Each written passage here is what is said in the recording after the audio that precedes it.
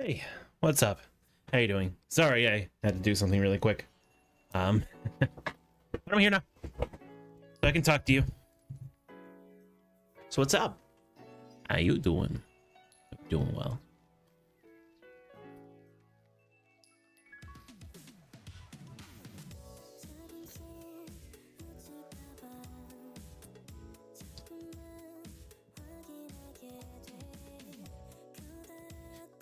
Good, like always. Well, that's good to hear, Bubble. Anyway, let's just get right into the game, shall we? We don't get much time.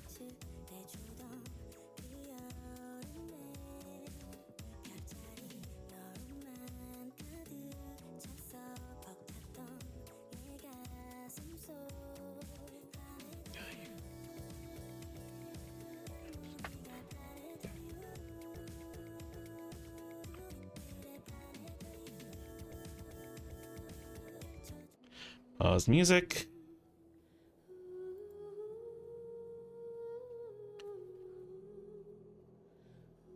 I'm really glad that I'm actually starting to get back into the routine of streaming more often. It's actually been really nice.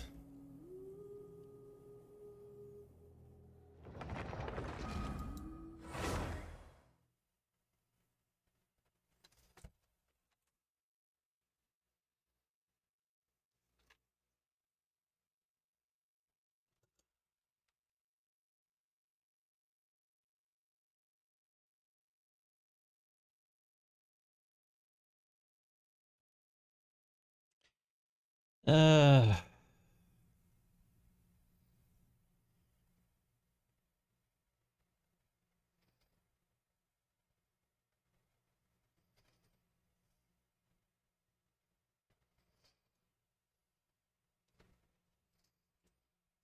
Hooray, nothing's happening.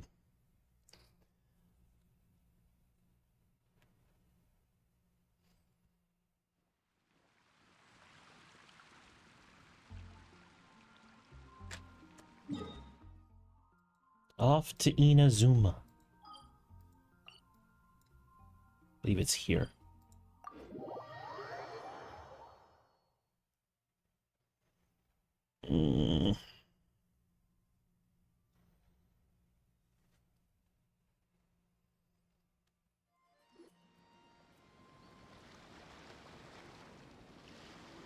Whoa, look! Promo posters everywhere from the moment you arrive in the harbor. Paimon gets more and more curious about the two inventors of this game every time we see the posters. You're not the only one. There's so little information to go off of that there's all sorts of wild speculations about them. Some people say that they invented the game after the God of Wisdom gave them an epiphany, while others say that they're not actually the inventors at all. By the way, have you two ever read a book called King of Invocations? I've only heard of it. Well, it's a story about a young boy who gets possessed by the spirit of the Crocodile King and becomes a TCG player. It's quite fascinating. I made sure to read it before coming on this trip. Some people have even speculated that the author of the King of Invocations is the boy who was possessed, while the true inventors of the game are the Crocodile King and Ibis King from the legends. So it's just Yu-Gi-Oh, but Genshin flavored. Interesting. Each of these theories gets more ridiculous than the last. Exactly! Which is why the original author came forward to deny these rumors. But that only fueled the debate further, and the book's sales skyrocketed. It can't be denied that the King of Invocations novels are a major part of why Genius Invocation TCG has become so popular. Just look at the venue. They're almost treating this like a national festival. I bet the book is going to sell more copies after this. You can be sure that the Fox Lady is behind all this. I would say that it's more akin to Yu-Gi-Oh or other game, like card games. But it also has its own kind of little twist. You know, a lot of card games are like that, but because you only have 3 cards that can actually attack, which is not like Yu-Gi-Oh. But you have like action cards and event cards and field cards and stuff like that, which is very Yu-Gi-Oh-esque. And since you know, it was created by people from Sumeru, which are people who are supposed to be depicted as from the Middle East. And since there's a lot of like lean in for Yu-Gi-Oh, because one of the characters, Sino, who is a desert person, a desert dweller, really likes the game to like an over-the-top degree, it kind of makes sense that he would basically be possessed by the Pharaoh. Fox Lady? Yeah, Yai Miko. She's chief editor of the Yai Publishing House. Paimon can just imagine her eating some fried tofu as she instructs her editors to use this event to boost light novel sales. Oh yes, I've been in that situation many times myself. Although in our case, the boss would be drinking coffee and talking about newspaper sales. Sounds like bosses are the same everywhere.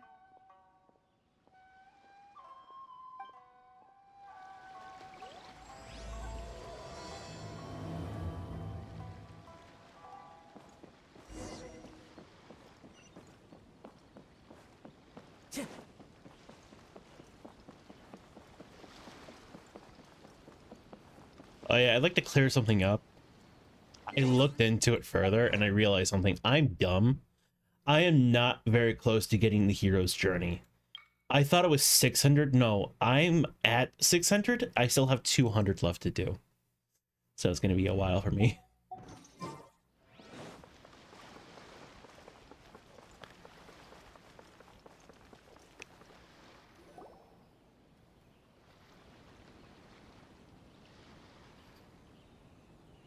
The scenery in every nation is so different. This trip is really paying dividends. Good thing that you're able to be so optimistic about it. It sounded like you were pretty much forced to come on this trip whether you wanted to or not. Huh?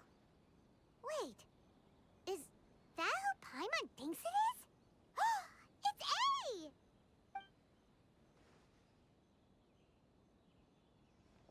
Traveler, Paimon, we meet again. Oh? Who is this? Allow Paimon to introduce you. Seems like that's all Paimon's been doing these past few days. Anyway, this is Charlotte. She's a journalist from Fontaine. And this is A. She's Inazuma's Archon. What? You mean Her Excellency, the Almighty Narukami Ogosho, God of Thunder? Hello. Please forgive me for not recognizing you. As a guest from afar, there's no need to be so formal. Right, okay. Oh, each of your acquaintances is more impressive than the last. Miko invited me here to experience the fun and festivities, along with everybody else. Oh, Paimon gets it. The tournament venue is full of excitement and tasty food, and Miko didn't want you to miss out. I guess I'll let you catch up for now. We can meet up later, just like last time. Sure thing. See you, Charlotte. It's always hard to talk to a god. Perhaps she felt a little intimidated by me. She's probably fine. Don't worry, she didn't leave because of you. We've split up like this in previous places we visited, too. So, how do you like Genius Invocation TCG? Paimon bets you're enjoying watching the tournament matches. Well, in fact, I myself am competing in the tournament. Wait, really? Why is that surprising? Playing cards is an ancient form of entertainment, and I was curious to see what card games are like in this day and age. How's the tournament been? I advanced all the way to the semifinals. The semifinals? That's amazing! So when's your next match? Unfortunately, the semifinals is where my journey ended. The reason being... The reason being that she lost to me. And when I say lost, that doesn't begin to do it justice. It was quite a humiliating defeat. Be honest, I would stutter myself even if she wasn't a god. Fair enough. How unfortunate. I'll pretend I didn't hear that. I only lost because I was duped by her little tricks. What's wrong with my little tricks? Trickery within the scope of the rules is better known as ingenuity. It's not my fault that some people spend all their time cooped up in Tenshukaku and never have the chance to hone their skills. What a unique friendship. You're right, though. I should make an effort to get out more. Many things have changed now that Inazuma is at peace. However, it seems that some people continue to fear the divine light, just as before. The reason why? It's simple. Because they're hot.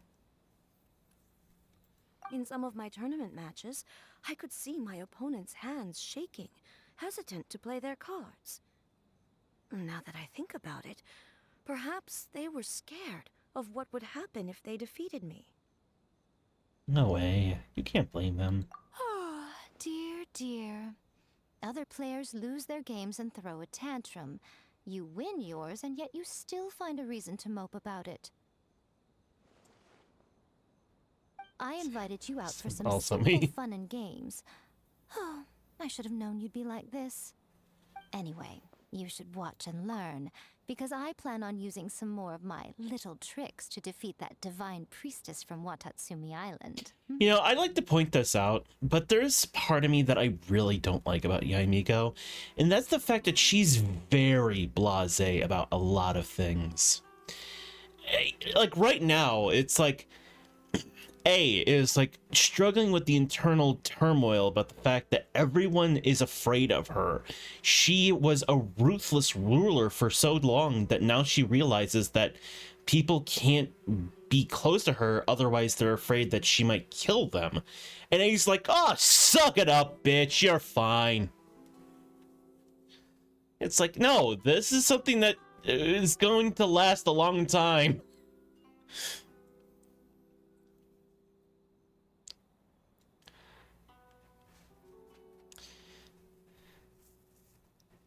Oh, so Kokomi's your opponent in the finals? Mm-hmm. On one side will be your erstwhile comrade-in-arms, the leader of Watatsumi Island, and on the other will be head shrine maiden Yae Miko, the wise and beautiful. So, little one, who will you support? Miko, come on. No need to put them on the spot like that. I know. I just wanted to see how they'd react. The venue is right over there. Why not go and take a walk around? Oh, and if you meet my fellow finalist, do pass on my regards.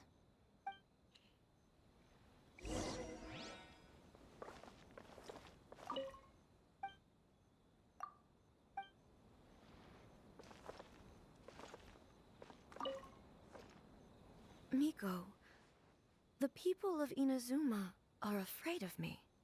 And for good reason, no? A bolt of lightning from you would make even my fur stand on end. You know I would never do such a thing. Nor would I eat anyone. Yet a writer of mine seems convinced that I'd turn into an evil kitsune and eat him alive if he doesn't submit his drafts on time. Honestly, where do people get these ideas? Although to be fair, after I learned that he was afraid of me, I did start acting like I might actually eat him. Needless to say, his punctuality is now improving with each draft. You know, a lot of people like to ship these two together, but I'd like to point out one small weird thing. Technically speaking, Yoimiya, the chick in the with the pink hair, is technically A's pet. She's technically a familiar. She was a kitsune that A took in and brought up as a familiar to her. World I roam. So, realistically speaking, I can't really see them as a couple. I can see them as like a master and its pet, honestly. It's like a human and a cat, like not like a dog, but like a cat, because cats are very fickle and very standoffish sometimes. But they do care about you.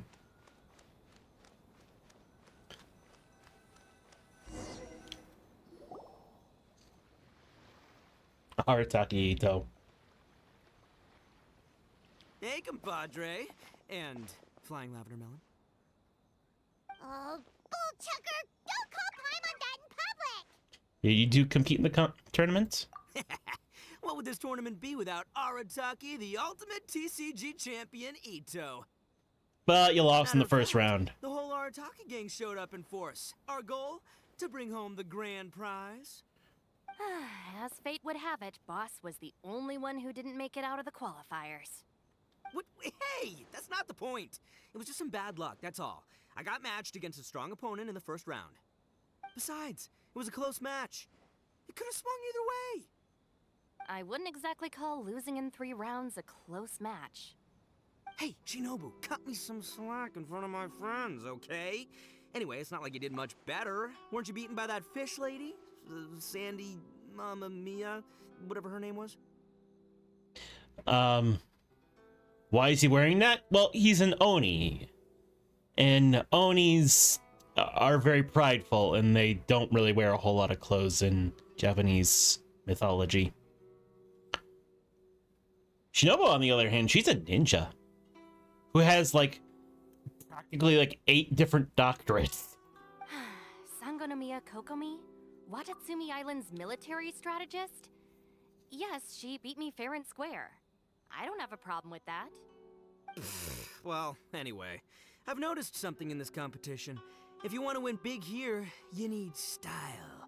That's right, I'm talking card backs. I lost my match because my backs were whack. But the style of card backs and a player's skill don't have anything to do with each other. Oh, no, that's where you're wrong, Mini Milan. It's just like how the strongest Oni Kabuto have the brightest colors on their back. If your cards look cool, then you'll definitely draw a better hand. Speedle fighting and playing TCGs are completely different. In cards, you actually have to rely on your own skill. Uh-huh. Yeah, there's no use arguing with you. Why don't we let our friend here weigh in, hmm? I'm with Shinobu. I think Shinobu has a point. Why don't we play a match and see? Hey, you're right. That's a pretty neat idea. How about this? Shinobu, lend me your deck. You've got some pretty slick card backs. But the Traveler probably has cool card backs too. Maybe even better than yours. Okay, in that case, you can use my deck. Boss, how do I put this? Nobody could win with that deck of yours, no matter who uses it. Hey, quit busting my chops! Sheesh. What do you say, Traveler? You got time for a match now? I accept your challenge. Great! See? This is what I call a true compadre! All right, I'll be the judge then. Just remember to take it easy, you two. This isn't a high-stakes match. It really doesn't matter who wins or loses. Oh, shh. No. Do you guys hear that?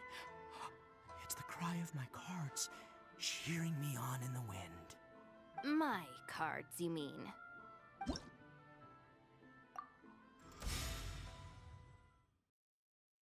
All right, let's take a look at this.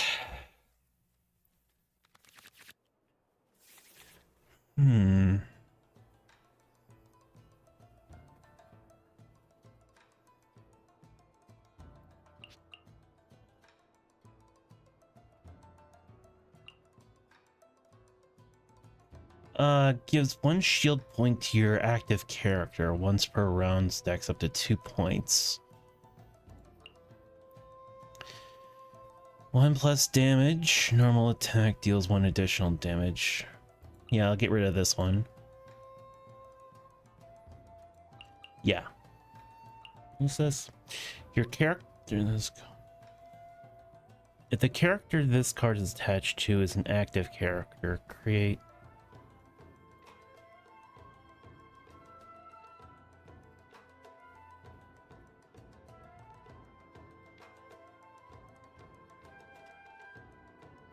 I'm dropping frames. Weird. Anyway. This character, yes. I'll keep that. Alright. We're gonna make this the most exhilarating TCG duel ever, compadre. I don't think either side will have a good time dealing with Boss's deck.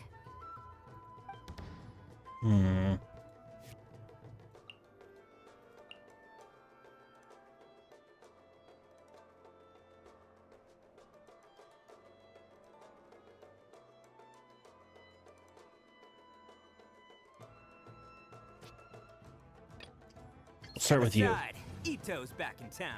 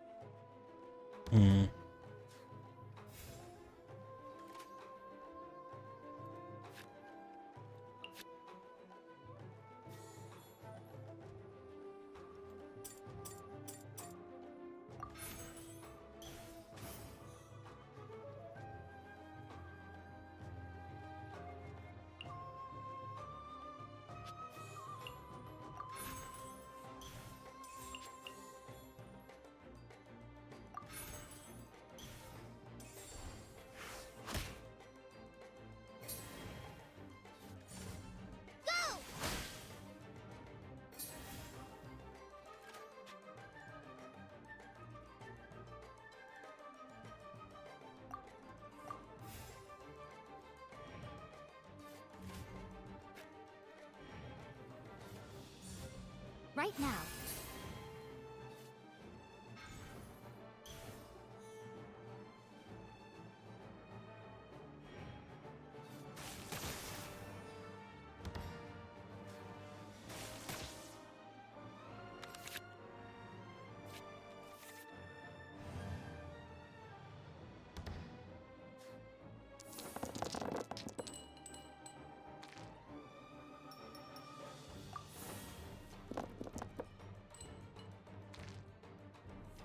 Okay, let's see here.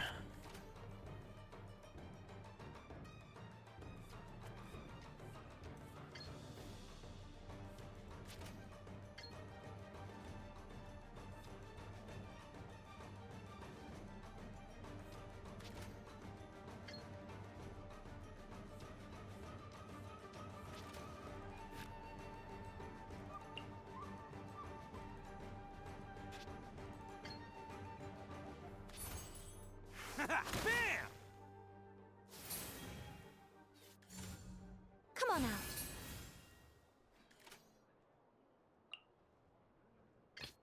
Time for some training?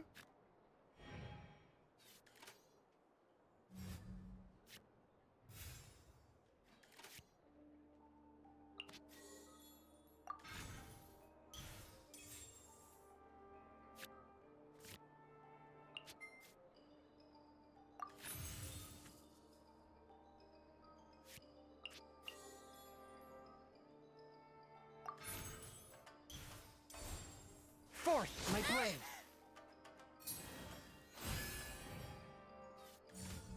Go!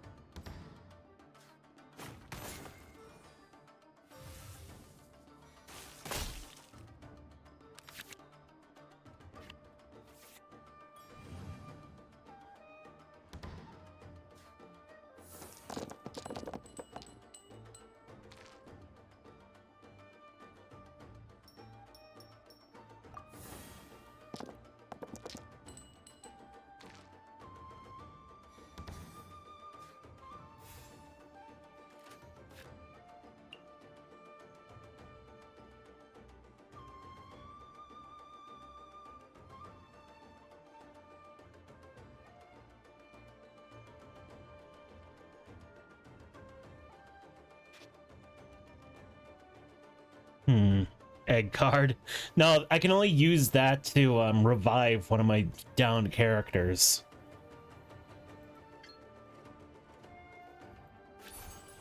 A touch of frost!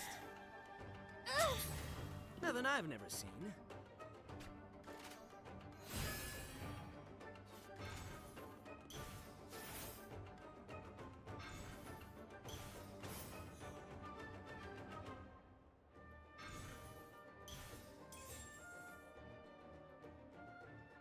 Take this, compadre! I'm always watching.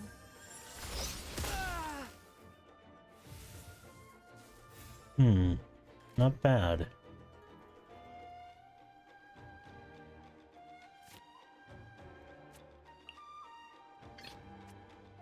I'll scout ahead.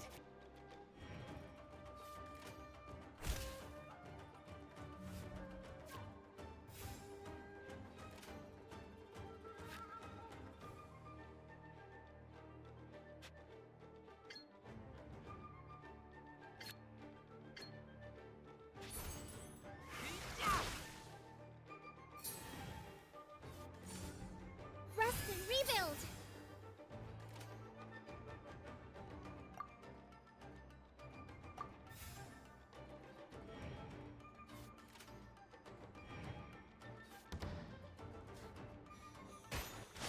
Damn it. The scourge of evil remains. Ho ho! Now you see what the champ is capable of! You have my deck to thank for that.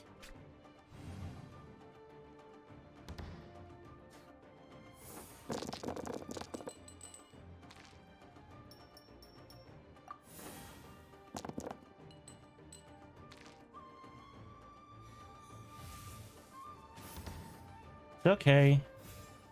I do have the egg card.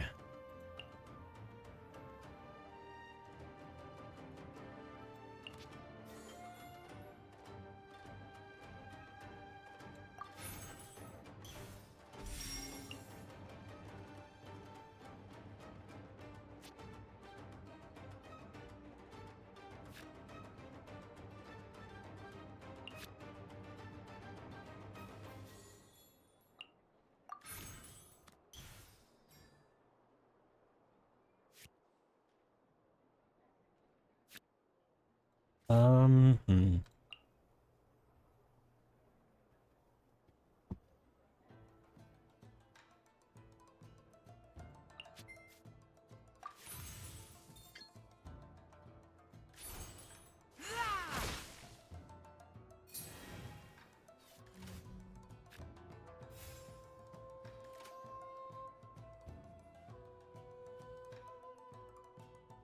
I got nothing.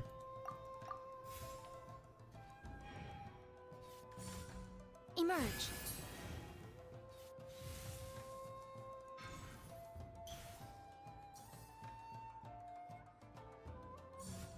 Come on out. I'm always watching.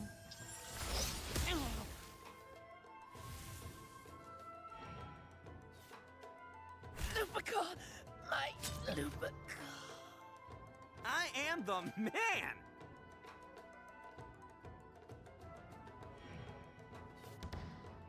This is really a shitty deck. The scourge of evil. Remy. Damn, I lost.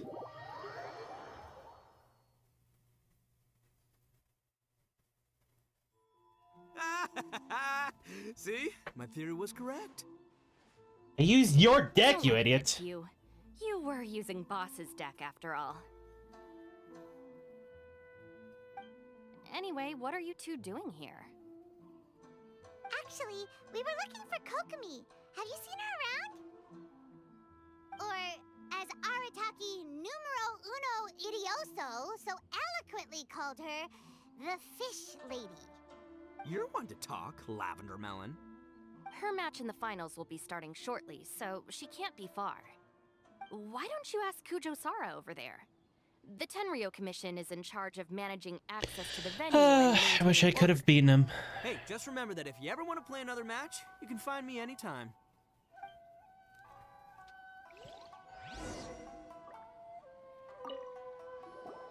What's up, compadre? You here to play another game? No. worries. Well, at least I can fight him. Not what I wanted to click.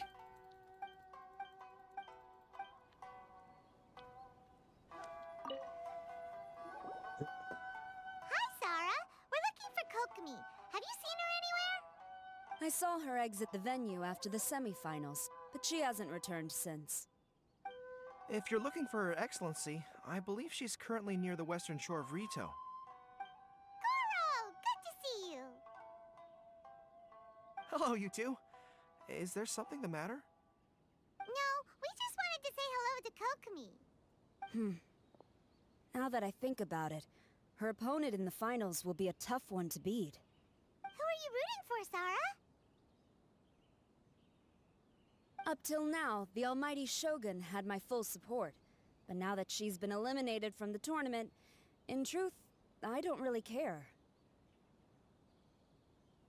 Paimon thought for sure you'd be rooting for Miko. I certainly would, in the past. But now that the islands of Narukami and Watatsumi are on amiable terms, we're all friends. Those are exactly Her Excellency's thoughts as well. The point of a game of cards between friends is to exchange skills and enjoy the game together. It's not about who wins or loses. She hopes that this spirit of friendly competition will define Inazuma going forward. A commendable attitude. Her opponent is skilled in the art of deception. Even if she appears to have worry written all over her face, don't fall for it. She's likely trying to lead you into a trap. It's nice to see two generals who were once enemies on the battlefield now looking out for each other. Do not be mistaken. I speak only in the interest of fairness. The moment I saw the name Sangonomiya on the list of competitors, I anticipated that she would make it into the finals to face the almighty Shogun. I've watched every one of her matches. She constantly adapts her strategy and excels at employing rare and unusual tactics. To be fair, he is voiced by most likely a 30-year-old man. But after the almighty Shogun's loss, I'm afraid that Lady Guji may also have caught wind of Kokomi's strategies.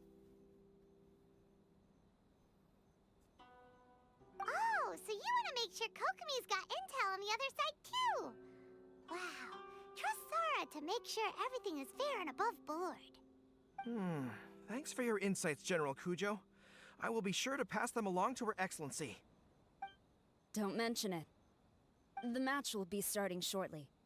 Please, let her know to get back to the venue soon. All right, then I'll get going.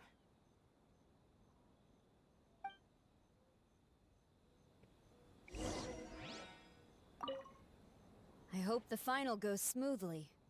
Everything should be fine. As long as that Oni manages to avoid causing a scene.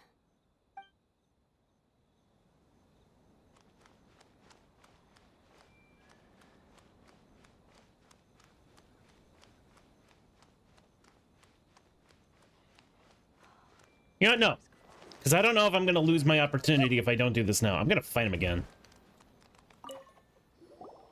What's up, compadre? You here to play? You've got it!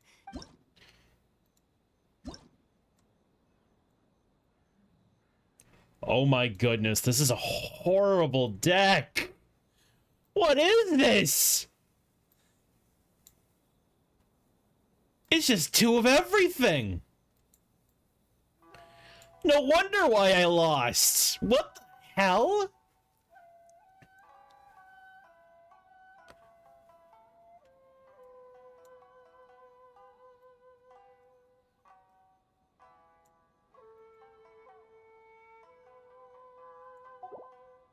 Never mind. There's no way you could win with Ito's deck. Wow. You're crying out loud. At the very least, okay, there it is. Deck.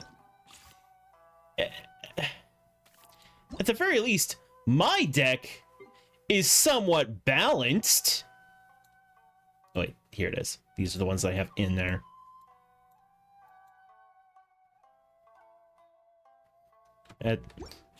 But yeah, no, that is a wow.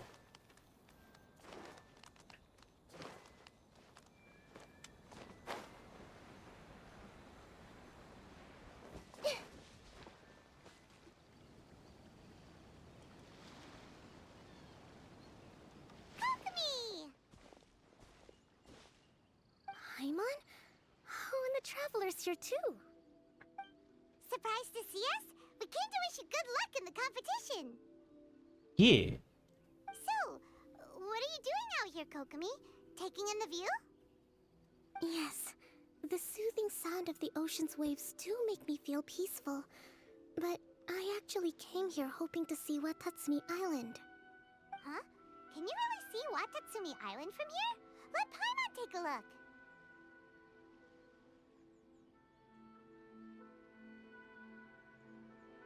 Well, can you see it? Let's see. Oh, that must be Kanazuka. And a little further than that, there's Yashiori Island. Nope, can't see Watatsumi. Even on a perfectly clear day like this, you can't see Watatsumi Island from Narukami Island. Imagine trying to see it when the islands were surrounded by storms. Though the islands are on peaceful terms now, the dark clouds of war still linger in some people's hearts.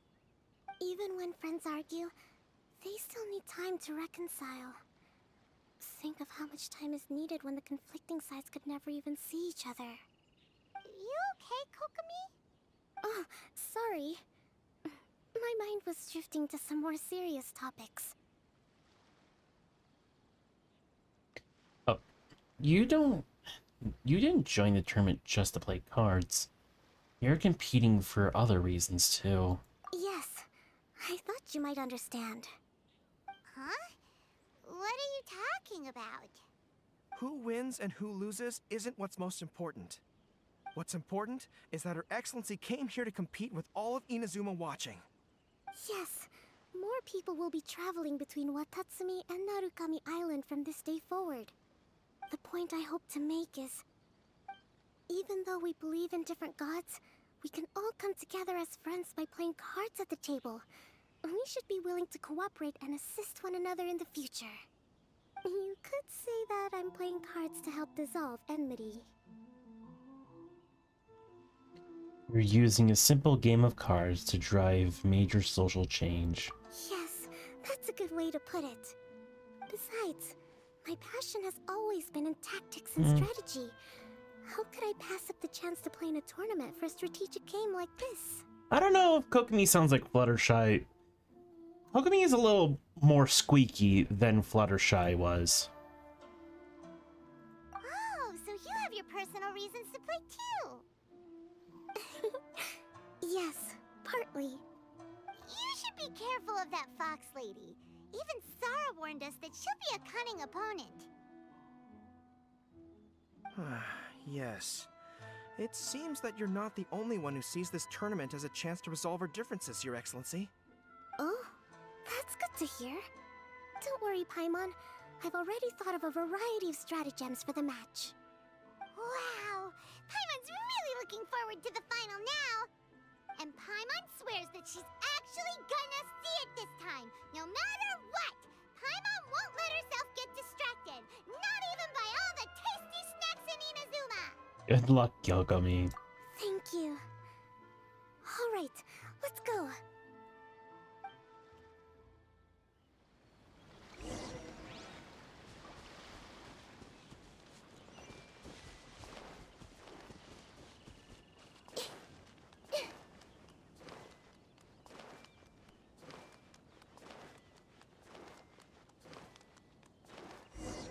You get there, all of a sudden, nope.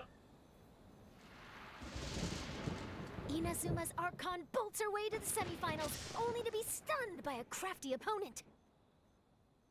Ooh, that's a nice title. Lightning from Inazuma won't be able to reach me in Fontaine, right? I don't think the Electro Archon would get upset over a minor thing like this. Hey, what are you two chatting about? Oh, wait a second. The real question is, how many times are we gonna run into Kirara? Talk about a coincidence, right? What are the chances? I interviewed a few people around Rito, but no more details on the card snatcher, unfortunately. After that, I ran into Kirara here. We got to chatting, and then I found out that she knew you too. Sorry, you said the card snatcher? Oh, let Paimon explain.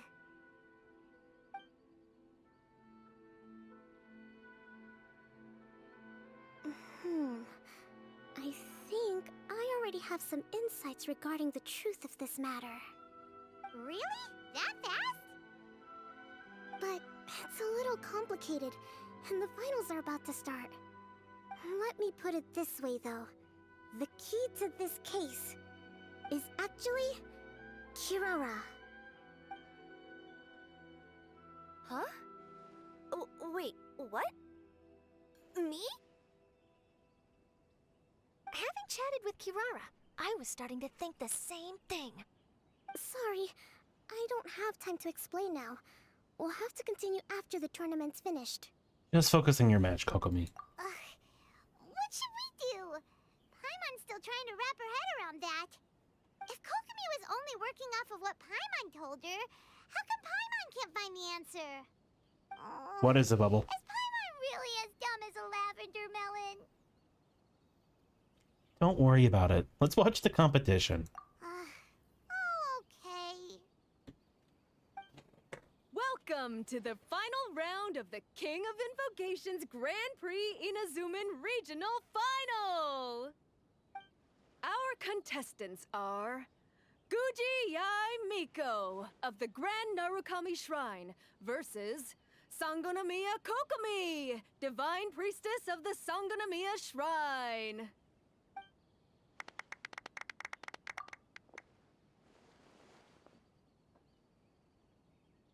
Without further ado, let the final match begin! Hooray! Yay, it's starting! Now, to find out who will play first. You took your time. I was starting to wonder if you got lost walking on the seabed, Miss Soul of the Deep. You must be tired after the walk back to shore.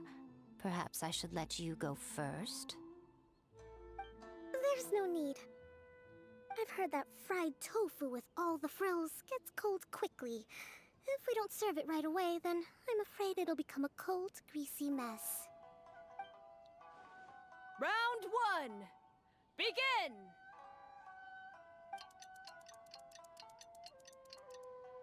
And the winner is... Sangonomiya Kokomi, the divine priestess from Watatsumi Island. She won! Kokomi did it! Just seeing that Kitsune yokai made the fur on my tail stand on end. Sorry to keep you waiting. Congratulations, Kokomi. It was a brilliant victory. Thank you. Kokomi! That was a real nail-biter, but you did it! That Miko is a crafty one, pretending she had no strategy and letting one of her own character cards get defeated. Then she played 2 cards from her hand that required to have lost a character card. She came pretty close to turning the match around. Goodness, what's all the commotion over here? Discussing something interesting behind my back? She was quite literally saying how you are a crafty person for playing your game the way you did. There is nothing to be interpreted as being rude. Not at all. Paimon was just saying what a real pity it was that you lost. It's no pity at all. It was just a little fun competition. We'll see who wins next time. What do you say, Miss Soul of the Deep? How about a rematch? If Miss Fried Tofu with all the frills hasn't gotten too cold, I would be happy to play. However, the traveler here is waiting for me to help them solve a puzzle they've been facing. Oh, really? Then I won't disturb you. I'll go play with Goro instead. It's been a while since I've seen those fuzzy ears of his.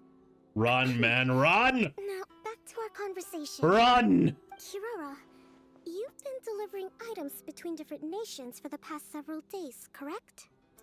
That's right. I've had quite a few deliveries recently. But what does that have to do with the Card Snatcher?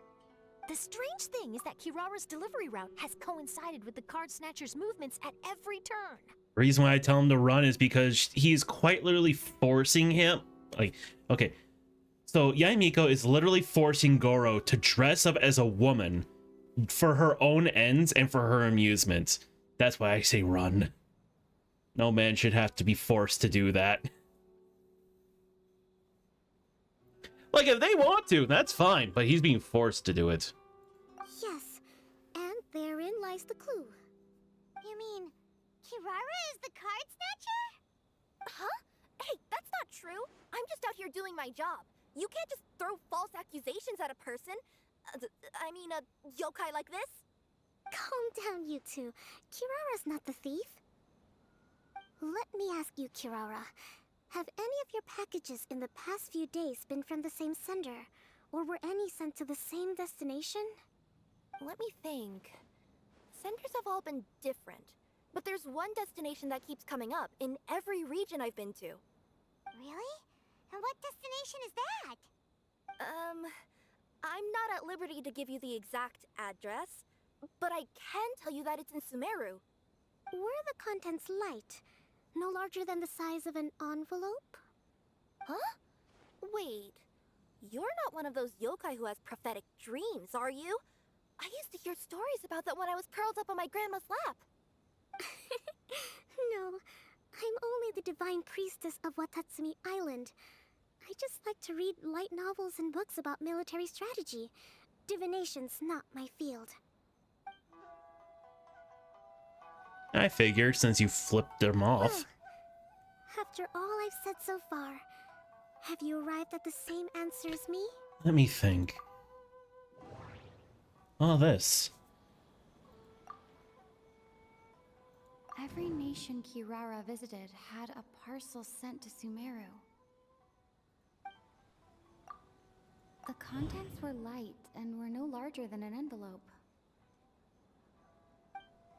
The contents were probably genius invocation cards. I want to hear this. We've run into Kirara multiple times throughout our trip. We came to Inazuma because we tracked the thief here.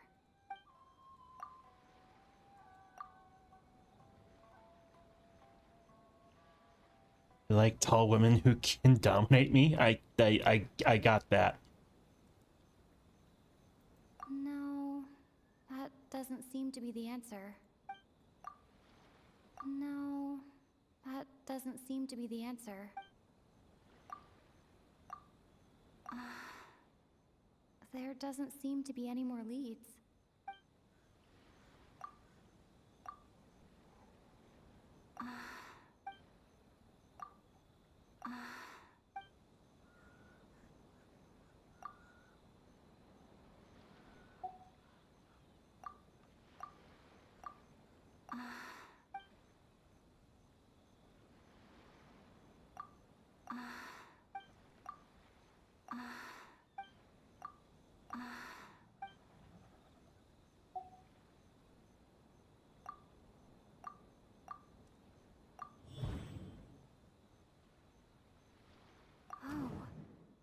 The thief is likely using Komania Express to send packages.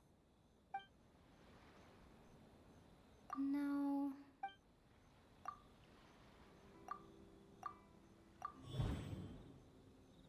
Kirara's deliveries contain the treasure chest cardbacks.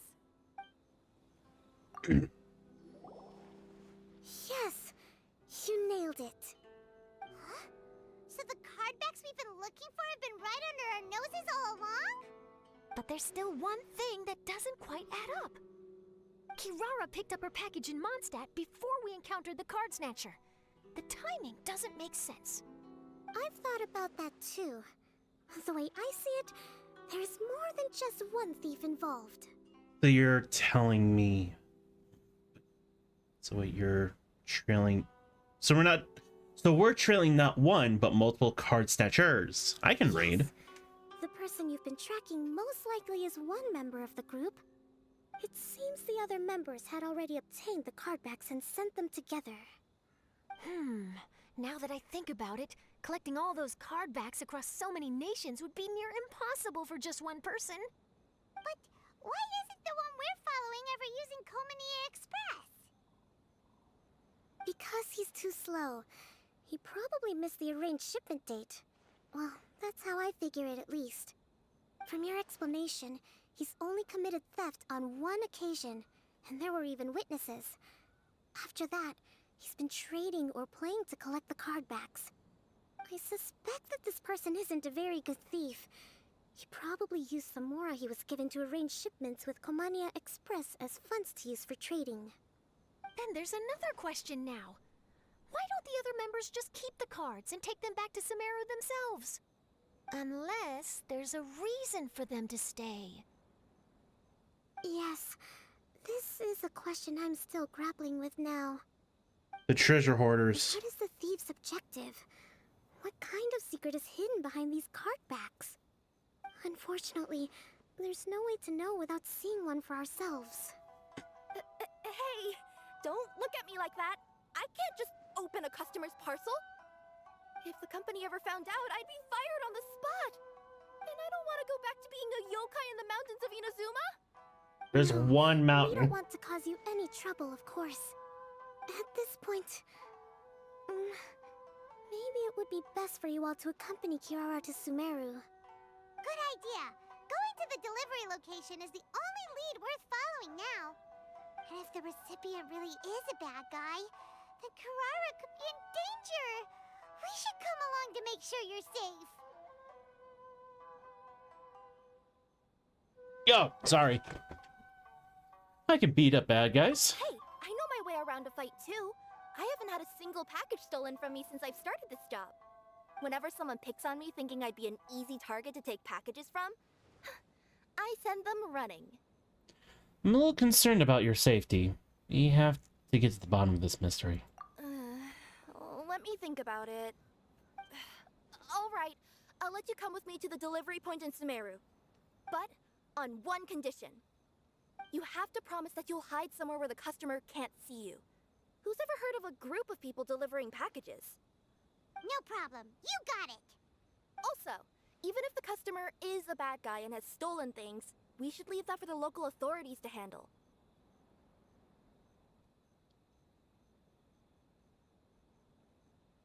Oh boy. You still with me? Bubble? What's going on? Closing that. Yeah, good. Give me a second. I'm gonna be checking something.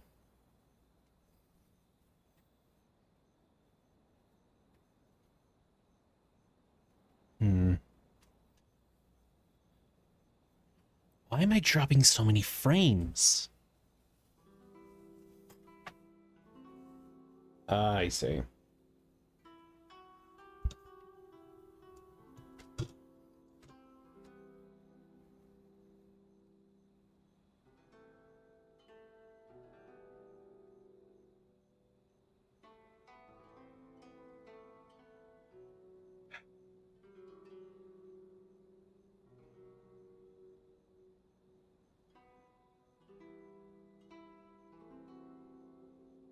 Okay, I think I figured it out.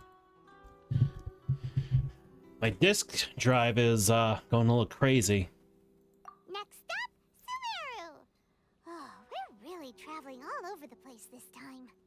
Good luck. You'll have to tell me how everything turns out the next time we meet.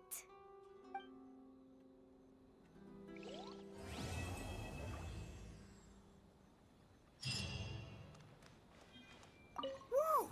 That match between Fox Lady and Fish Lady really got my blood racing. The sweat's practically boiling off my forehead. Yes, yes. I'm sure all of Rito knows how excited you are, but the gang's all waiting for us. We should be heading back now. They can wait a little longer. At least let my compadre and I play one last match. You can't say no to that. Pretty please? Alright, let's play a match. That's my compadre. I knew you'd be down to duel. Only you understand a hardcore TCG player like me. Ugh, seriously, what will I do with you two?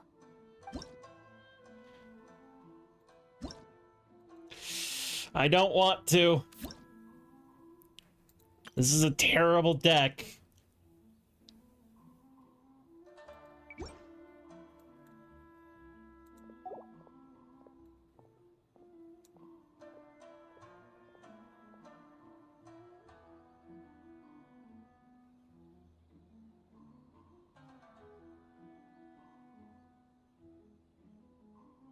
I'm not gonna.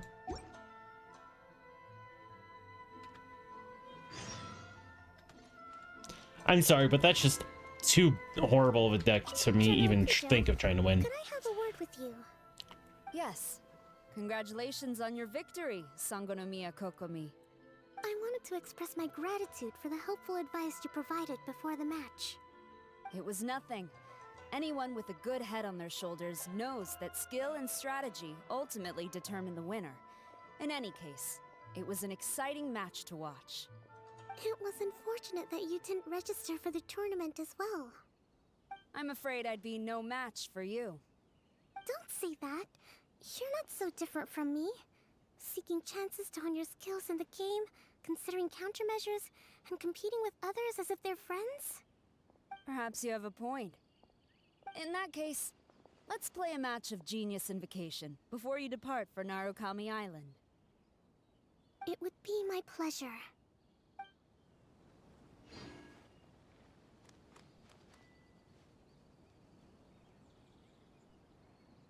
This is the Outlander Affairs Agency. Please have your documents and proof of identification. I heard you refer to the opponent as a Kitsune yokai earlier. Could you tell me a little more about that? Don't leave out any details. Who knows? Maybe there's something I'll be able to use in my news piece. Okay, now what the hell's going on? My disk isn't going crazy. My CPU is stable. My memory is good. My network is deep and really good. Why am I dropping frames? View. Let's see. Status.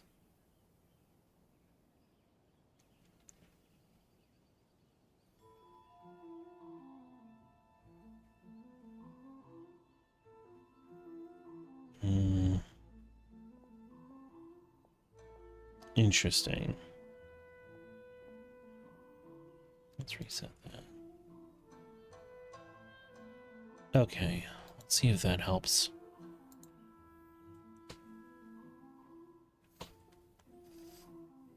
Oh, I better not. I'm afraid of saying something wrong. Besides, I'm not really the most qualified yokai to answer questions. Okay, then maybe you could help explain why a kitsune would have any interest in fried tofu? Now your questions are making me hungry. Why don't I just take you to try some kitsune ramen here in Inazuma? I can explain while we eat.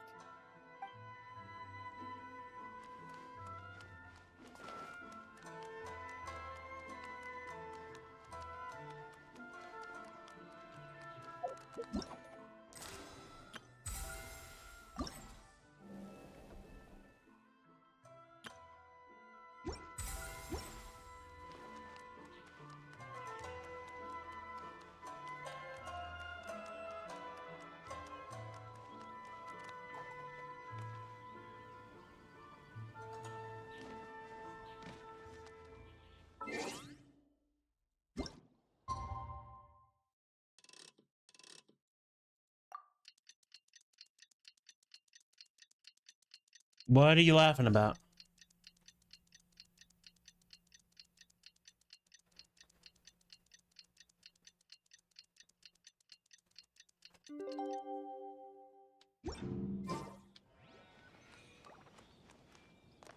Oh, damn it. Ah.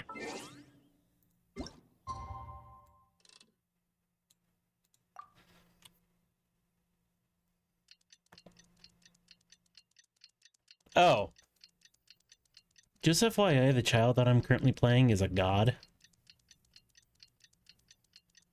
I'm probably the most intelligent being in the entire country.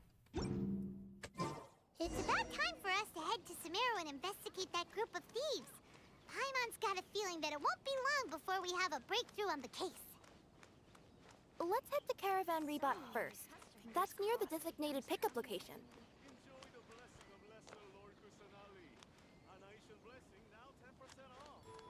I'm sorry, what did you say about Lesser Lord Kusanali?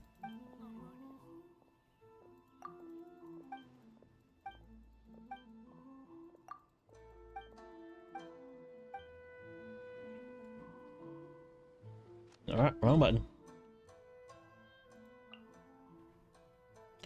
Wait, why Caravan Rebot?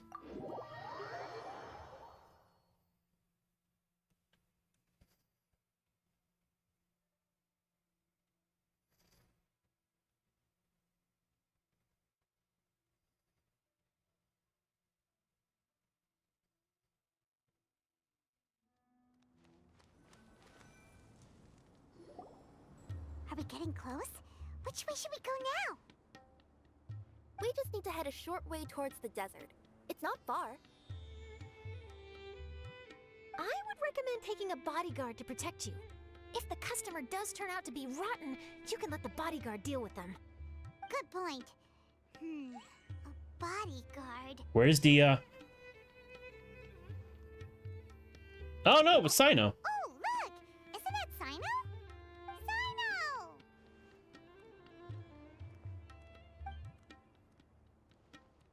He'll join in. Good to see you. Headed to Caravan Rebot? Remember, Paimon? We can't just disclose a customer's information. Huh? Oh, don't worry. This is Sumeru's General Mahamatra, Sino. He's the leader of the Matra and always takes criminal activity very seriously. Wow. How do you know so many powerful people? You better get used to it, Kirara. You wouldn't believe the people I've met since I started traveling with them. Do you have some time now, Sino? Or do you need to go participate in the Genius Invocation Tournament? Tournament? The tournament has already finished. Really? Then how did you do, Sino? I am now the official king of invocations. Did you crush the competition? I used Forbidden Hand at the opportune moment, and drew... I can explain it later. Anyway, I have time. Great. Let Paimon catch you up on what's happening.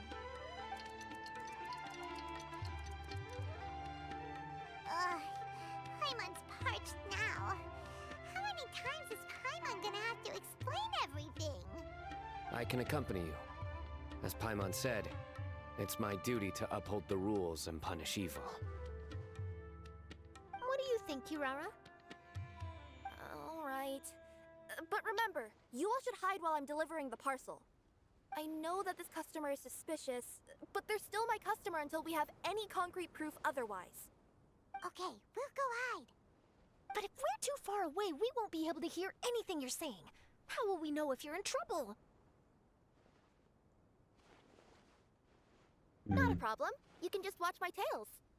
Your tails? You mean both of them? Of course, both of them. I'll come up with a way to have the customer confirm the contents of the package. If they turn out to be just an ordinary customer and the package doesn't contain the card backs, then I'll lower both of my tails. That'll mean you can just stay hidden. But if they turn out to be the thieves we're after, then I'll... Lay down. Huh? Why would she do that? It'd be a signal that we need to lay down the law. Oh no, Cyno. Cyno, no! Not right now! No way! I'm not getting on the ground! That would be way too embarrassing! Besides, don't you think that would look suspicious? You think so? Then maybe you can use your tails to pound your back. And why would she do that? Cyno, don't make puns right now. Simple. It'd be signal that she had found the backs we're looking for. Oh, this is the first time I've met someone as creative with their words as I am. Have you ever considered a career in writing news headlines, Cyno? Oh no, don't enable him! Okay, if we keep standing around talking like this, the package is going to be late. Listen to me. If they're the thieves, I'll lift one tail up and keep the other one down. If you see that, then you can come round them up. You're not going to lay down? No, I'm not laying down. He's not going to physically do a pun.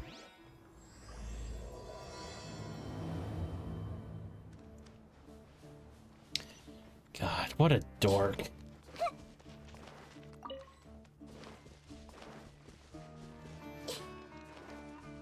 We're in the middle of nowhere, though. Are you sure this is the right place, Kirara? Let's see. The address is approximately 100 paces down the road from Caravan Rebot towards the desert, near the first flaming flower. That's the most suspicious address Paimon's ever heard. That is kind of a suspicious one. Careful with his first words.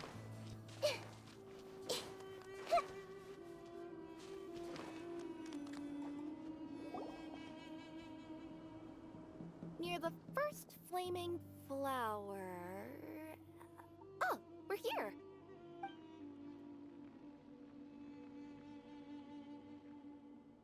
Huh? There aren't any houses around here. Maybe the recipient planned on coming here to personally receive the package. I've had customers do that in the past. We're still a little early.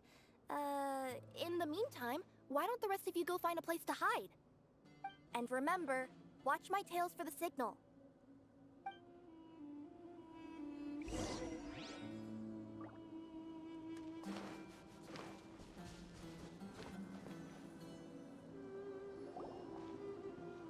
We'll hide here. This spot is hidden, but with a clear view. Paimon, sure this recipient's up to no good. Who'd pick up a package in a place like this? I agree. But for the sake of her company's reputation, we'll let her tell us what to do.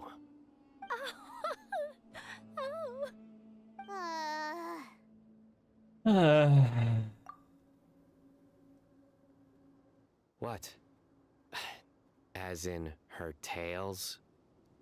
Yeah, we get it. They're puns. We get it.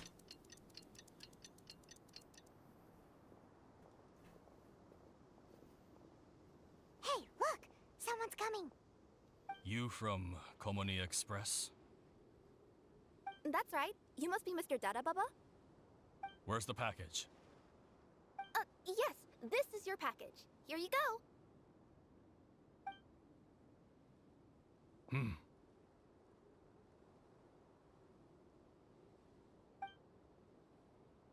I recommend that you open it and confirm the contents. I've been running to many places the past few days through all sorts of weather. The contents may have shifted, so it's best to check that everything's intact. No need. You haven't opened it to see what's inside, have you? Of course not. That would be against our company policy. But if the contents are valuable, I would still recommend checking them first.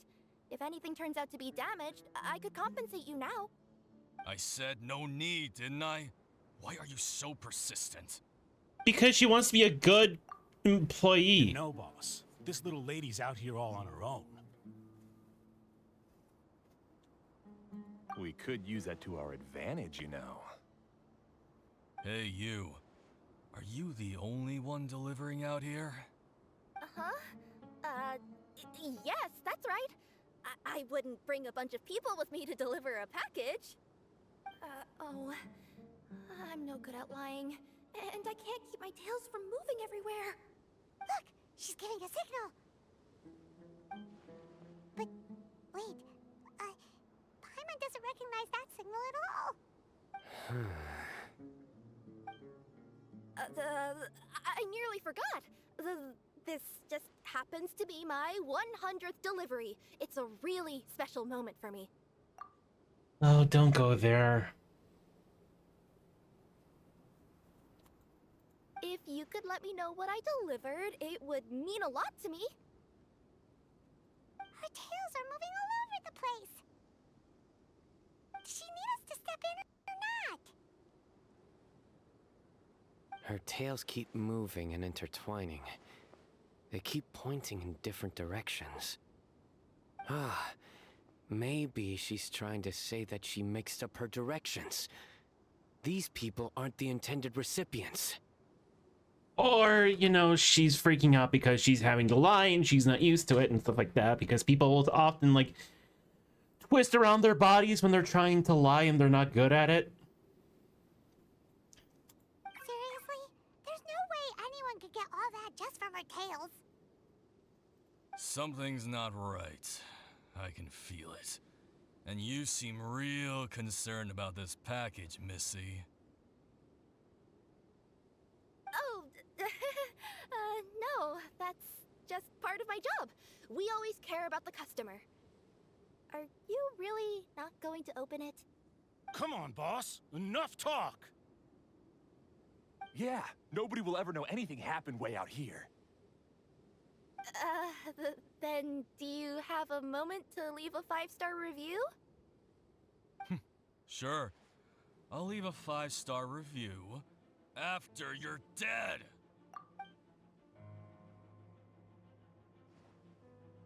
They got a knife! Forget the signals! We gotta save Kirara! Paimon, we're already on top of it.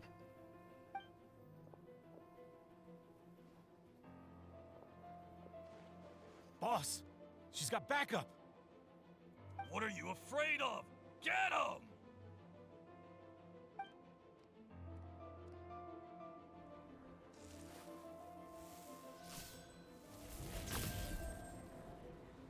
Huh? Wait, that's Sino! The General Mahamatra! Sino?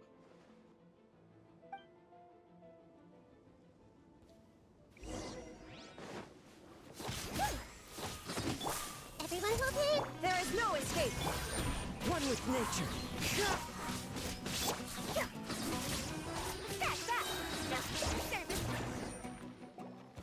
Kirara, are you alright? Yeah, I'm fine. Don't worry. Had I known you were here, we wouldn't have. Too late for that. And I don't want to hear any whining from you two either. clear? Yes. Crystal clear. General Mahamatra, I don't want to go to prison. Can't you just let us off this one time? Not at all. It depends on how honest you are. We'll tell you everything. What's inside the package? Card backs. Genius Invocation TCG card backs that we collected from different nations. Are they the kind with a treasure chest design on them? Yeah, that's right. Wait, how'd you know that? And why are you stealing card backs? We're just a group of treasure hoarders. That's all. Some hoarders were getting fed up recently with just stealing small stuff. They wanted to, Go on. They wanted to pull off something big. You know, not just in one nation. All across Teyvat. All across Teyvat? Yeah, we were planning to steal prized treasures from different nations all at the same time. After pulling off a job like that, everyone would recognize us treasure hoarders as the most powerful organization across the world. Yeah, boy. But, seems like that's not gonna happen now. So what does any of that have to do with these card backs? Well, the problem was we didn't know how to communicate our master plan to all the other treasure hoarders.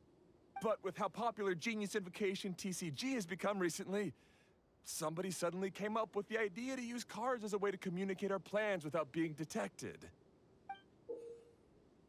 Oh. So you were the ones who printed these card backs? Yeah, because every treasure hoarder knows what to do once they see a treasure chest. First you bury it so no one else can take it, then just add a little bit of... Hey, shut it! You're giving away all our plans. It appears you consider this ridiculous plan of yours more valuable than your own life. No, I'll talk. All you need to do is cover it with some wet dirt or sand, then wipe it off after a while. And it'll look like this. My fellow hoarders, this is the big job we've all been waiting for. Take up your daggers, put on your masks, and round up your sumpter beasts. Oh, and for those of you without sumpter beasts... Seriously? That's all it says? Ugh, what a waste. Hey, what do you mean, waste? That message will mobilize the treasure hoarders. He's right. The time and the other details are printed below that. Not Paimon Z. Oh, there it is. Objectively speaking, it's definitely a creative method of communicating information. But then why were you trying to retrieve these card backs? It's all because some fellow hoarders got addicted to Genius Invocation. All they needed to do was stick to the plan, but they couldn't help themselves and started playing the game. Not only that, they were even using our card backs and showing them off. But that wasn't the worst of it. Some of them ended up losing our card backs to other players. Ah, you were afraid that your plans would be exposed, so you dispatched members to quickly retrieve the card backs that had been scattered into the markets. Not just the ones on the markets. We collected all our treasure chest card backs and we had them shipped back. We feared that our plans had already been discovered, so we were preparing to print another set of card backs. They would indicate a different time to initiate the operation, and we'd redistribute them. But to take every precaution, we raised funding for everyone to send us the backs via Komini Express. That way, we could guarantee the card backs would arrive safely and on time. Huh? Oh, thanks for the compliments. So the senders would stay at their original location to ensure that the operation could continue moving forward. God damn it, not again.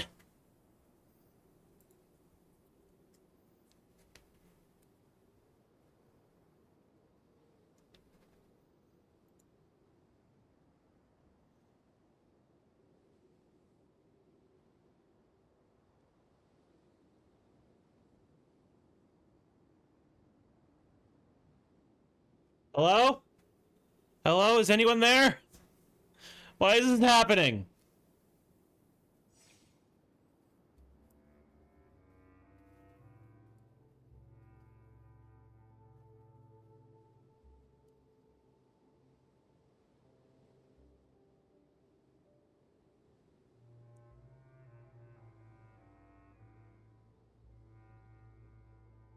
After the stream, I'll have to reset my computer.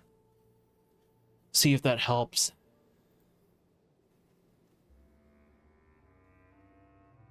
Now that I think about it, that must be why the treasure hoarders came after the person who sold the card back in Mondstadt. Oh, right! It's no wonder we were running into the treasure hoarders left and right. They wanted to be sure that anyone involved stayed quiet. There! I told you everything I know. Hopefully that will help us make up for our mistakes. Please, Mahamatra Sino, show us mercy. You'll each receive your due punishment. Enough talk. Come with me.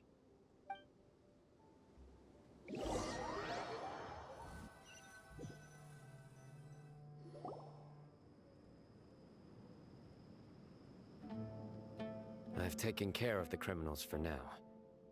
I'll be escorting them back to Sumeru City shortly. Thanks for all your help. I was only fulfilling my duty. You all did well. Sino seems like a completely different person when he's working. All right. Goodbye for now. Oh, wait! I still want to interview the champion of the Sumeru Regional Tournament. All right. Go ahead. Tell me, Mr. Sino, what were your thoughts about the tournament? And did you have anything to say about the treasure hoarder incident? Genius Invocation TCG is a very good game. But to me, it's not just a game. It's an art form. It allows people to meet others, make friends, and experience the joy of dueling together. I hope everyone can have the chance to experience the fun of playing this game. Great answer. That'll be a perfect ending for my news piece. Therefore, I assure you that I will personally bring judgment to any criminals out there with the delusions of desecrating this game with their evil plans. No matter where you run or where you hide, you will not escape the punishment of lightning. Oh, I see. Let's stay calm. No need to get worked up. Now let me think. Not-so-genius thieves behind mysterious treasure chest card back plot finally... Got decked? You get it? Like cards and punching? Yes, that'll work nicely. These two make quite the team when it comes to words. If that's all, then I should get going. I'll inform the other areas not to be gained by these thieving treasure hoarders. Let's play a game of Genius Invocation next time. We will. So in the end, it turned out that the group of card snatchers we were tracking was the treasure hoarders all along. Still feels a little disappointing though. Paimon thought for sure those card backs would lead us to some valuable treasure. Don't say that. Think of the bright side. We uncovered a major international crime scheme. Oh, I definitely have everything I need for my exclusive news piece. If anything, Paimon regrets that we didn't get to see the mysterious inventors of Genius Invocation TCG. It seems everyone can't stop talking about that game. It's just fun to play cards. It's fun to meet new friends. In that case, how would everyone like to join me for a very special delivery? Huh? You mean it's related to Genius Invocation TCG? That's right. You'll understand when we get there. I would have invited Sino along too if he wasn't busy with work. Oh, really? But didn't you say before that you can't disclose customer information? Yeah, but this time the situation's different. Let's just say this delivery wasn't assigned to me by the company. This package had been sitting at the company for some time because we could never locate the recipient. Even the neighbors didn't know where he went. Oh, so the company eventually took ownership of the package? Yep, the holding period passed just last month. But can't you just return it to the original sender? Well, it turns out the sender has passed away. Oh, that's terrible. Yeah, And I thought both the original sender and intended recipient would be disappointed if this package is left undelivered. So, I took the initiative and started asking around Sumeru in my free time. Eventually, I found out where the recipient went and also learned a little about his past. Wow, amazing! So who is it? You'll find out when we get there. Well, you'll have to come with me and see. I have a feeling that it'll be good to have some true genius Invocation TCG players like you come along. Oh, sounds like another news story brewing. I'll tag along as well. Huh? Oh, now Paimon's really curious. What do you think, Traveler? Shall we join her? Of course. All right, then follow me to Vimara Village.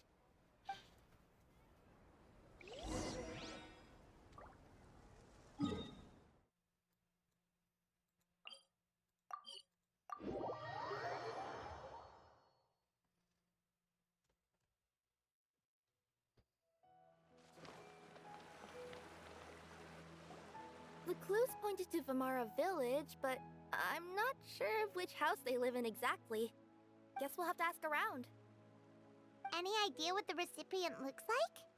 I only know his name is Garvapidum and that he's a scholar from the Academia. Garvapidum. Got it.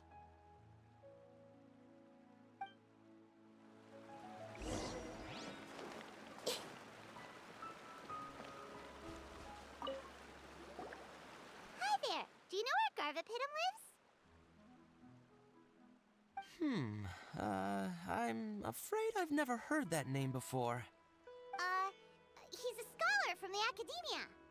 Oh, yes, there is a scholar around here, but I've never heard anyone go by the name you mentioned. Are you sure you've got the right name? Actually, I'd like to ask him a few questions myself regarding which of the 6 Darshans to join. Sounds like he doesn't know. Let's go ask someone else.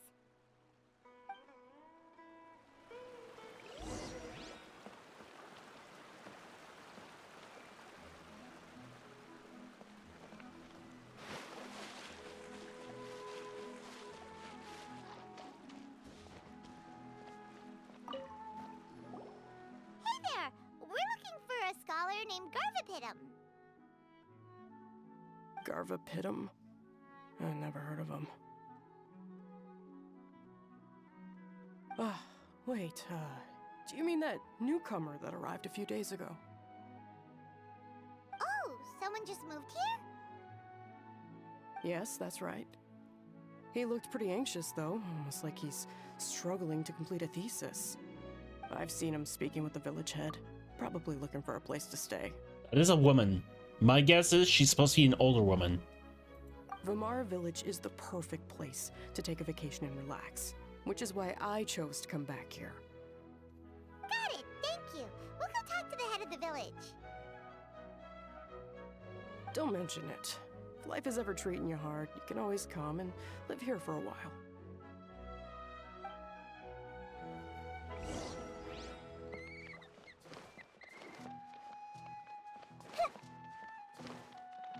I think that's supposed to be him, but we're gonna go to the village chief. Hello, are you the head of the village? There's something we'd like to ask you about. Yes, that's me. Go ahead. Do you know where a scholar by the name of Garvapidum lives? We'd like to talk to him. Garvapidum. Ah, that must be him. You know him? Yes, I do. He came here to rent a place to stay. He said he needed to unwind a little. But hardly anyone's ever seen him come out since he moved in. He doesn't seem to be very outgoing. I don't know if that's his way of unwinding, but I'd say he's just keeping himself cooped up. Are you friends of his? Yeah, you could say that. Her tails are moving again. Is that what happens whenever she tells a lie? Ah, I see. I was thinking that it'd be good for some friends to check up on him. He's staying up above. Look for the house in the corner. You should be able to find him there. Great! Thank you very much! Don't mention it. I just want to see people who come here be happy.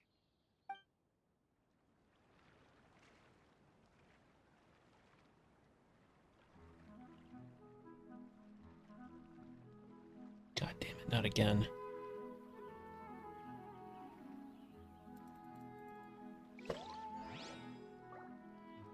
What's going on with my internet? Hang on.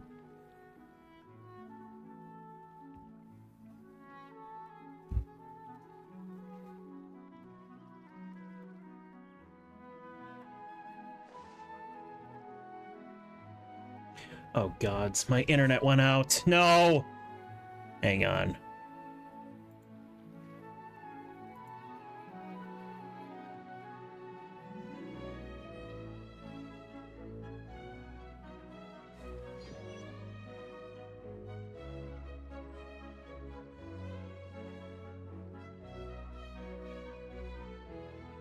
Hello?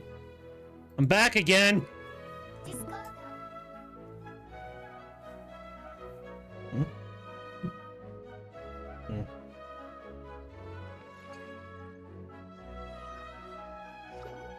I think I figured out what went wrong. My internet's going wacky.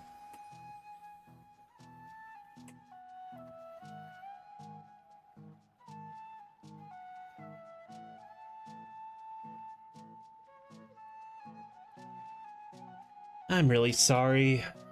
I didn't mean for my streams to be this crazy.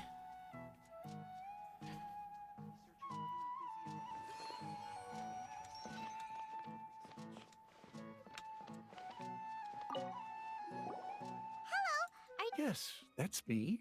Go ahead. Oh, because my internet went out, I can't do this again. Where a scholar by the name of Garvapidum lives? We'd like to talk to him. Garvapidum. Ah, that must be him. You know him? Yes, I do. He came here to rent a place to stay. He said he needed to unwind a little. But hardly anyone's ever seen him come out since he moved in. He doesn't seem to be very outgoing. I don't know if that's his way of unwinding, but I'd say he's just keeping himself cooped up. Are you friends of his? Yeah, you could say that. Her tails are moving again. Is that what happens whenever she tells a lie? Ah, I see. I was thinking that it'd be good for some friends to check up on him. He's staying up above. Look for the house in the corner. You should be able to find him there. Great! Thank you very much! Don't mention it. I just want to see people who come here be happy.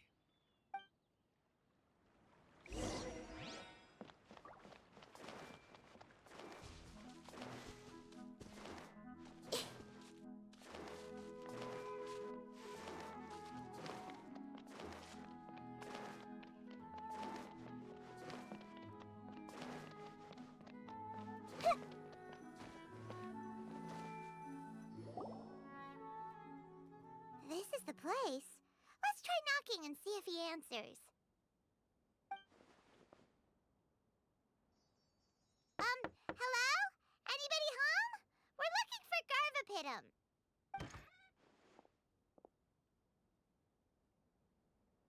Yes, that's me. Can I help you? Hello, Mr. Garvapidum. I'm Kirara. I have a delivery from Komania Express. I'm afraid the package is quite late. A package. For me. Yes, it's from a Mr. Gulab. What? Gulab? But how is that possible? Yes, it seems your friend submitted the package to our company before he passed. Friend? Some friend I am. There was nothing I could do about his illness, and I wasn't by his side during the last moments of his life. Don't say that. After You and Gulab are the creators of Genius Invocation TCG. I'm sure Gulab would have been happy to know how popular the game has become. Say what? He's one of the creators of Genius Invocation TCG? Why? Why does it seem that misfortune always befalls geniuses like him? If you don't mind, perhaps you could talk to us about it. It would probably help you feel better.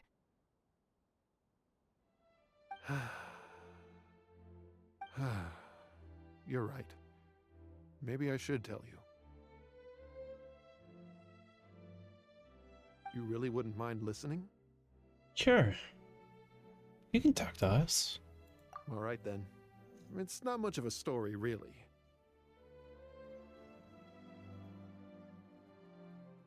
I knew Gulab ever since we were kids. We were classmates and grew up together.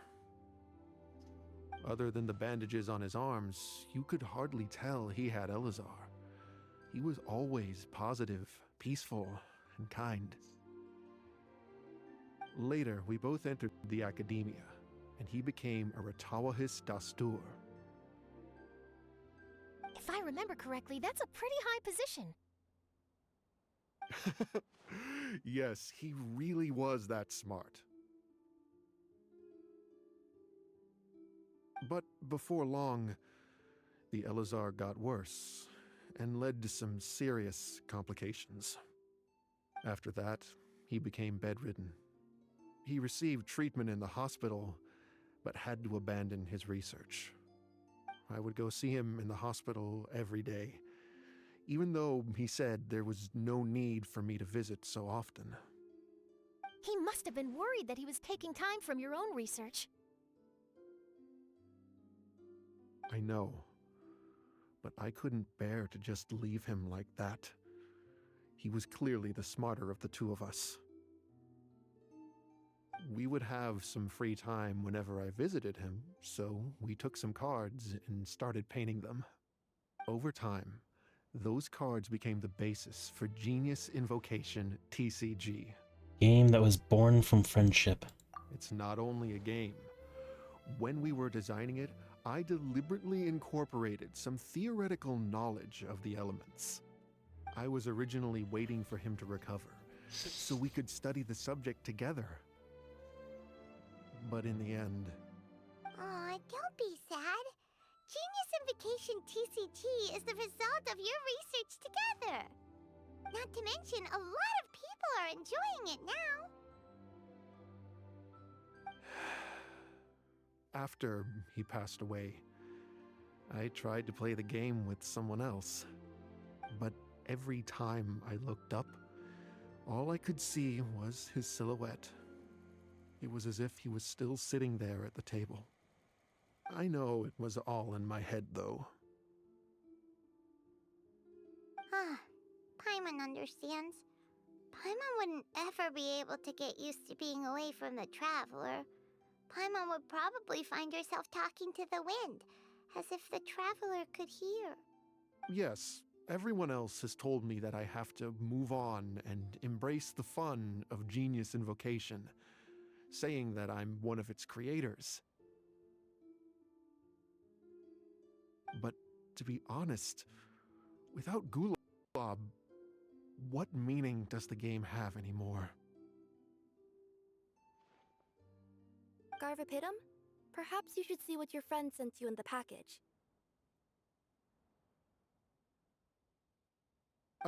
Right.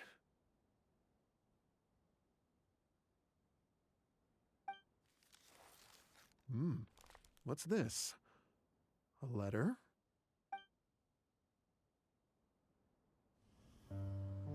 My dear friend, you must be wondering why I'm leaving you a letter like this. It's because... Hey, Gulab, I'm here. How are you feeling today? I gotta tell you, I had an idea for another card last night. Huh? What's that you're writing? It's nothing. Okay. Anyway, up for a game? You don't have to visit every day, you know. You should be focusing on your work at the academia. Hey, enough of that. I'll keep visiting until you've fully recovered. Besides, I can't stand most of the folks at the academia anyway. Hey, it's your turn.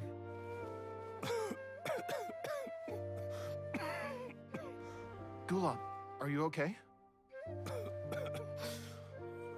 Garvapitum, you must understand. My Elazar. Hey, don't talk like that. You just need some more rest.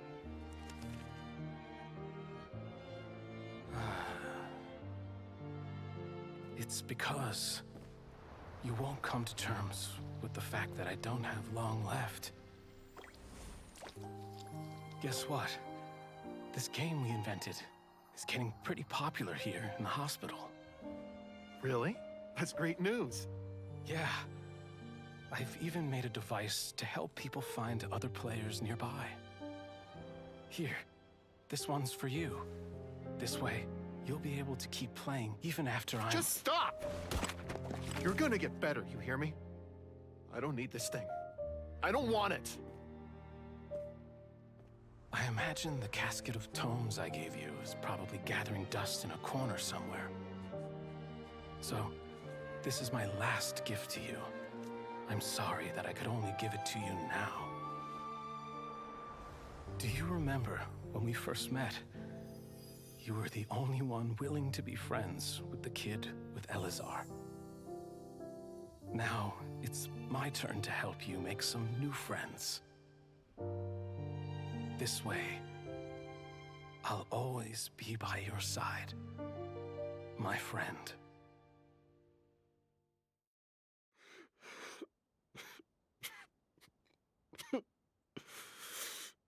Gulab. That rascal. He was always this way. I haven't played much Genius Invocation myself. All I know is that it has brought joy to a lot of people. As a true TCG player put it, the game allows many people to meet others, make friends, and experience the joy of dueling together.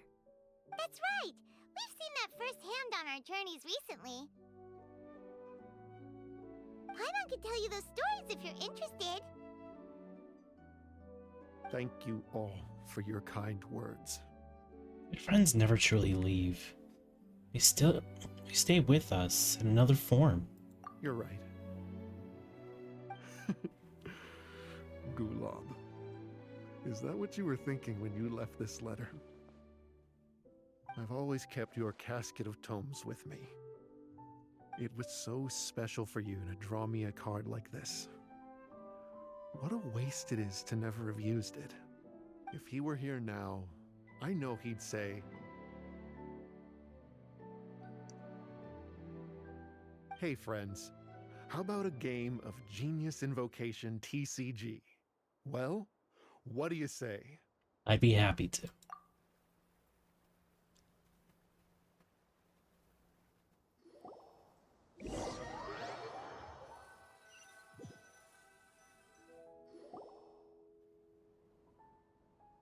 Garvapitum seems to be feeling better.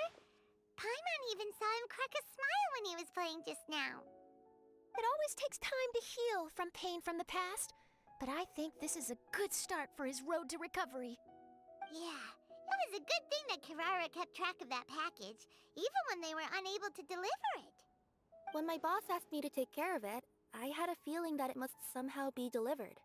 I couldn't just let it be abandoned. Would you say that was your yokai intuition kicking in? Maybe, I'm not sure. I guess I just didn't want to let the sender's sentiment go to waste like that. Anyway, I think this is where we'll say goodbye. Oh. Are you going back to Fontaine now? That's right. Who would have guessed that I'd still get such a quality story after the tournament had finished? It's going to take me a few days just to draft the articles alone.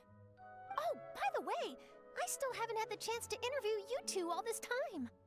After all that we've witnessed on this journey together, do you have anything you'd like to say? We've made a lot of new friends. We learned a lot about Genius Invocation TCG. Yeah, adventure was the new friends we made. I understand. I'll be sure to work your comments into my exclusive news piece. Just be sure to buy a copy of the Steambird when you visit Fontaine. And I should get ready to head back to Inazuma. I still have to report everything to my boss. Take care, everyone. Will do. I'm sure we'll all see each other again soon. And maybe we'll play Genius Invocation TCG if we have the chance.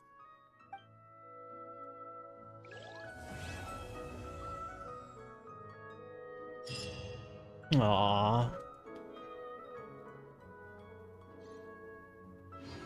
I even got a card out of it.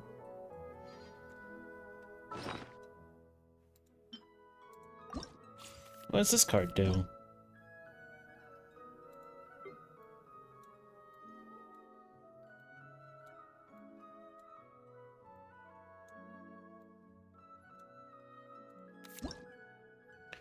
Play with less than 4 cards in your hand. Draw cards until your hand has 4 cards in it. Oh. That's actually not a bad card.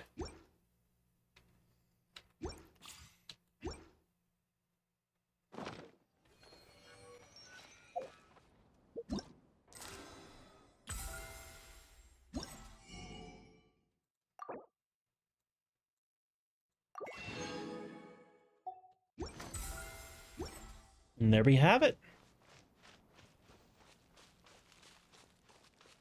That's the end of the story.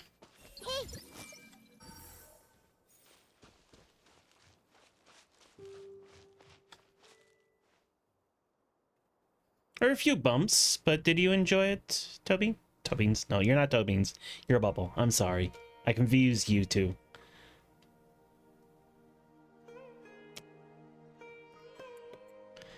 I guess there's beans and there's bubbles, so it kind of threw me off. I'm sorry. Okay. Now then, give me a second. I need to do some stuff.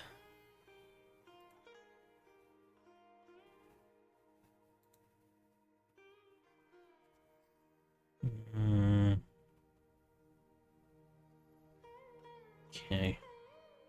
It's showing that it's stable, which is weird. Anyway. Alright.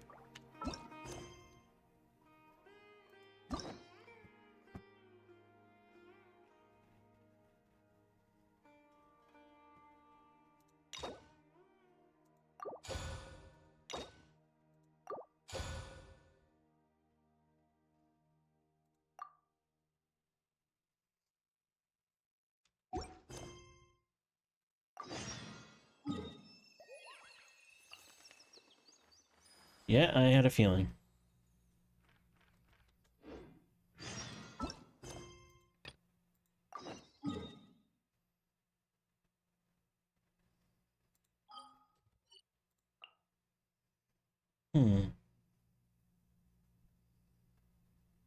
Yeah, good time. Let's do Liyue's first.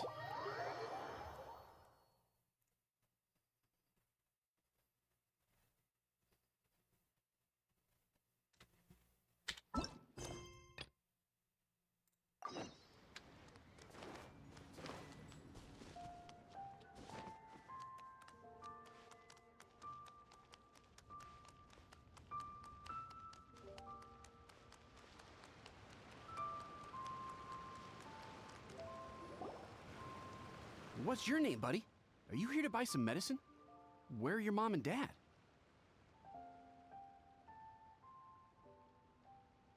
Are you lost? No, I'm not. My name's Ayu, and I'm here because... Hey there, Chi-Chi. Hi, Gui. What's going on? Hi, Traveler and Paimon. You've actually come at the perfect time. This little boy seems to have gotten himself lost. I think he must be new to the city. Probably wandered away from his parents and... No, listen to me. I'm not the one who's lost. It's my dad. Your dad? How does a fully grown man manage to get lost in Liyue Harbor? Well, My dad's always been kind of forgetful. In the past, he was just a little slow to react sometimes, but I'm worried that it's getting more serious. So, what about your mom? She went out a few days ago to gather some herbs for my dad, but she still hasn't come back. Meanwhile, my dad's been getting worse and worse. I remembered that the owner of Boo Boo Pharmacy always runs a clinic in Chingsa Village during the Lantern Rite, so I thought, why don't I take Dad to Liyue Harbor to see him there? You must mean Baiju. When we got to the city gate, I took a moment to ask the Millelith guards for directions to the pharmacy. And then, when I turned back around, my dad was gone. I asked the Millelith guys to go find him, but he said they won't be able to send that many people. So then I figured, maybe I can ask some other people in the city to help. You came to the right place. We're pros at finding people. Isn't that right, Traveler? It'll be a piece of cake for us. Changshen can help.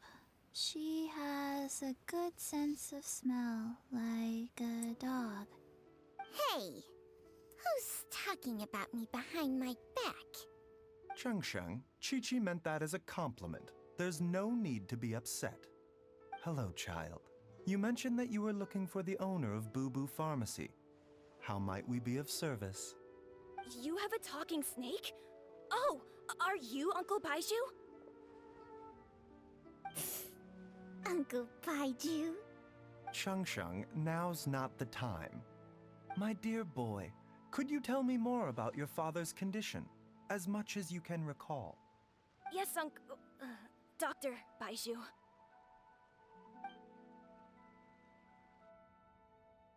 I see. And your family lives near Chingsa Village, you say? I visit patients there frequently, but I don't recall ever seeing you or your parents. Uh-huh. My mom doesn't like meeting other people, especially during Lantern Rite. She always tells me to just stay at home and keep my dad company. Is that so? Ayu, by any chance, is your mother's name Jiangli? Whoa, yeah, it is! Do you know my mom, Dr. Baiju? I certainly do. Gui, Chi-Chi, are there any pressing matters in the pharmacy at the moment? Ayu's parents are old acquaintances of mine, so I would very much like to assist with the search. Would the two of you have time to join me? Don't forget us two! We already told Ayu that we'd help! Oh, really? Well, that's wonderful. We are most grateful for your support. You can count on us. Chi-Chi and I need to clear up the shop front first, but once that's taken care of, we'll be right out to help you with the search. Family is very important. Thank you. Then I'll leave you to handle the pharmacy. Traveler, Paimon, why don't you come with me and Ayu? Let's start by talking to the Millelith guards at the city gates, see if they have an update.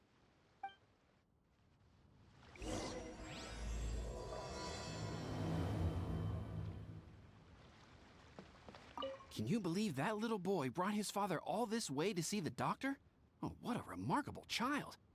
I didn't even know how to buy medicine by myself when I was his age.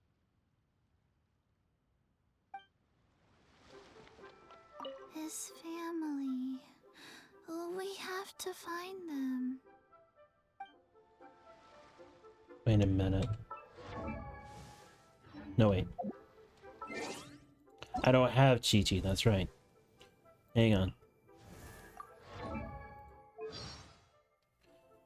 The voice is Ashley Bisky. And Chi-Chi is...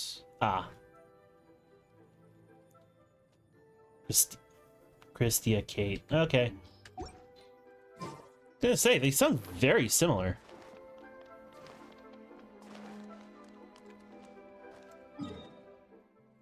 I'm going the wrong way.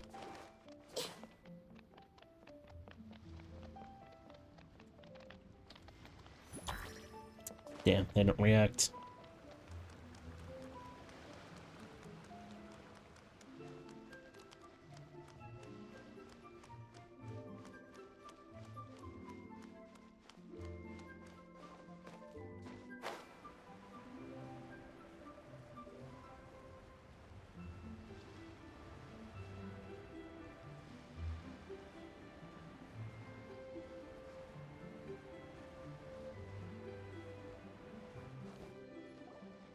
We searched to the north, but couldn't find anyone who matched the description. Well, that complicates things. The city folks say there's no sign of him either. We need to start looking further afield. But where are we gonna get the people? Excuse me, sirs. Have you found out anything about my dad yet? Ah, hey there, buddy. Dr. Baiju. What brings you out this way? The boy asked for our help, so we're here to join the search. Any new developments to update us on? Oh, thank goodness. We were just discussing how we're running out of manpower. As for updates, I'm sorry to say that we've searched the surrounding area thoroughly, but didn't find anything. The guards at the crossing up ahead said they hadn't seen anyone either, so we don't believe he was heading towards the Guili Plains. But it is possible that he was bound for Luhua Pool. Luhua Pool? The terrain there can be tricky to navigate. Let's hope he hasn't run into any trouble. We'll take that area. You will? Oh, great. We can't thank you enough.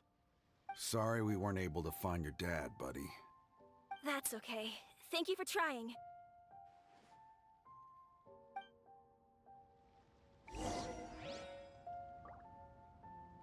I'm afraid we have to stay at our posts, so we won't be able to join you in the search.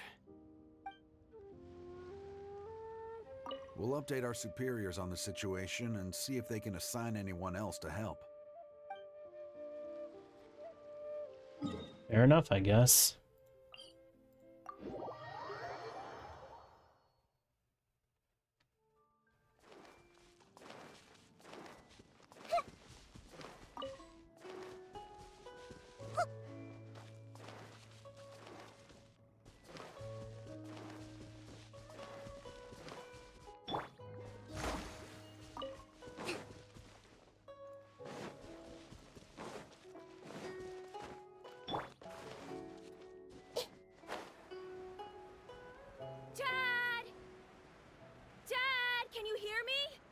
Is that him?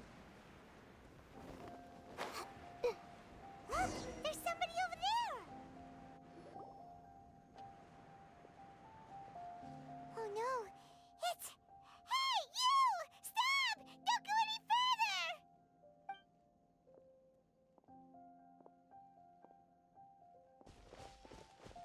Watch where you're going!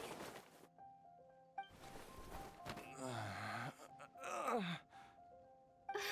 dear customer, Wangsheng Funeral Parlor does appreciate your patronage, but you needn't hasten the inevitable. Are you all right? Huh? Dad! Hey, Hu Tao! My, who do we have here? It's the Traveler in Paimon, and... my worst nightmare. I see she still hasn't warmed to you. Thank you, Director Hu, for saving this man.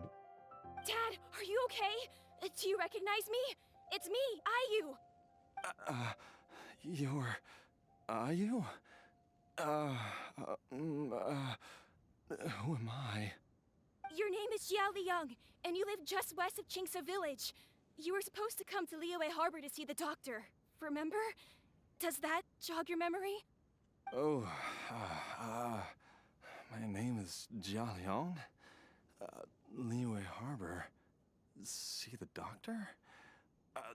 Yes, I'm Jia Liang, and I need to see the doctor. Wait, why do I need to see the doctor? Uh-oh. He seems in really bad shape. We need to get him back to Boo Boo Pharmacy right away.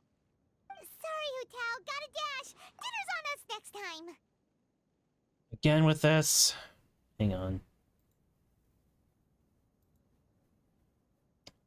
That was a mistake.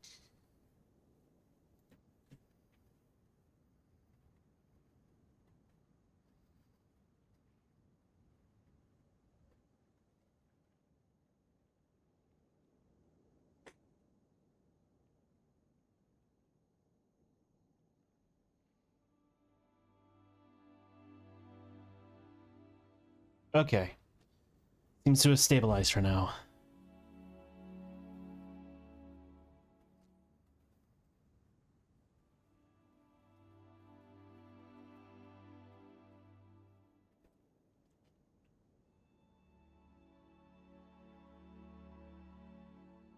Hold on a second. You're not seriously thinking of taking him to Boo Boo Pharmacy in this state, are you? Huh? Why not? What's the problem? Come on, Baizhu. Don't tell me you haven't noticed it. Didn't your master teach you how to spot the signs? Why do I get the sense that you spotted them right away, but you're planning to use it for your own ends? Use what? What are you talking about? Paimon's lost. There are traces of god remains in Jialiang's system. Yes, but more importantly, they're on the verge of an outburst. If that happens, the consequences will be unthinkable. Paimon, sorry, what? God remains? There's no need to worry, Director Hu. I have methods of keeping them at bay. It is the sworn duty of all who practice medicine to cure illnesses and save lives. What reason would I have to neglect a patient in need who is right there in front of me? Besides, it was my late master's dying wish to be able to save this patient in particular. Perhaps out of respect for him, you could give me a day's grace so that I have time to treat him? Now you're bringing my great-uncle into this? Baizhu, just what are you planning this time? Merely to cure this man, nothing more. But of course, if you have any doubt as to my intentions, you are more than welcome to accompany me to Boo Boo Pharmacy and monitor my activities. Oh, really? I thought I was persona non grata at Boo Boo Pharmacy. You're being unusually generous today. You won't let things get out of hand. Okay, deal. We're not gonna solve anything by keeping Jialiang here.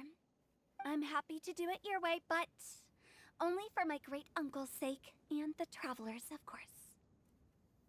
You must be pleased you brought the traveler along. Otherwise, this would have been a much more vexing ordeal. Well, time is of the essence. Let's get ourselves back to Boo Boo Pharmacy at once.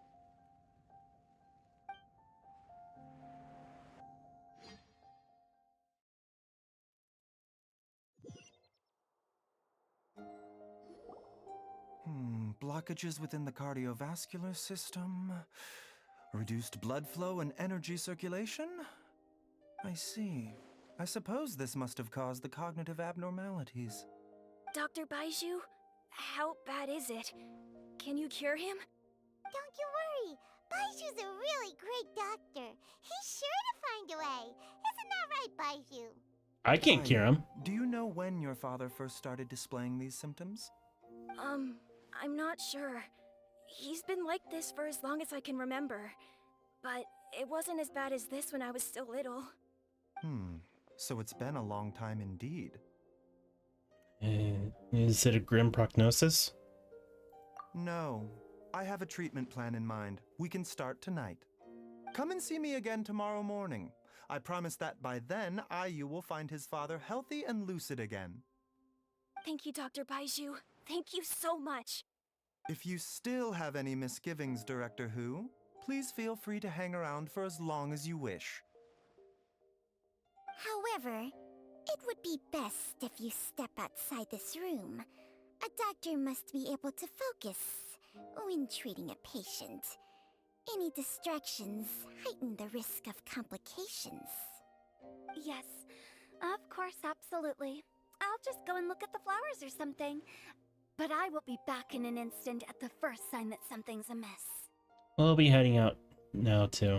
See you tomorrow, Baizhu and Changcheng. Bye for now, everyone. Are you ready, Baizhu? Ready as I'll ever be. I'm used to it by now. Come on, let's get started.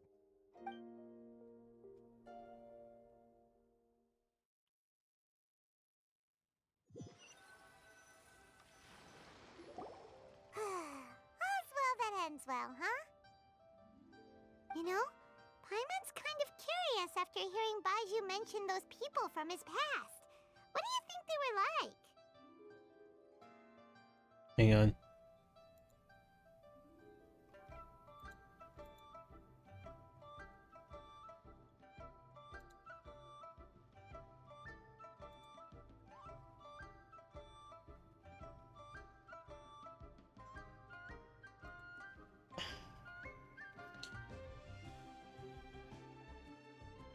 You mean Baiju's master? Yeah, you must be curious too, right? Let's go see what we can find out while Baiju's busy treating Ayu's dad.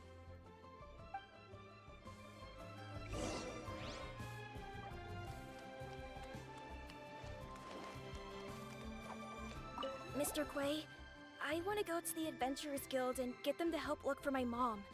Should I take anything with me?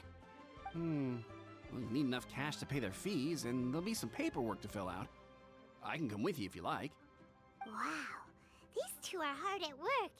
We probably shouldn't disturb them.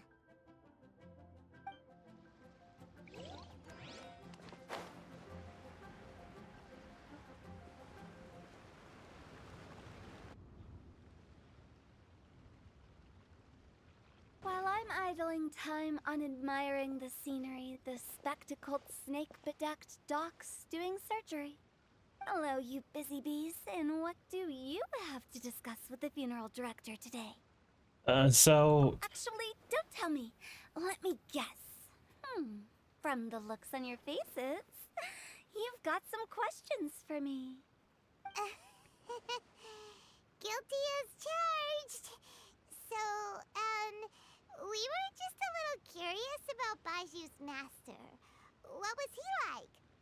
Oh, and also, how come you and Baizhu could tell so quickly that Jia Liang had god remains in his system? Huh? I thought I told you once before. Wangsheng Funeral Parlor was first founded to fight back against the vengeful wrath of gods defeated in war. Oh. That vaguely rings a bell. But the details are hazy. Well, it is a dusty old tale by this point. Long story short, in the ancient world, dead gods were acting up, so our ancestors started purifying the air and burning the bodies of the deceased to guard the border between life and death.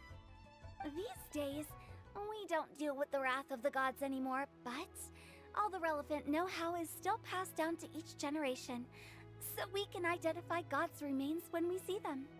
Okay, Paimon gets it now. Wait, so how did Baizhu learn to spot them? Almost certainly from his master, who was also my great-uncle. Baiju's master was my grandpa's younger brother, a former deputy director of Wangsheng Funeral Parlor. Wow, fancy that! Huh. So, if he was from Wangsheng Funeral Parlor, how did he end up as Baiju's master?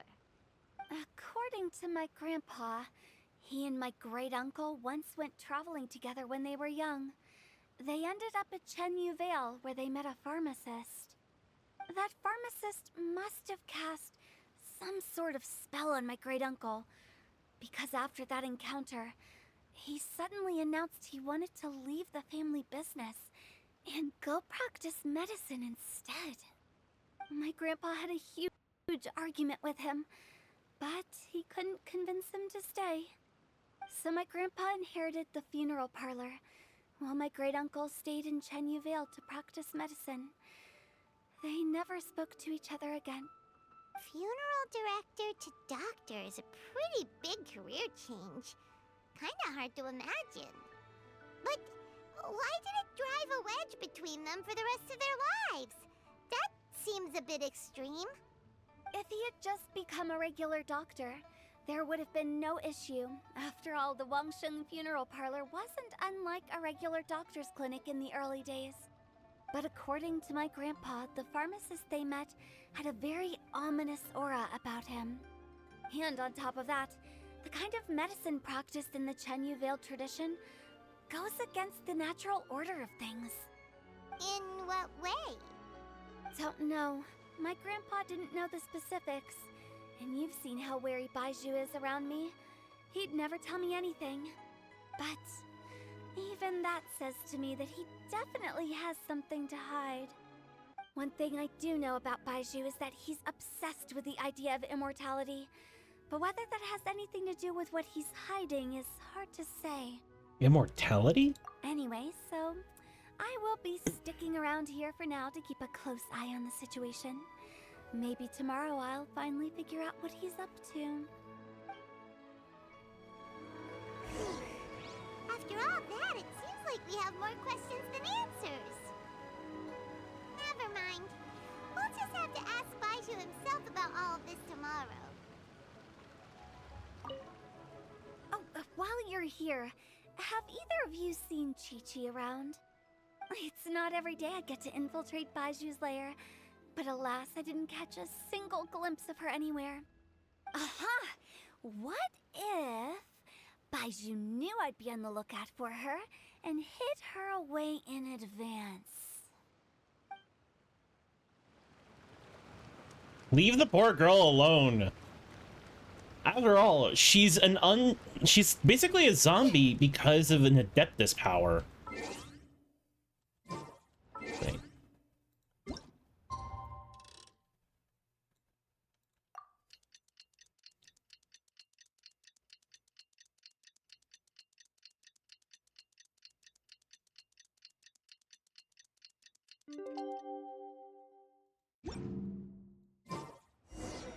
It's a new day! Let's go back to Boo Boo Pharmacy and check out how Jialiang is doing.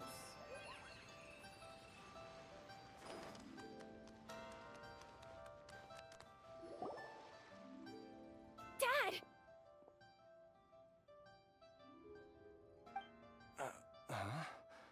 Oh, are you? Dad, you remember me! Yes, I remember now. Oh, are you? I'm so sorry. You must have been worried sick. Has your mom shown up yet? She's been gone for a while, hasn't she? Don't worry, Dad. I got the Adventurers Guild to help us look for her. And Dr. Baizhu's gonna help too. Right now, all you need to do is concentrate on getting better. Great. That's wonderful. I can't thank you enough, Dr. Baizhu. My pleasure, really. It's the least I can do to honor my late master's dying wish. If anything, I should be apologizing to you for not making the time to visit in all these years. Not at all, Dr. Baizhu. It's only because Jiang Li... What was her reason again? You're still in the early stages of recovery, so you'll need to take it easy for a while. Take it slowly and try not to overexert yourself. I suggest you stay at Boo Boo Pharmacy and rest for at least the next few days. Director Hu, do you have any further reservations about Jia Liang's condition? It seems like the evil presence is gone after all. You really did manage to suppress it, huh? But how did you accomplish this in a single night? That would be a trade secret, I'm afraid. If that gives you any cause for concern, you may continue to monitor Jia Liang for as long as you wish. Though I regret to say that Boo Boo Pharmacy cannot offer to reimburse Wang Sheng Funeral Parlor for any revenue lost in the meantime. Oh, come on, Baizhu. I'm not that unreasonable.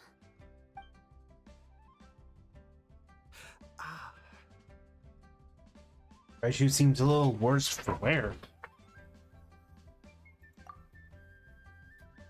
Something's wrong. I've been stuck indoors for too long.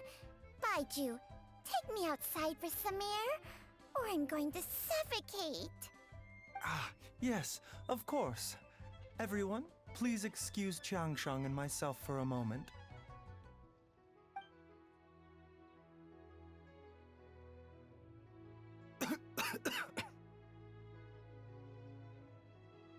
Suffering now, are we? Did you seriously expect to cover it up just by putting on a brave face and ignoring it? If it weren't for my quick thinking, they'd have all seen the sorry state you're in by now. But in any case, why must you keep this a secret from everybody? You should at least share your secret with one person you trust. Who's there? It's me. Why did you follow us here? I thought you were looking a little unwell. Oh, it's nothing. I just needed to get some air. What did I just say about putting on a brave face? Traveler, Paimon, the truth is, Baizhu did not cure Jialiang's illness. Instead, he transferred some of his own life force to his patient to temporarily subdue the poison in his system. Life force?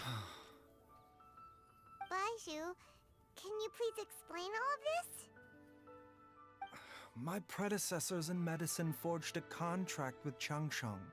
Every successor to this contract is able to use Changsheng's secret art to treat patients. I believe the irregularities with Jialiang's heart meridian were likely caused by a poison concocted using god remains as a key ingredient. The poison has not been purged from Jialiang's system. Rather, I infused him with some of my own life force, using Changsheng as the delivery medium. This will suppress the poison's effects for a limited time. Changsheng? You can do that? Huh. Paimon always thought you were just Baiju's strange choice of a necklace. Hey, I'll have you know that I commanded the respect of even the Adepti back in Chenyu Vale. If anything, he is my mannequin. I was treating patients with Baiju's master's master long before he ever set eyes on his first medical text. Whoa. Guess you shouldn't judge a snake by its skin. Please, that's enough. You're looking even worse now than before. Wait a sec. Huto was saying that the branch of medicine you studied uses some pretty dubious methods. So, when you transfer your life force, does that mean you're actually damaging your own body? Hardly. Changsheng helps to keep my chi in balance, so there is no great harm done. Still, Baiju's life force is not unlimited. We must find a way to neutralize the poison in Jialiang's body, and soon. Traveler, Paimon, would you lend this dummy a hand? He needs someone checking up on him, or he'll exhaust himself trying to accomplish everything on his own. Go on, Baizhu. Let us help you. Baizhu, don't you think you should seize this opportunity? You cannot expect to hide this from everyone for your entire life. Time will see that all secrets surface eventually. Entire life. Thank you, Traveler and Paimon. Huh. Paimon doesn't think we've seen this side of you. But there's no need to thank us. You've helped us out before. So what are the next steps? The poison in Jialiang's system must have accumulated over a prolonged period. I think I should pay a visit to their family home and look for clues as to how he might have been exposed to it. Do you know where his house is? Yes. I asked Ayu this morning before you arrived. He told me that his family lives in a secluded spot to the west of Qingsa village. Let's head there together once I've asked Gui and Qiqi to look after the pharmacy. As well as investigating Jialiang's exposure to the poison, we should also keep an eye out for Ayu's missing mother, my fellow disciple Jiang Li.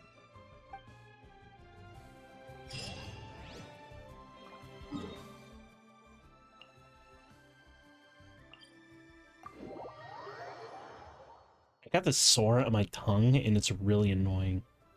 I'm kind of playing with it for a while now.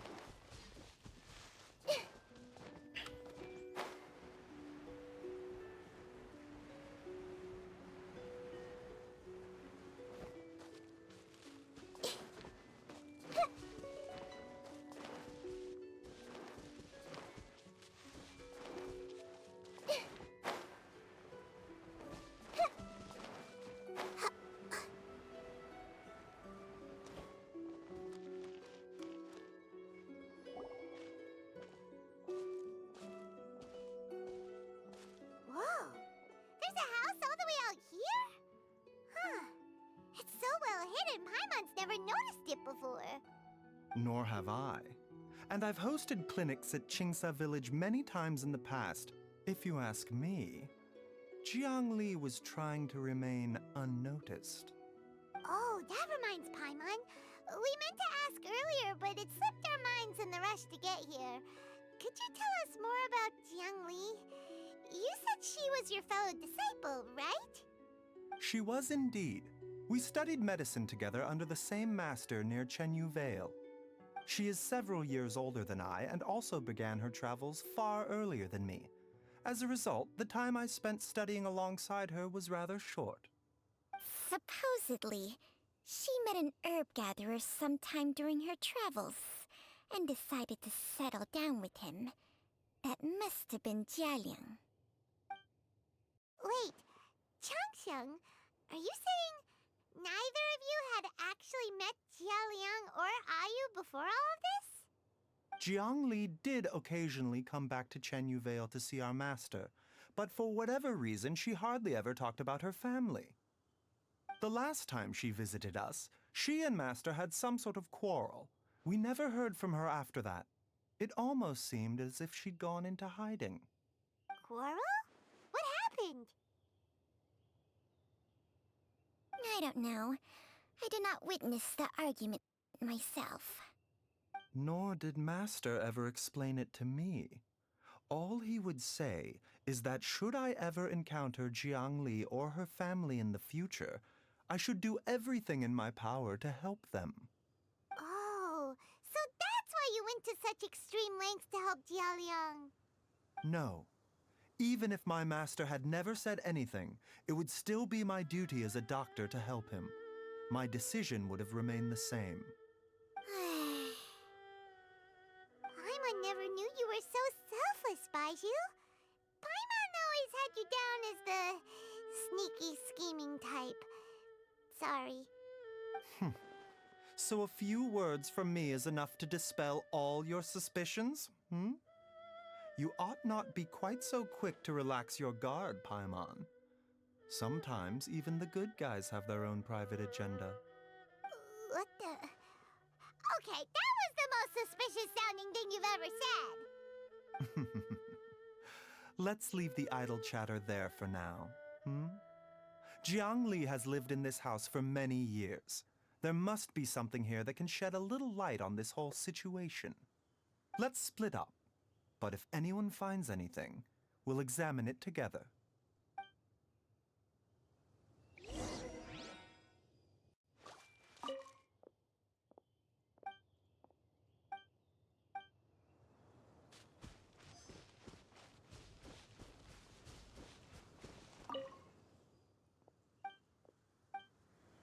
This is firewood. How big are their fires?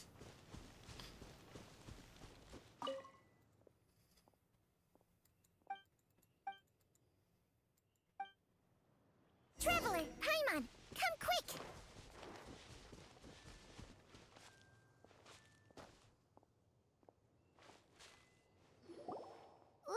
What is this?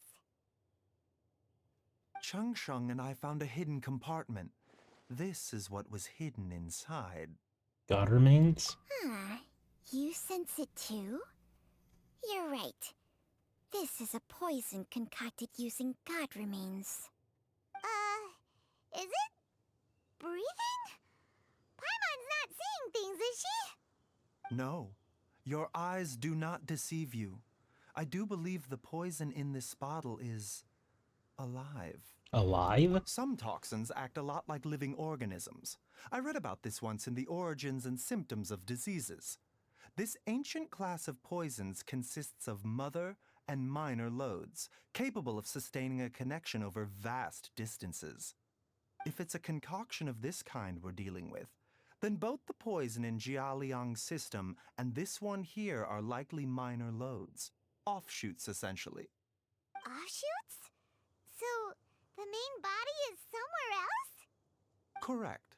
Whoever is administering the poison can manipulate the source to indirectly control the poisoned individual's behavior and even cognition.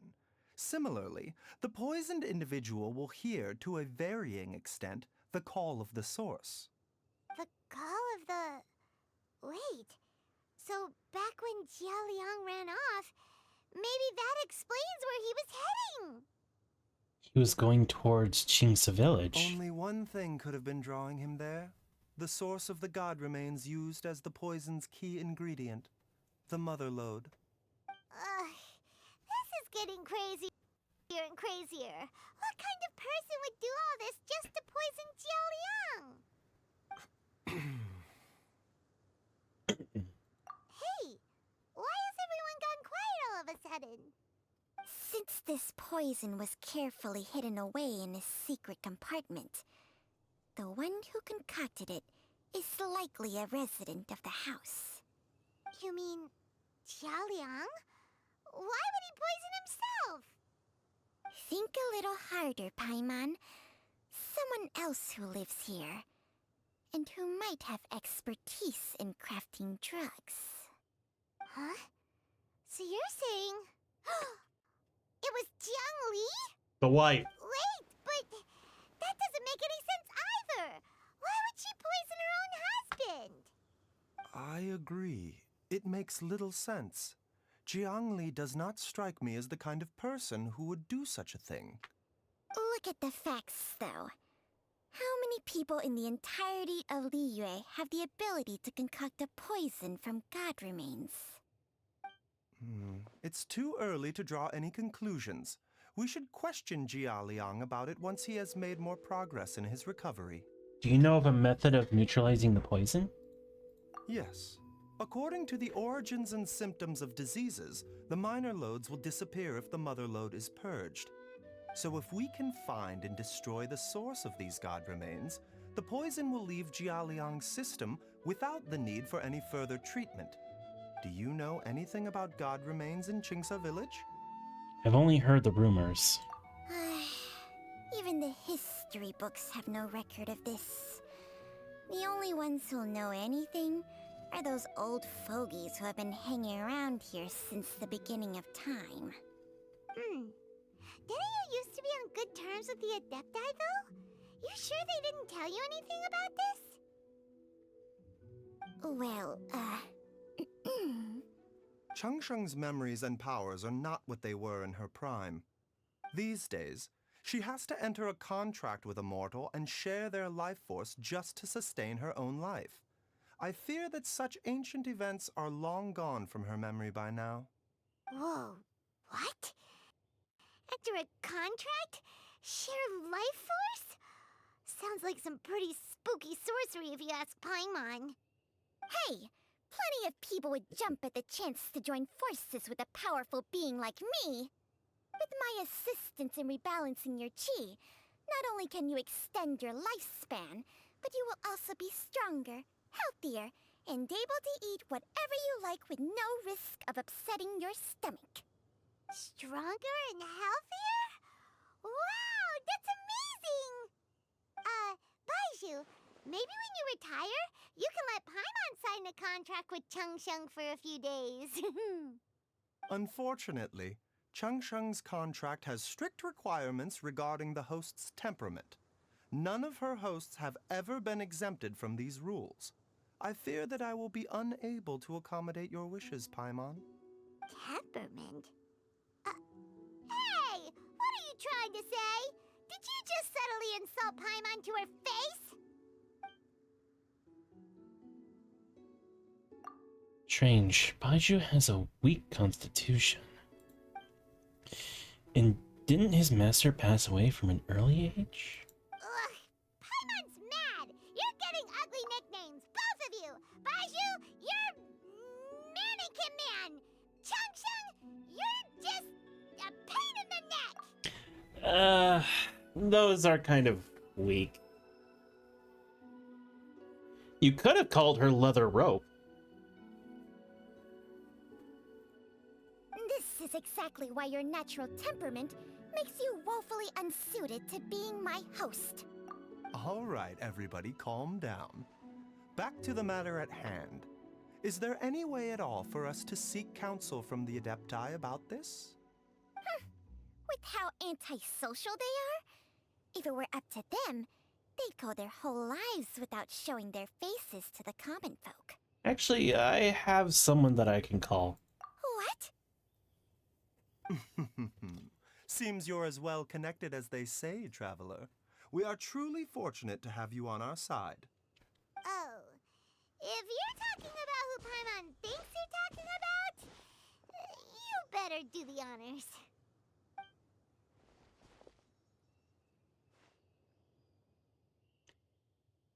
Zhao! You there? You called?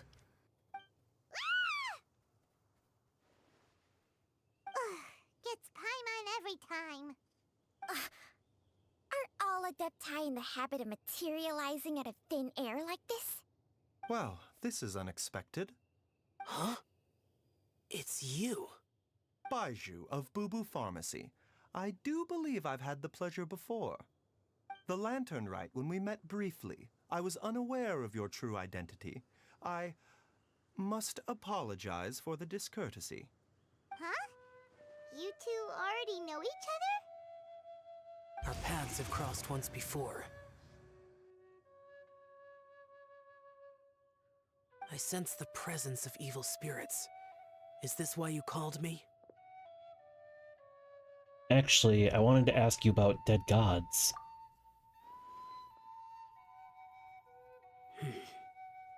So someone has been concocting demonic poison. Too often, fervent desires drive mortals to abandon all regard for their own safety. It is lamentable. I now know what you seek. It is true that a god's remains are buried beneath the foundations of Jinxa village. A vile monster known as the Chu once wrought havoc over this land, before it was subdued by Rex Lapis. The land was finally cleansed of poison when Rex Lapis used statues in his likeness to seal the serpent's remains. Jinxa village was founded some time after that. The seal is still mostly intact. If the Chu is the source, then it must be some of its blood leaking from deep underground. However, its aura is faint and barely detectable. You will need to investigate further to identify the location of the leak. I see. I do not like to intervene against mortals unless absolutely necessary. But when demonic forces are involved, things can spiral out of control. If that happens, be sure to call my name again. Thank you, Zhao.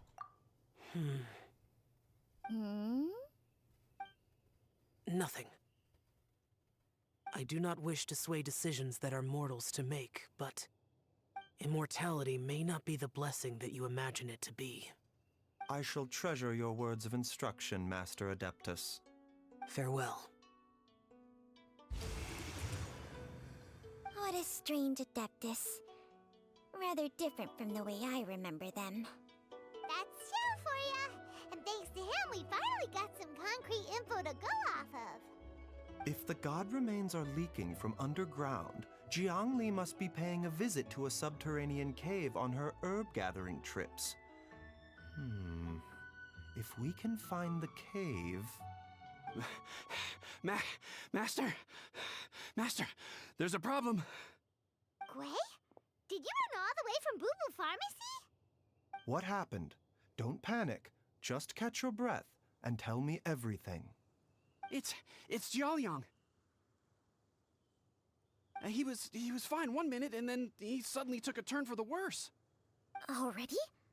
How? Based on past experience, he should have been fine for the next 3 days at least. It seems that my worst fears have been confirmed. Everyone, back to Bubu Pharmacy now!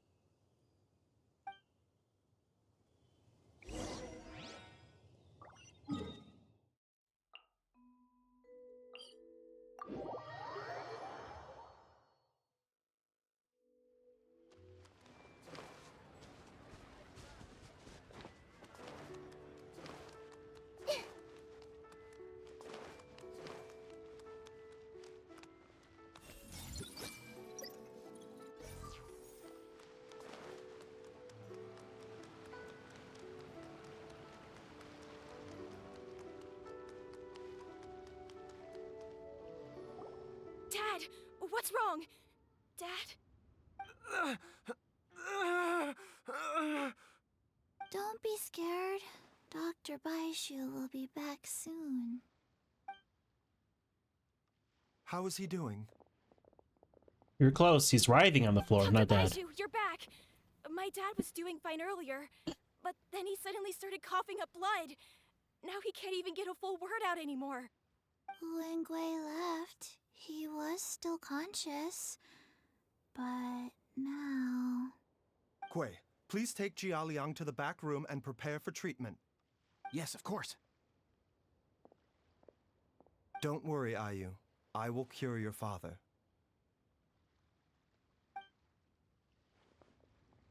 Baishu's not gonna use Changsheng's secret art again, is he? Is there really no other way to save Jia Liang? Oh, please don't worry. Dr. Baishu will find a way. But...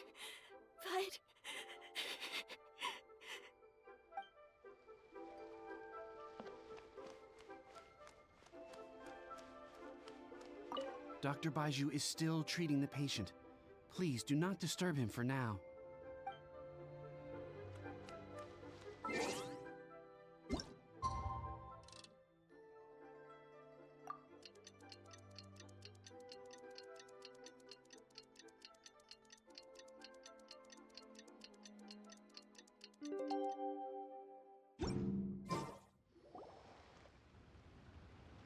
How are you feeling, Dad?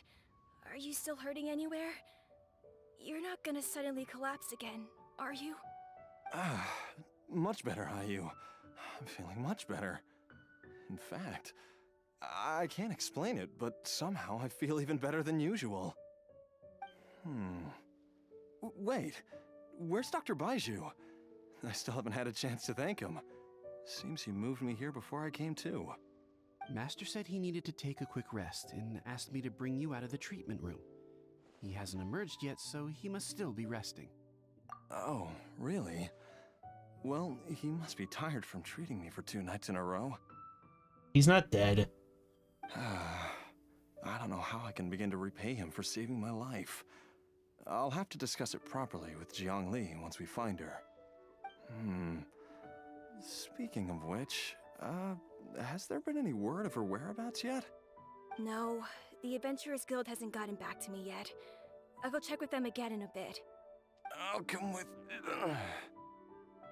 Don't forget what Master said. You're still not out of the woods yet, Jia Liang. I strongly suggest that you stay and rest at Boo Boo Pharmacy for now. I can accompany Ayu to the Adventurers Guild. I suppose you're right. I'll have to rely on you this time. Though, on the bright side, this means I can thank Dr. Baizhu in person once he's finished resting. Traveler, Baizhu hasn't shown his face ever since he went in to treat Jia Liang again. Do you think he... Let's check up on him. Huh? Hey, wait up!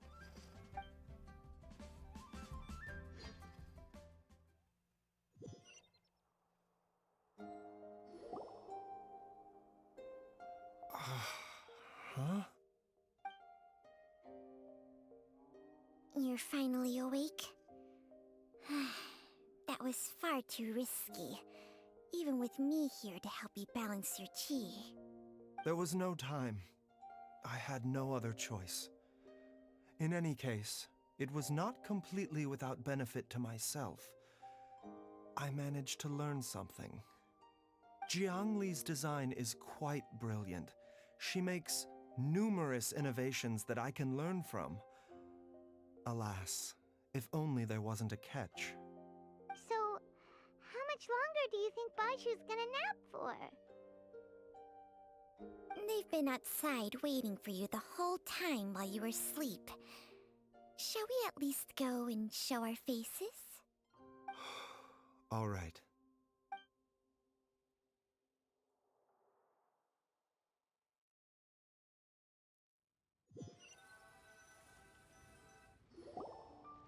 Surely he hasn't. There's no way he could have just... Who's talking behind our backs again? Ah! Baishu! Changsheng! You both okay? Of course. There's no need to be concerned. I merely had to transfer a rather large amount of life force on this occasion. But, with Chang Sheng's help, I will recover in time. Jialiang seemed fine yesterday. Why did he need more life-saving treatment again so soon? I made an error in my initial diagnosis. Jialiang is in fact suffering from more than one ailment, and as a result, his life force depleted at a greater rate than I had anticipated. What? You mean, even if you got all the poison out of him, he'd still be sick? Yes. But more pertinently, the poison in Jialiang's system is there precisely because it is being used to manage his underlying medical condition. Jialiang has a rare congenital heart condition, and ongoing treatment is essential to maintaining healthy functioning of his heart meridian.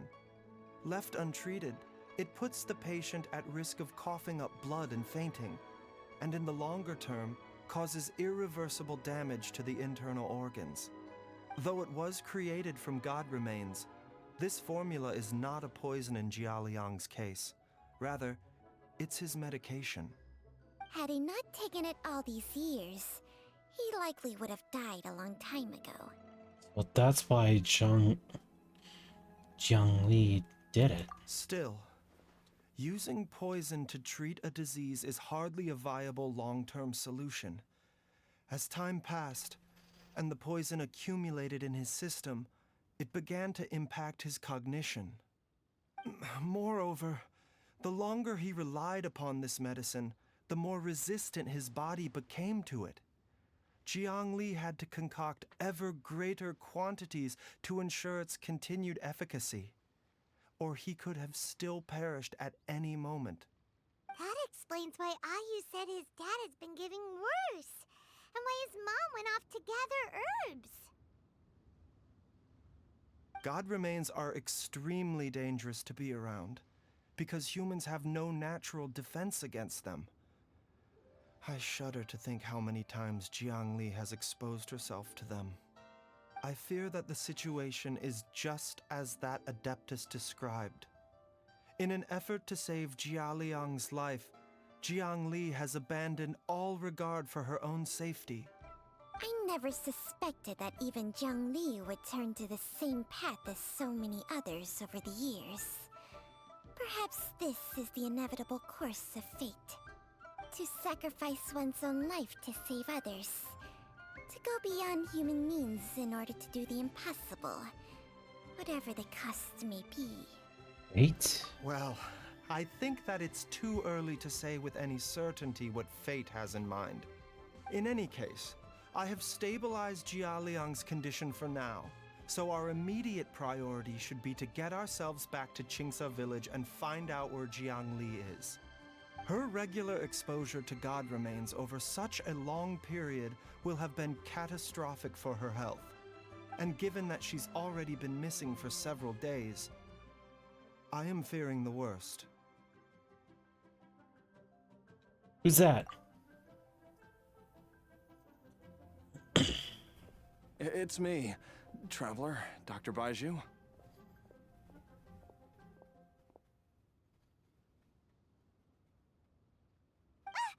It's Jialiang! Don't tell Paimon you overheard everything already. Dr. Baizhu, please let me come with you. You've already done so much for my family. I can no longer just sit here and watch while you put yourself at risk for Jiang Li's sake. After all, if it wasn't for me, she wouldn't have had to put herself in harm's way in the first place. I know I won't be of much help in battle, but at the very least, I can show you the way. I'm sure I'll be able to remember. I know there's a spot where she says goodbye to me every time she goes to gather her herbs. I'm sure I'll remember. I have to remember.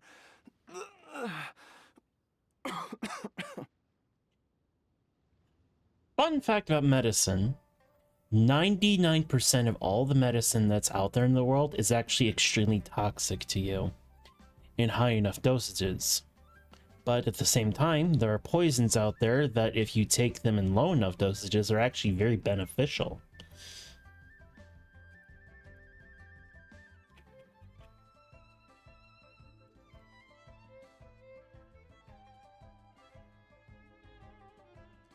the reason why he had to take this poison is because even though it impeded his cognition, what it was basically a heart medication. It was reducing the blood pressure, making it easier on his heart. Because he has a congenital heart condition, meaning that the more it pumps, the worse it gets.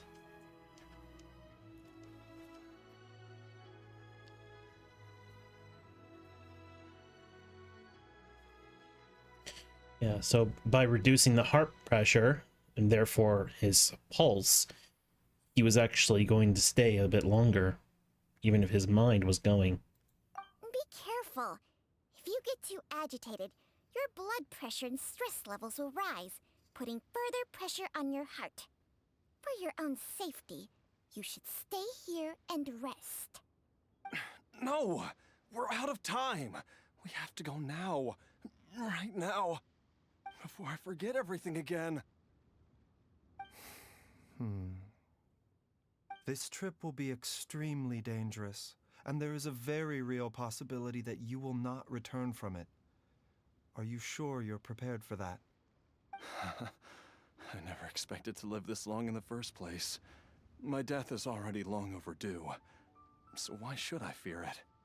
There's only one thing I fear now, and that's that I'll forget her again before we manage to find her. Very well. Then follow me.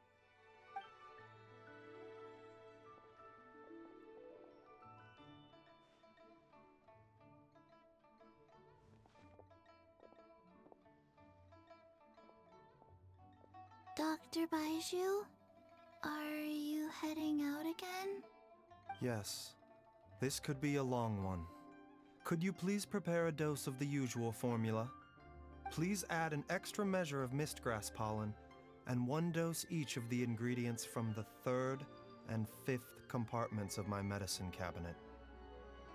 I hope it works. Dr. Baizhu, do you mean... Hop to it now, and remember to be careful with the cauldron this time. You don't want to burn yourself again. Okay. I know what's going on, and I don't like it. Everyone, please be careful.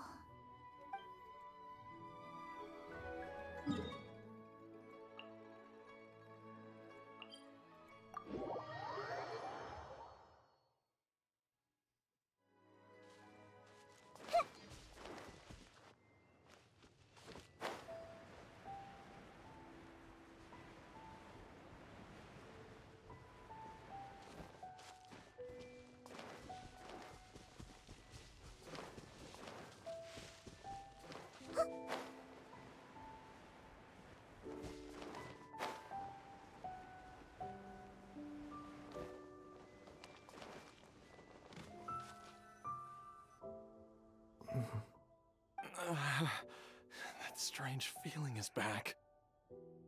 It's just like the day I went missing. It's as if something inside me is trying to guide me somewhere. The Motherlode's influence is growing stronger. But is it because we're getting closer to the source? Or because the leakage of Che blood is growing more severe? Jialiang, can you sense which direction the source is in?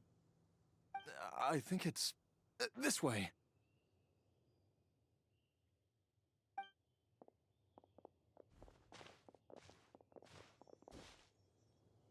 Yes, I'm sure of it.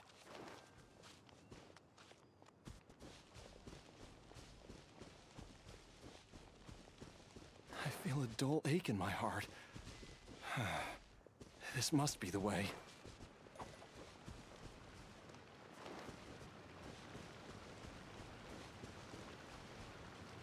This place feels familiar. I think I've been here before.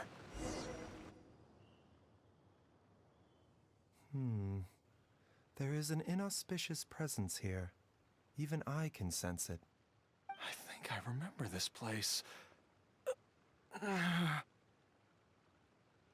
Go lay down. Jialiang, are you okay? Maybe you here while we continue the search.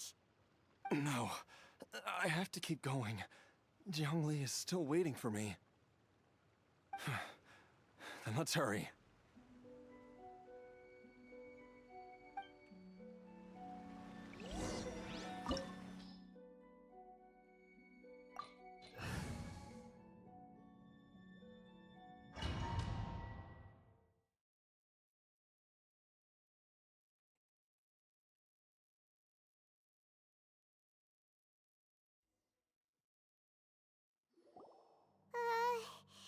This place gives Paimon the creeps.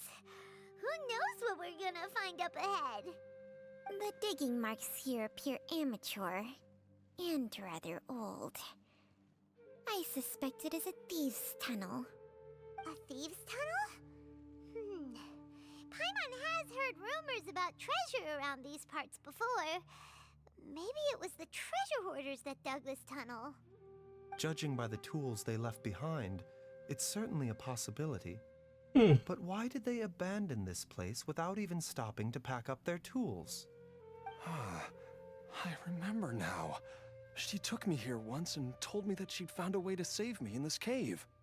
But she said that the method would cause me to... curses! Why can't I remember what she said? Easy, Jialiang. Come on. Let's keep going.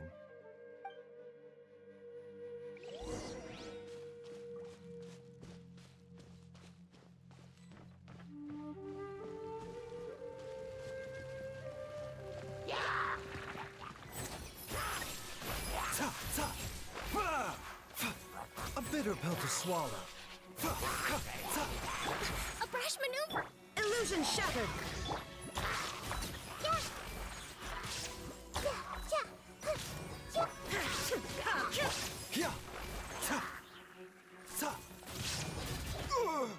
The doctor was seeing. Everyone okay? There is no escape!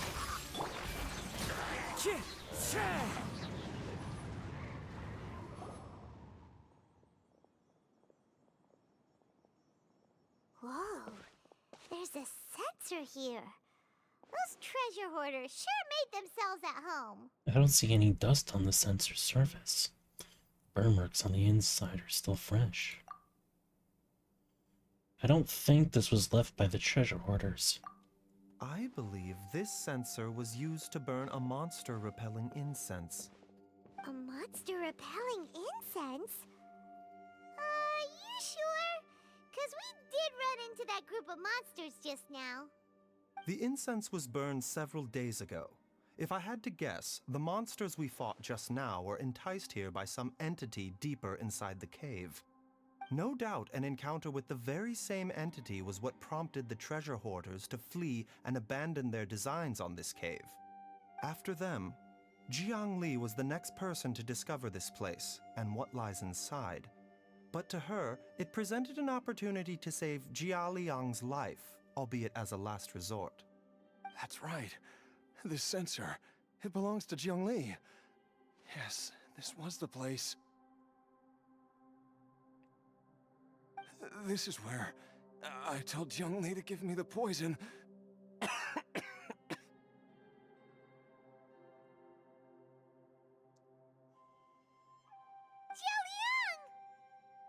I'm fine.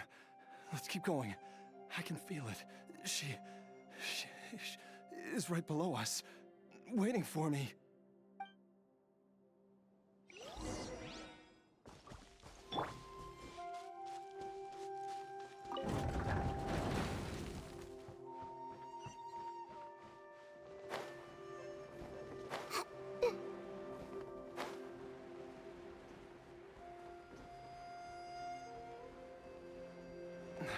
I can feel it. We're getting close. We're almost there. It's right up ahead. The place where we made a pact together to... Aha!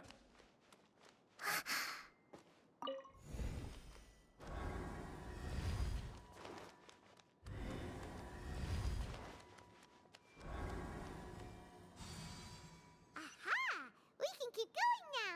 From the looks of it, the energy released by this mechanism can not only clear barriers, but also be conducted by corresponding mechanisms.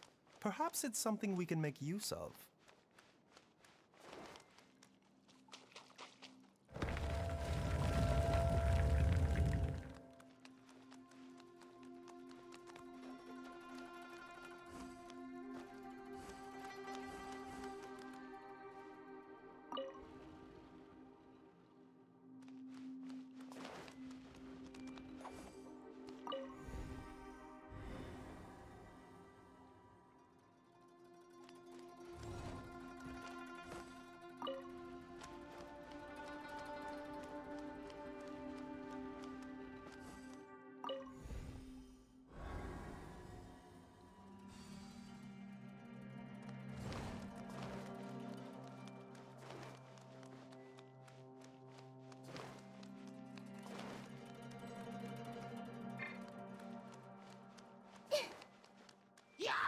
Hey!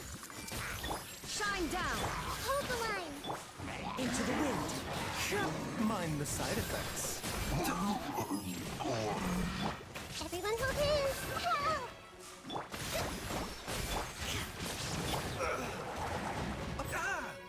The doctor will see you now. Mind the side effects.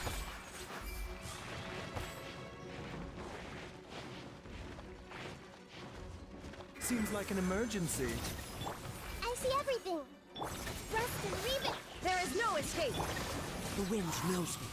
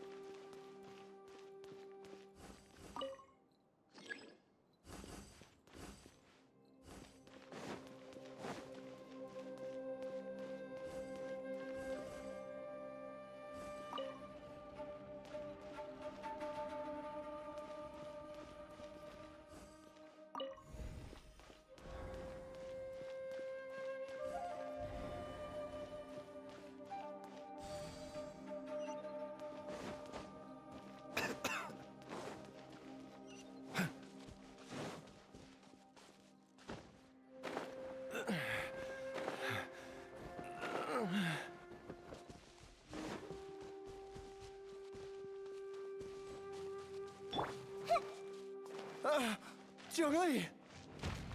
Look out! There's a monster next to her! The god remains must have lured them here. Watch my back. Remember, health comes first. Into the wind! Everyone hold hands! There is no escape! Rust and rebuild! The doctor will see you.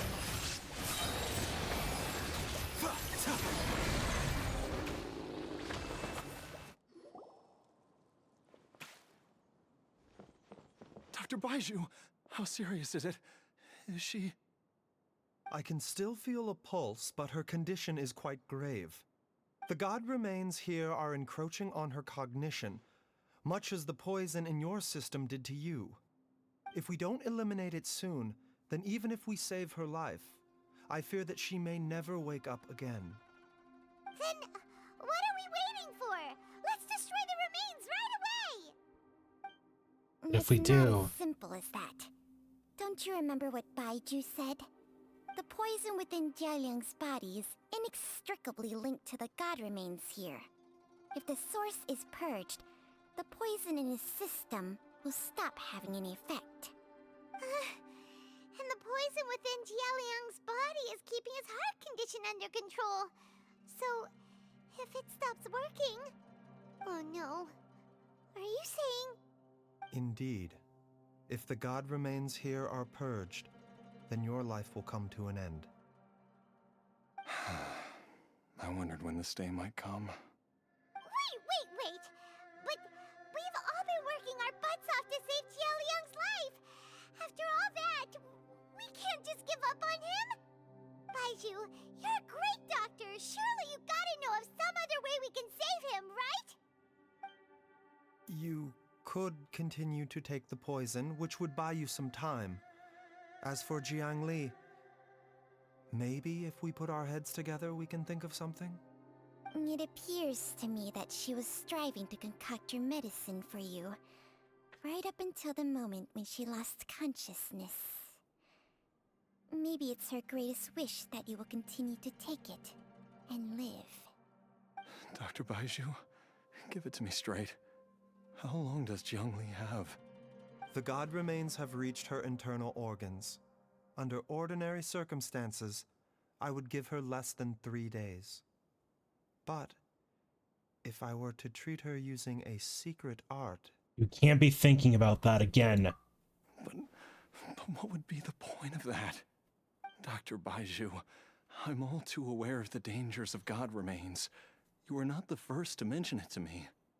If I continue to sustain my own life using this wretched substance, not only would Jiang Li have to keep risking her life to make my medicine for me, but I would have to live with the looming threat of these remains breaking out and wreaking havoc not just upon me, but my entire family. I know for a fact that I should have died over a decade ago. The fact that I've been around to see Ayu grow up is already a great blessing from Rex Lapis. If my choice can bring Jiang Li back, then even if I die... Jialiang... After cheating death for so long, it seems I've grown somewhat addicted to life. Traveler, Dr. Baiju, could I have another minute with my wife? I just want to have one final moment together. Just a moment, that's all. Of course. Thank you, everyone. And I'm sorry that I won't be able to repay your kindness in this life. Jialiang... Baiju, Changsheng... Is there really nothing else you can do? I am sure that over the years, Jiang Li will have tried all the conventional methods known to humankind. As for less conventional methods, I have little expertise besides Changsheng's secret art. Mortals are fated to grow old and pass on when their natural lifespan runs out. If it were so easy to combat the natural processes of aging and death, Jiang Li would not have had to resort to unnatural methods. What a crazy situation! Jiang Li risked it all to save Jialiang's life, and now Jialiang has to sacrifice himself to save Jiang Li! What's the point of it all?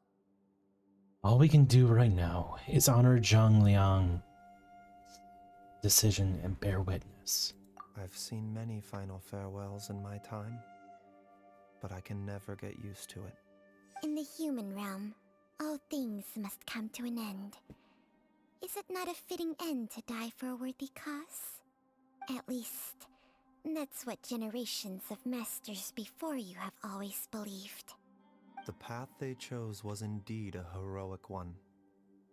But when I think of those who would willingly sacrifice themselves for others, I cannot help but think that theirs are the lives least deserving of death.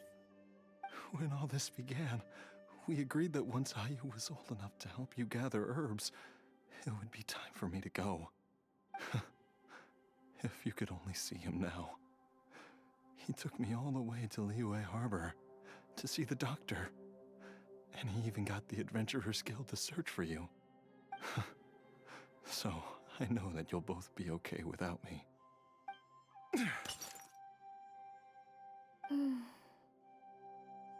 I've said my goodbyes. My time has come. Do what you must. As you wish.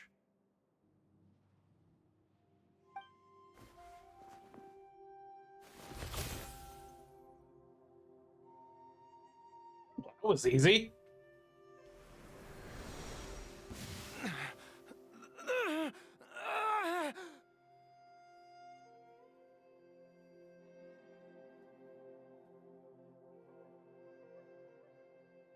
Yeah? It will eat away at both your cognition and your memories.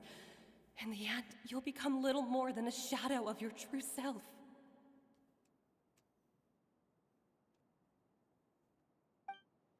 I'll take it. At the very least, it will allow me to stay with you and watch how you grow up.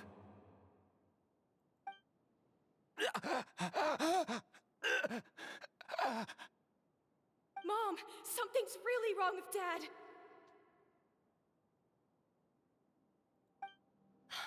Don't fret, Ayu. I will gather some medicinal herbs right away. I promise you, nothing will happen to our family. Why would these memories come to mind now?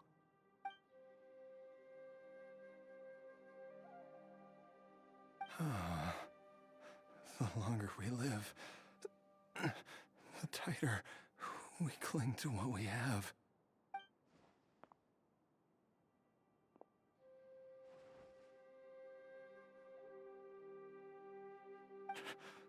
Oh, how I would love to hear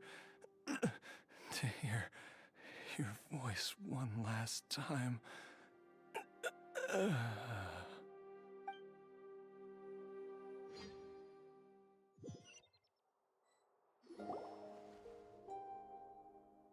Jialiang! Jialiang! Jialiang! Jialiang! Dad, are you awake? Zhongli, are you? Didn't I... Huh? What are these? How does it feel to come back to life? Do you feel strange or different in any way? If so, could you describe it to me in detail? Dr. Baizhu, I thought that I was going to... Die? You did indeed. As things stand now, you're more akin to a zombie than a human. I'm a zombie? That's right. Before we set off, I asked Qiqi to prepare an elixir of immortality. With its help, you have been suspended in the space between life and death. Of course, this is but a crude imitation of an Adeptus art. I don't expect it to extend your life indefinitely. Whether it will keep you alive for a few days, a few months, or a few years, I am as interested as you to find out. But, however long you have left, I believe it should be more than sufficient time for you to say your final goodbyes before departing the world in peace. I hope that Director Hu finds this arrangement to be a satisfactory one. An elixir of immortality? How'd you cook that up? Ugh. Leave it to you to work on something like that behind my back. It's a work in progress that hardly lives up to its name, and it would have had no effect were it not for Jialiang's iron will. In the end, I am merely a doctor. I understand very little of the great principles governing life and death and the perpetual cycle of yin and yang. All I know is that if I'm presented with a life that deserves to be saved, I will do everything in my power to save them. And even this would have counted for nothing without Director Hu's assistance. After all, did you not tell Jialiang to show us the way before we set off for Qingce Village? Oops. And I'm busted. Without Director Hu nudging things in the right direction, we may not have found Jiang Li in time. I knew someone was listening in on the conversation. No wonder he didn't mention the elixir back then. I thought he was being frank and transparent with me for once, but apparently not. Director Hu told me to keep her suggestion a secret, but it seems nothing escapes Dr. Baiju's attention. Never underestimate a serpent's sense of smell.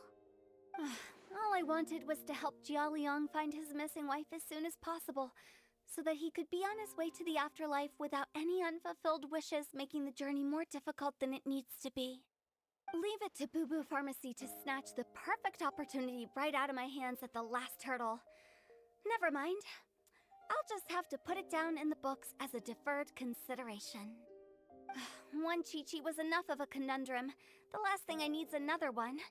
If I'd known this was coming, I'd have whisked him off to the Wangsheng funeral parlor the moment I found him. You stay away from my dad! When I grow up, I'm gonna become an even better doctor than Mom and Baizhu, and cure Dad for good! Oh, is that right? Well, you wouldn't be the first person who's tried to put Wangsheng funeral parlor out of business. If you're serious about it, you'll have your work cut out for you. Traveler, Paimon, I'll catch you all another time. Oh, is she finally gone? All's well that ends well. If you ask Paimon, we should probably do something to celebrate this hard-earned family reunion. Such as... Paimon's idea of celebration can only be one thing. At times like this, a grand celebratory feast is in order. It feels like it was a whole lifetime ago when I last talked with Jiangli and Ayu around the dinner table. This is a hard-won meal. I'll whip something too. It's been a while. Yay! Paimon can't wait! Alright, first things first, off to the market for some fresh ingredients. Let's go! Wait up! I'll come too! Baizhu, thank you so much for everything you've done for us. Don't mention it, Jiangli. I was just doing my duty. Just your duty, huh? Baizhu, Changsheng, would you mind if we took this conversation outside?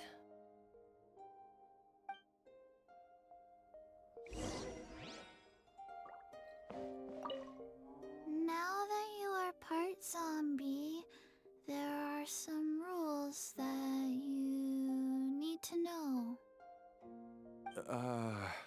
Yes, ma'am. I'm listening. First, don't forget to stretch your body regularly. Second, don't forget to... Yes? Go on.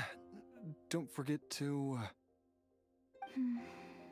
I forgot.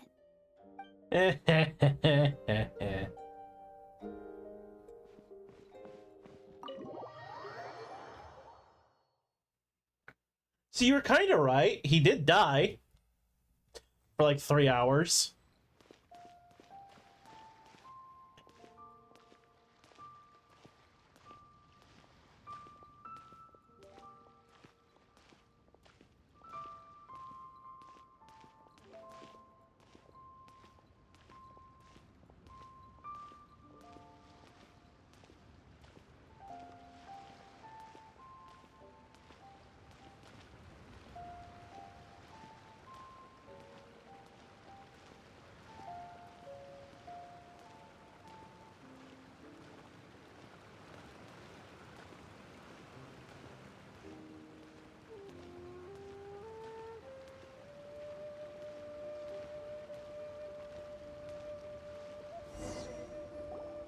I've taken a look at your elixir of immortality.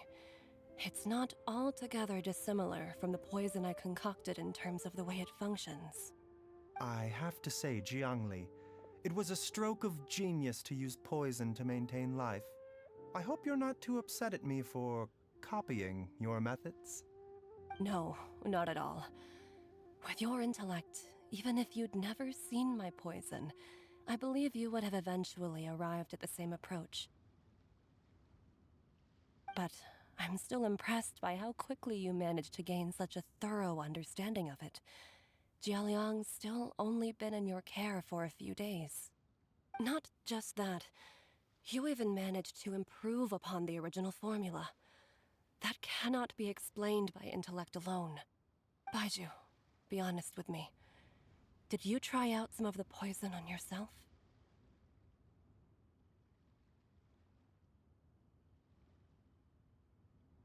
Huh. Told you the truth would surface sooner or later. Life force isn't the only thing that Changshang's contract lets you transfer between bodies, is it? Nothing gets past you, Jiangli. You are correct. Besides life force, Changsheng's secret art also allows for the transfer of toxins and diseases. When I treated Jia Liang for the second time, I transferred some of the poison from his body into my own. Not only did this allow me to alleviate the burden on him, but it also gave me an opportunity to study its properties. There is no need to worry about any long-term consequences to my health, however. Now that the source has been destroyed, any remaining poison in me will have already dissipated. But you took such a huge risk. If we hadn't destroyed the god's remains back there, then even you might have... What am I saying? I'm in no position to criticize you for this. The reason I left our master and went into hiding all those years ago was that he was getting old, and I didn't want him using up any more of his own life force to treat my husband. But in the end, how were my methods any different? I risked one life to save another, and then you tried the poison on yourself too. It looks like both of us have ended up going the same way as our master before us. Are all disciples of Chenyu Vale destined to turn out this way? To live a short life, having given away our own for the sake of others? To fight relentlessly against the natural course of life and death, whatever the cost? Maybe our fate is sealed the moment we decide to study medicine. We are doctors, Jiangli. We ought never say that anyone's fate is sealed. Baizhu, I can tell that, over the years, you've used the contract with Changshang to transfer many diseases and toxins to yourself. There are so many that, some of them, I don't even recognize. Can you still stop before it's too late? I think you know the answer, Jiangli. Every one of us from Chenyu Vale believes in the same thing. Hey, food's ready! Mom, come and join us.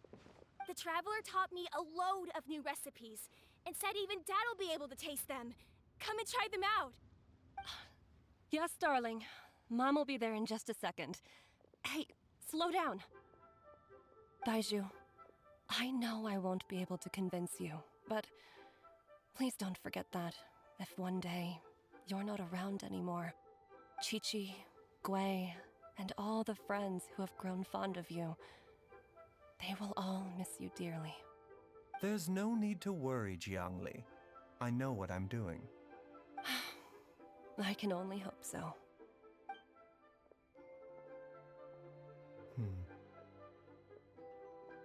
Baizhu, what did Jiang Li mean by not around anymore? Are you gonna be okay?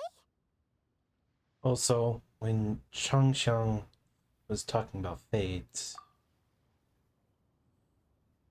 what did she mean exactly? Every single mortal I've ever contracted with, including Baizhu and Jiang Li's master, has passed away at a young age. Wait, that doesn't make any sense. You said that the contract with you helps people live longer. It is a very long story. Oh boy, cutscene time.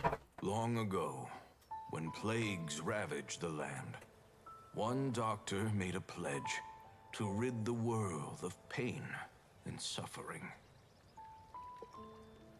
But even the most ingenious mortal medicine could not stay the tide of disease. And after working tirelessly for many years, even his dearest loved ones fell sick and bade their final farewell. Legends told of an herb lord in Chenyu Vale who could cure any illness known to mankind. The doctor sought the herb lord, but found only a white snake, its breathing weak and its power all but spent. Sign this contract and let our lives be joined. Then I will impart to you the secret art of healing. But be warned, this art will harm your own health. With means beyond human ken, the doctor could now reverse the process of death.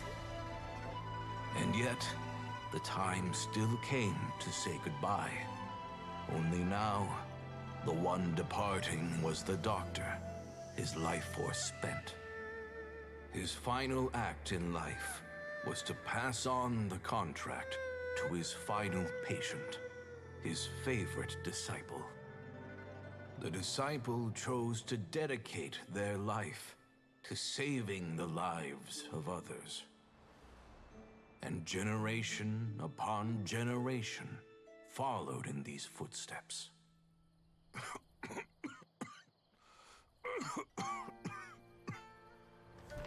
Since I inherited this contract, I've always respected the path taken by my predecessors, and followed it myself unquestioningly. That is, until I tried to use the art to save my own disciple's beloved. She begged me not to use up my own life force. She said that this art is a poisoned chalice, an evil and unnatural practice. She did not wish to sacrifice one life for the sake of another, when both were lives she treasured. Only then did it occur to me. Did I not suffer when my master passed away, just as patients' families do at their loved one's deathbed? Are not the lives cut short by this contract just as worthy of saving as any patients? What is this contract to us? Medicine or poison?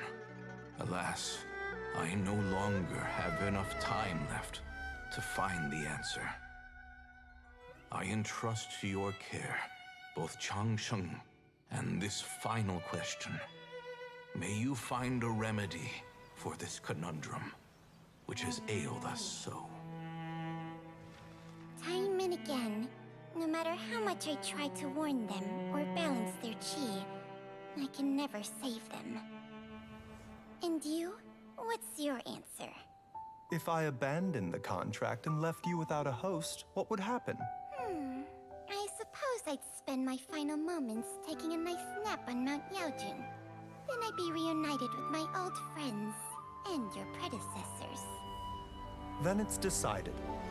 If there's a life in front of me that deserves to be saved, why shouldn't I do everything within my power to save it? Once again, it's the same answer.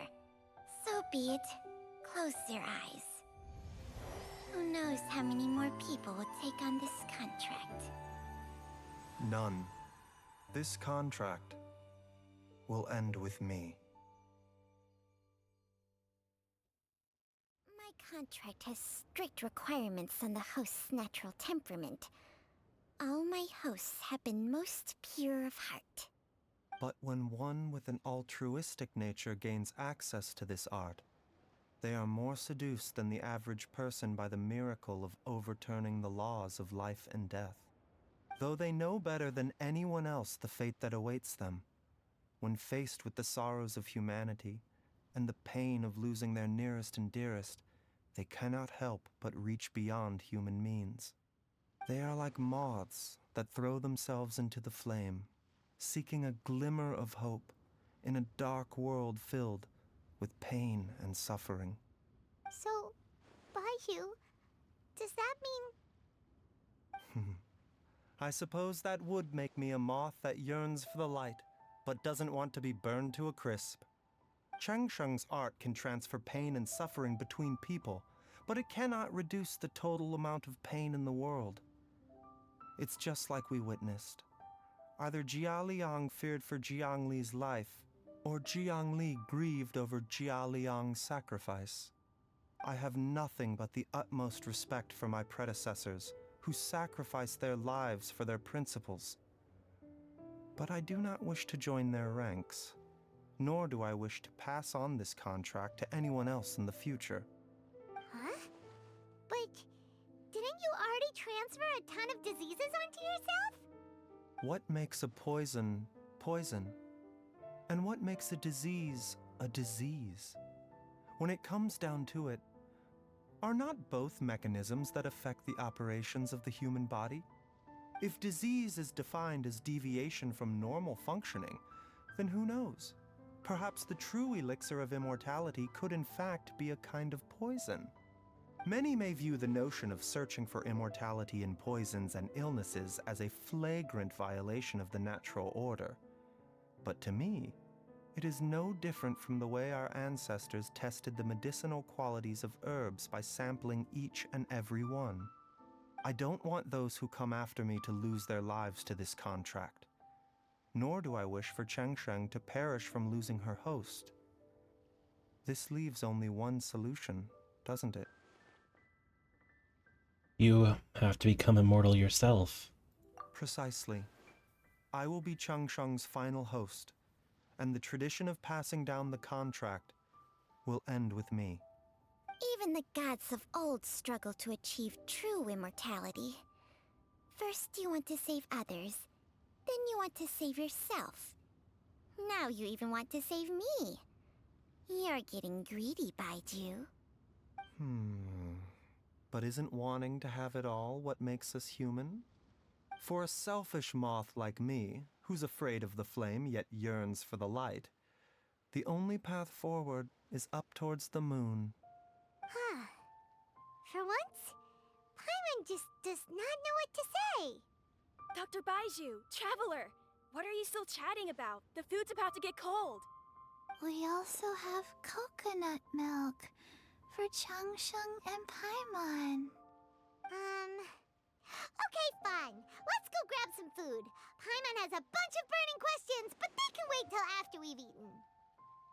Oh, Paimon.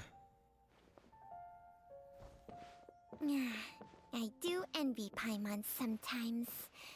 Eating her fill is enough to satisfy her body and mind. True. And yet, although we call them simple pleasures, are such things as these not precisely why we mortals cling desperately to the life we have?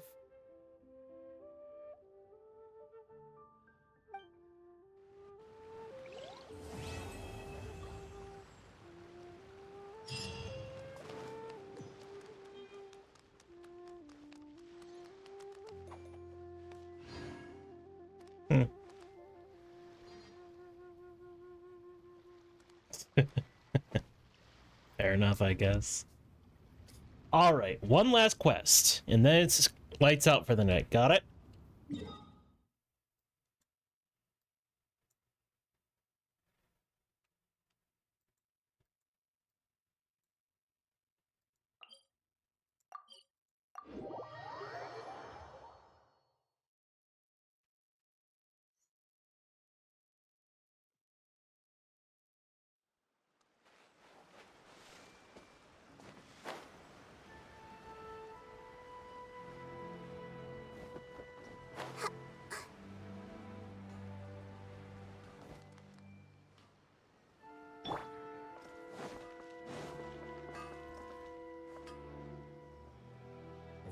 All your things?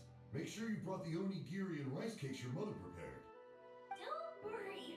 I have them all. They're going to last me days. Take care of yourselves while I'm out. And make sure you remind Mom to take her medicine on time. I'm gonna be honest, the father sounded just like some sort of animatronic from Five Nights at Freddy's. It was scary. If running the store gets a bit too much, take some time off and wait for me to return. I got so worried when we heard that you were going so far abroad. We've never left the country. So we don't know how Outlanders might view us Inazumans, or if they'd even be willing to speak to us. Oh, relax. Outlanders are friendly and warm. Look at Toma from the Yashiro Commission. He's originally from Mondstadt, but everyone thinks he's a top-tier guy. A mop tier? What mop? Oh! Do you mean the broken one at home? I just fixed it today, actually. No! I said top, not mop. You know, Toma even sent us some wine from his homeland not too long ago. We haven't heard this kind of friendly banter in a while, huh?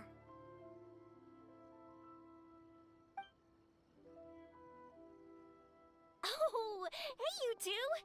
It's been a long time, hasn't it? You're as peppy as ever. I'm excited because I'm going on a trip soon. Many things have changed. Lots of Outlanders have come to Inazuma, and lots of Inazumans have gone out as well.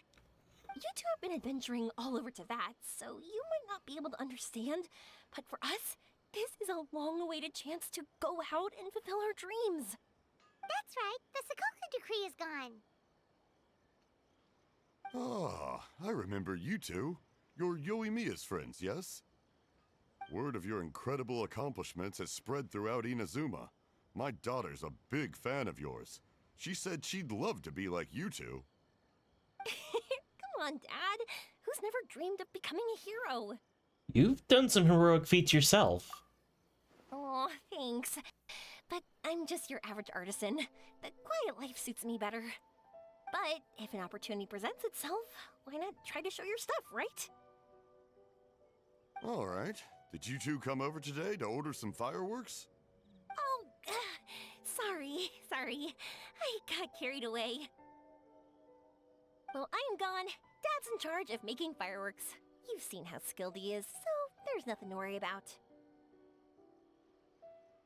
Oh no, we aren't here to do business or anything. We just happen to be passing by. Oh, so we're all here with time to spare? What a treat! In that case, let's chat some more. I'm not in a rush anyway. Sure. So, where are you planning to go? No clue. Yeah, makes sense for her. I say that, but I do have a travel goal.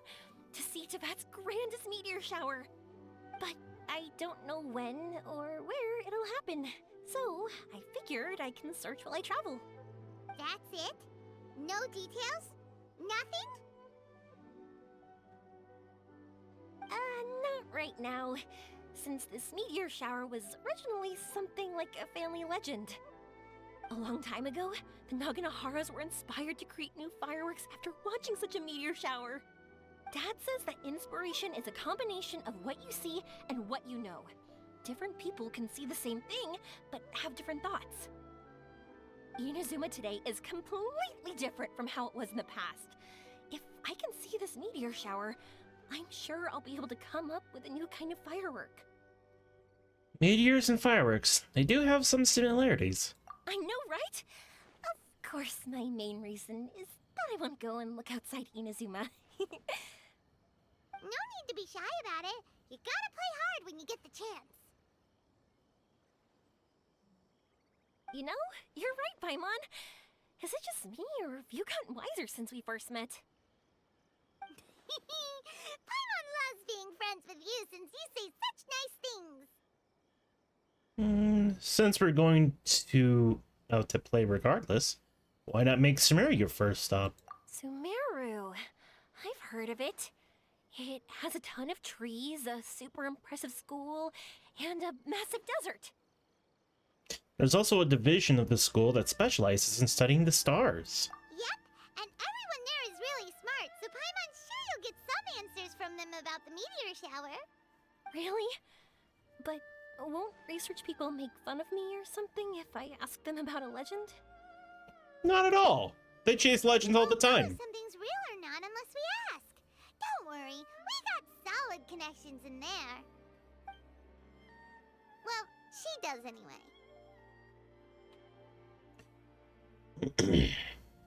Wouldn't I be taking up your time, though? I doubt this is in your schedule. It's fine. This way, your parents can be at ease. Exactly! Relax, Yoimiya. You've helped us plenty of times before. All right, then I accept your offer. Let's have some fun at Sumeru. Dad, you can have more peace of mind now that I'm traveling with them, right? Hmm? Oh, yes. Your mother and I will be much more at ease. Remember, you two also need to take care of yourselves. I'll be back soon. Okay, let's head to Rito and catch a boat there.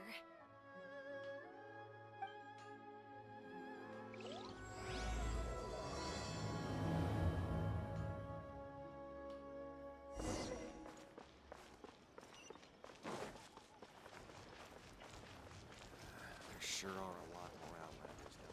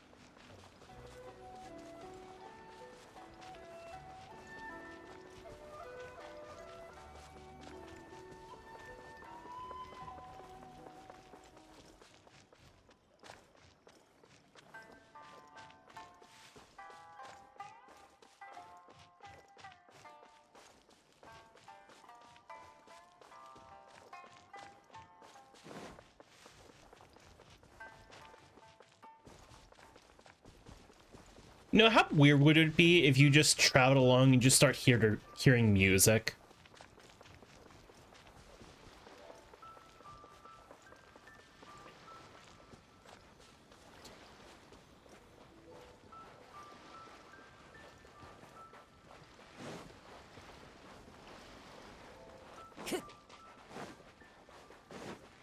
I'd be concerned, yeah.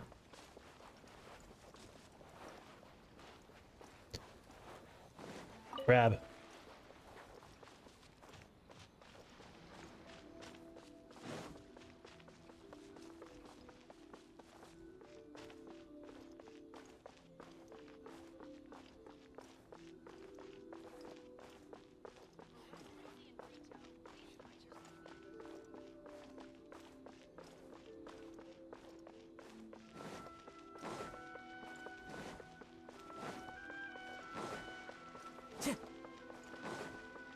Time to go.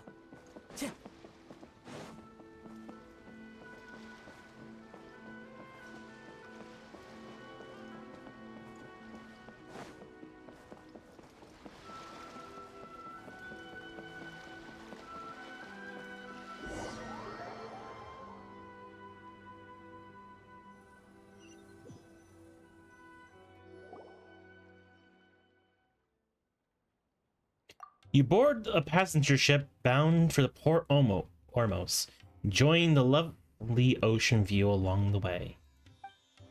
Yoimiya listens with rapt attention as you tell her of the events following the Vision Hunt decree and of your various adventures in Sumeru. The long voyage ends before you know it.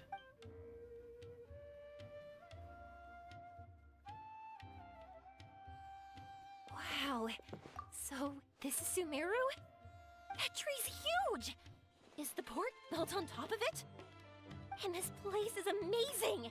It's way bigger than Rito's port. There are also a lot more stores here. Oh, there's more cool stuff for you to see. Don't you worry. Or almost as also took my breath away when I first arrived. This place is awesome! people describe it, but nothing beats seeing a place for yourself. If I hadn't seen the port with my own eyes, I could never have imagined such a place. So, the school you were talking about, the academia, is it here?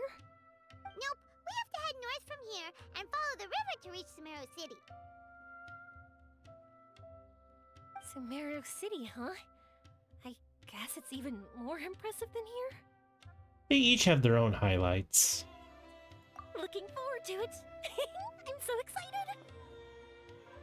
Whatever the case, why don't we go to Sumeru City? Oh, I'm so excited that I don't even know what I should be doing anymore. The important thing about going on a trip is to enjoy yourself. You don't have to think so hard. How about we walk around here with you? I'm just worried that if we don't get down to business soon, we'll take up too much of your time. But if you insist, then let's look around.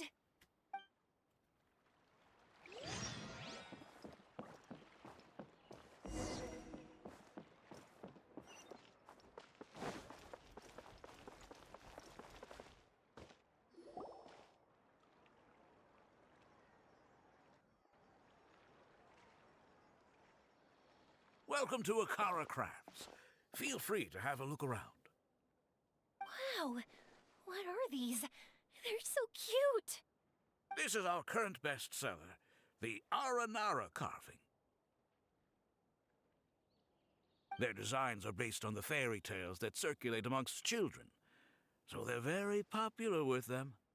Miss, are you from Inazuma? Oh, this would be a great gift for you to bring back home. Oh, I know about Aranara. You two told me about them on the ship. I didn't think they'd be so cute. No wonder the kids like them. Oh, they're all so pretty. Let me take a better look. Paimon knew Yoimiya would like this kind of thing. But even she might have a hard time seeing a real Aranara. They don't like being disturbed. That's why we told her they're from fairy tales. Yeah, sorry, Yoimiya. But we need to keep our promise to the Aranara. That said, Paimon doesn't think Yoimiya would mind too much.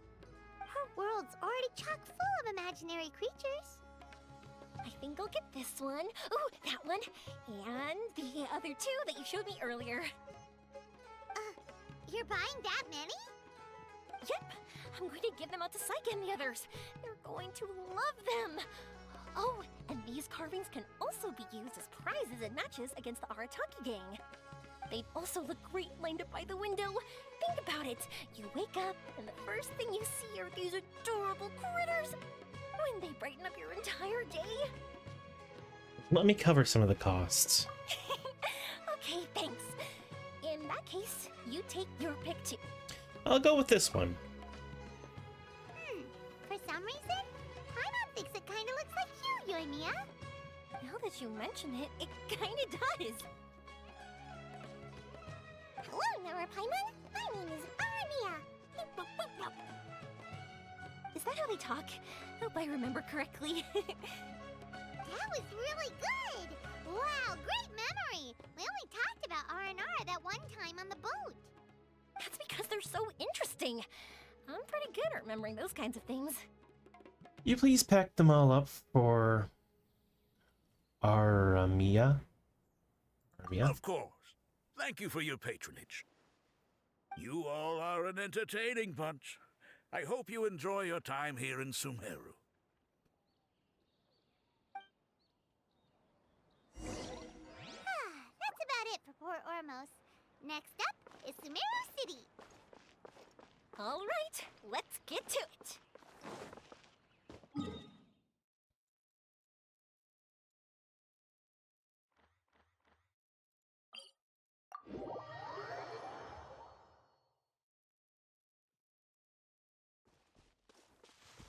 Time to go.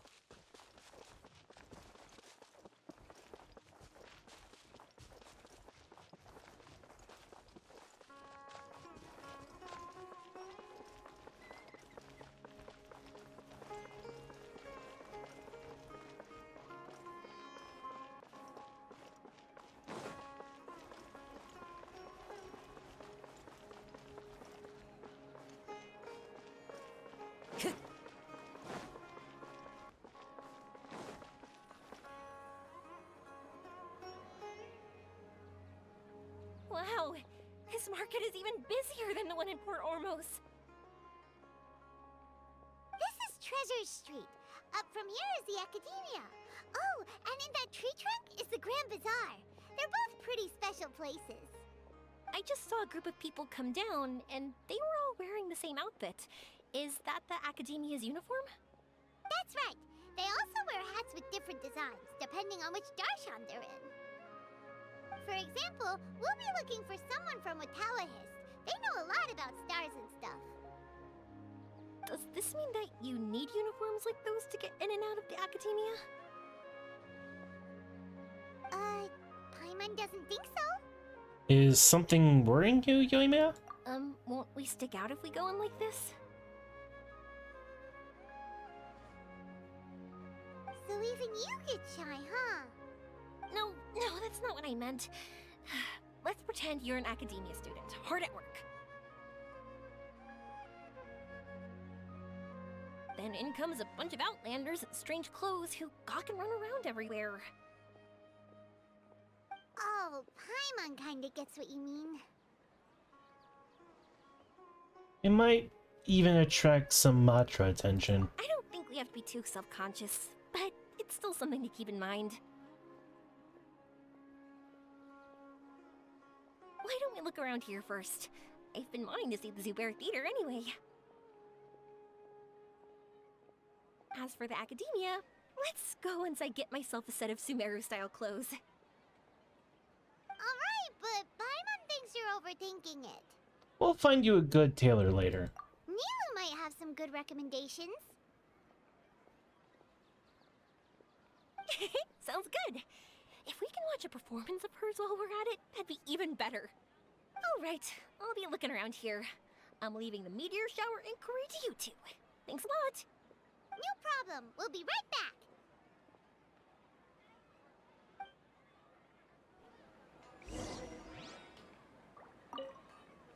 I won't go too far. And don't worry about me getting bored. I'm an expert at finding ways to pass time.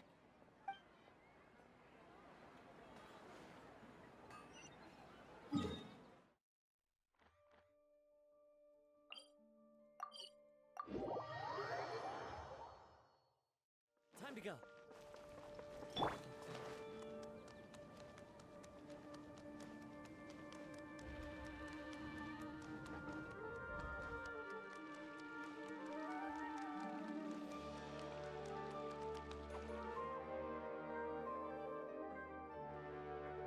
We said we were gonna find someone from Watawahist, but now that Paimon thinks about it, no one really fits the bill.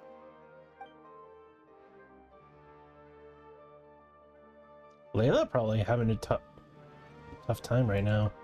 Paimon thinks Aetha might know something, but Paimon doesn't want to talk to him. Oh, why don't we just ask around? Maybe we'll run into someone from Watawahist. Looks like you two are in a pickle. Why not consult someone who always tells you everything she knows? Nahida! Oh, why are you here? Right on cue. I'm here to meet with some researchers, but when I saw you two looking so troubled, I decided to follow. Looks like I showed up just in time. Okay, we might as well tell you. We have a friend who's come to Sumeru. I see. Your face says that it's gonna be a long time before the next meteor shower. My answer is going to be even more of a disappointment. You may have heard that the stars are related to people's fates. Yeah, lots of times. If the stars dictate destiny, then do you think that destiny is something that is unchanging and always follows predicted outcomes? You have a point.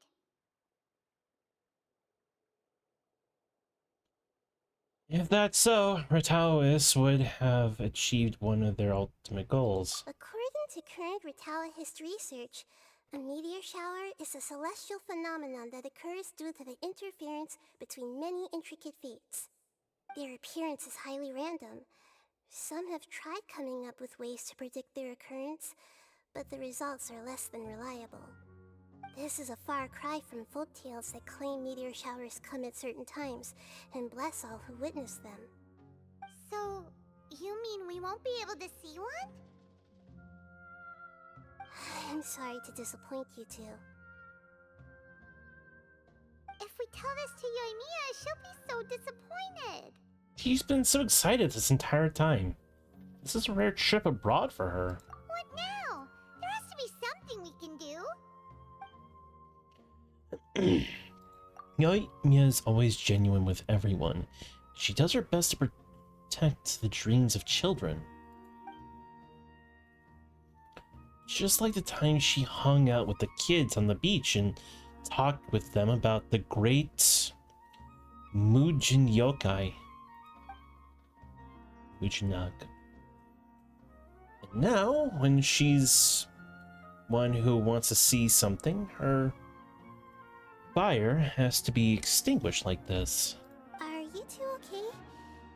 It seems the news hit harder than I expected. Paimon just thinks this isn't fair to Yoimiya. Good people should be repaid for their good deeds. I get it. From how you described her, I can see that she is a kind and caring soul. So, why don't we take a page out of her book and protect her dreams with a well-intentioned lie? Oh? How do we do that? It'll be a story about a meteor shower. You'll accompany her on a brief journey, do a bit of work here and there, and then receive the meteor shower as a reward. Oh, well, I can't summon a real meteor shower, but if it's in a dream, I can help out. Oh, that would be great, Nahida! Thank you so much. Compared to what you've done for me, this is nothing. Use the meteor shower as a pretext to take Yoimiya all around Sumeru. Then, when you're ready, blow this. A leaf. I'll tell the Aranara in advance. Once they hear the whole story, I'm sure they'll be willing to help. Huh. Then the dream will probably be like the one we had in the Avidia Forest, when we first met Hypatia. That was a real shocker. It was hard to tell that we were even in a dream. Yeah, only later did we realize that. Once the meteor shower ends and you all awaken from the dream, she'll probably realize what had happened. If you tell her the truth at that point, she should be a lot less disappointed. Paimon thinks this is the best way to simulate the meteor shower. Thanks, Nahida! You're welcome. I'm glad I could help. Still, you two should get this story straight before you join up with your friend. If not, she's gonna see right through everything. True. Let's discuss it on the way.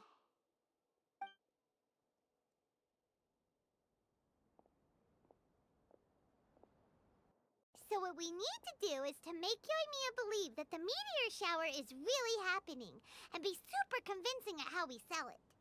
Complete some challenges and then reap the rewards. If Paimon wanted to go see a meteor shower, the things Paimon would focus on the most would be... The start time and the perfect vantage point. Yes, exactly! We'll say we're trying to figure these two things out, but we'll actually be bringing Yoimiya around to see the sights and enjoy local food! Oh, well, easier said than done. We can't be too strict with our pretext, but we can't be sloppy with it either, or she'll see through it. It'd be best if we could take a unique approach to making it fantastical, just like a real fairy tale. This is gonna be hard. This reminds me of the plane of Euthymia. And stars symbolize wishes appearing in the sky. Oh, that's right. Don't people also talk about wishing on a shooting star?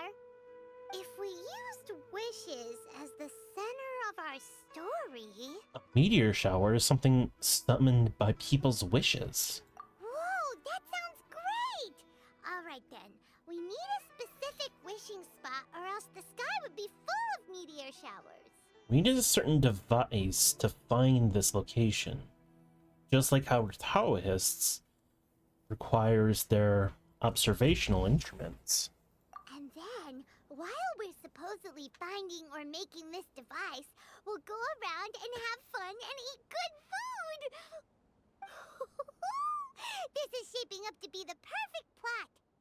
After all, the device can be anything, and the location can be wherever. As long as we get Yoimiya to enter the dream at night, things will be fine. Your brain always works so well when food comes up. There's nothing wrong with that. You should know Paimon pretty well by now. Alright, let's go. Yoimiya's probably sick of waiting for us.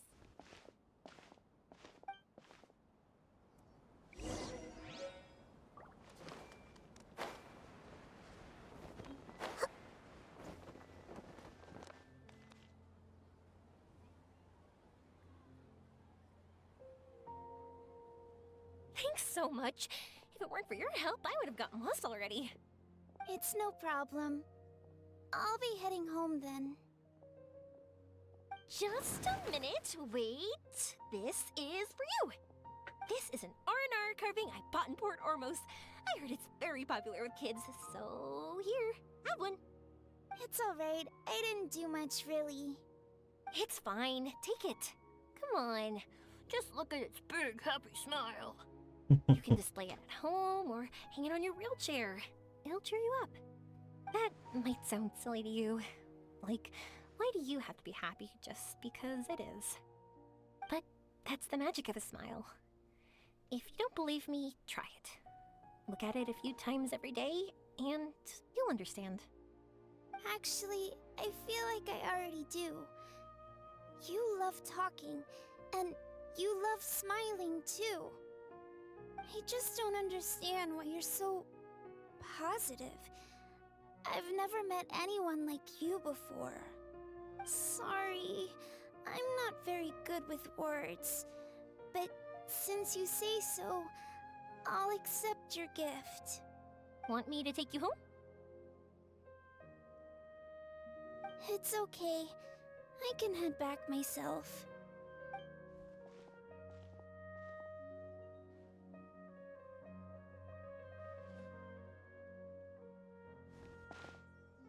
Oh, great timing, you two. Who was that kid? Oh, her? Her name is Aveen. I saw that she was looking quite forlorn, so I wanted to make sure she wasn't feeling left out or alone. She was pretty shy at first, but I explained that I just arrived in Sumeru and had gotten lost, so I needed someone to help guide me. She agreed and we made our way back here.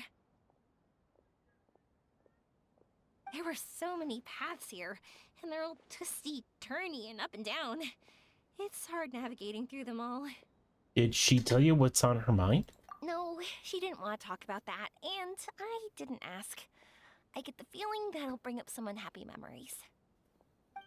But if I had to guess, it's probably because she hasn't been able to explore the city for quite some time.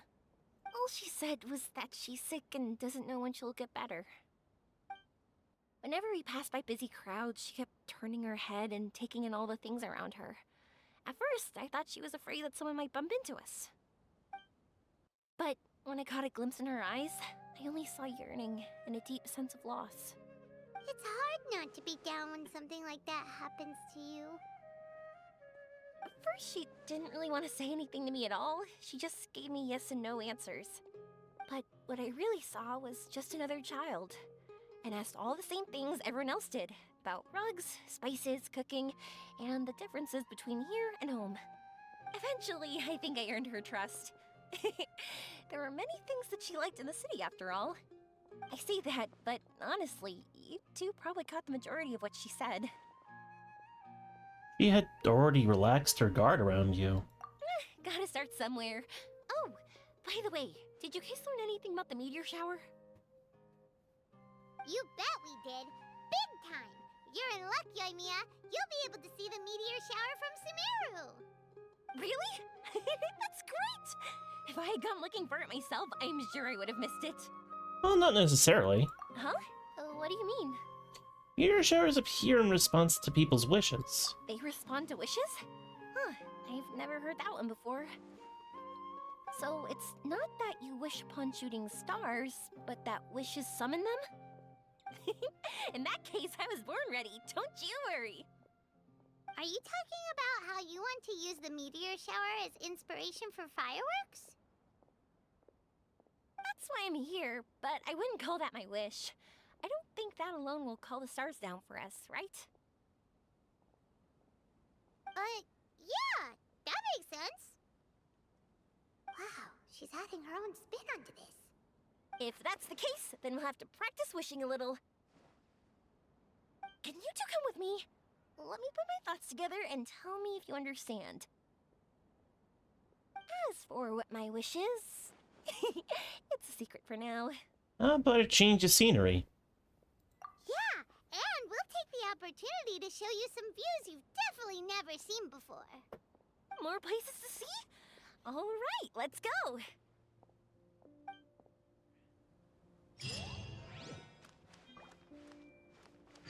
Why isn't it working? I don't get it.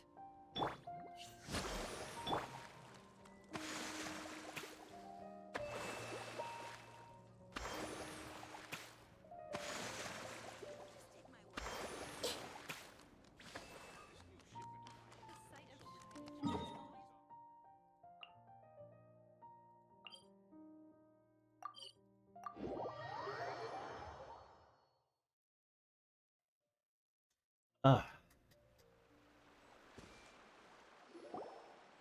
Wow, is that what you two were talking about? Amazing. It's huge. Wait, it's not going to suddenly start moving, right? Relax, it's completely still, and it's been ages. That's true. It's green from all the overgrowth on it. All right, let's go. Now, this will make for quite the story.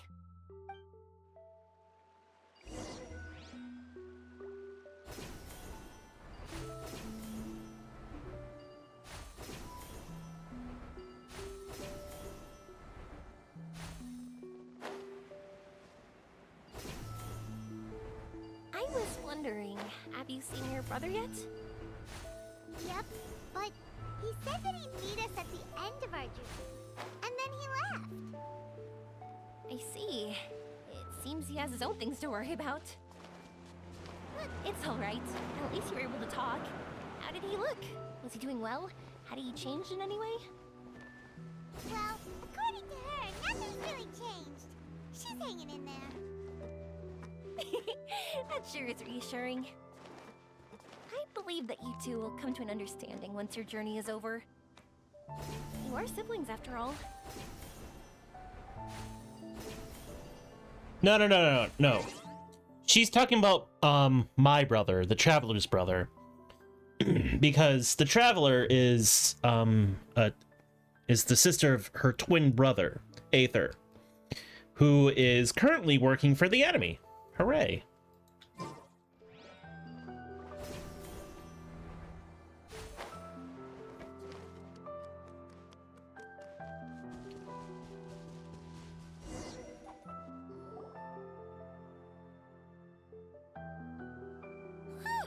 I didn't think we'd be able to climb all the way up here.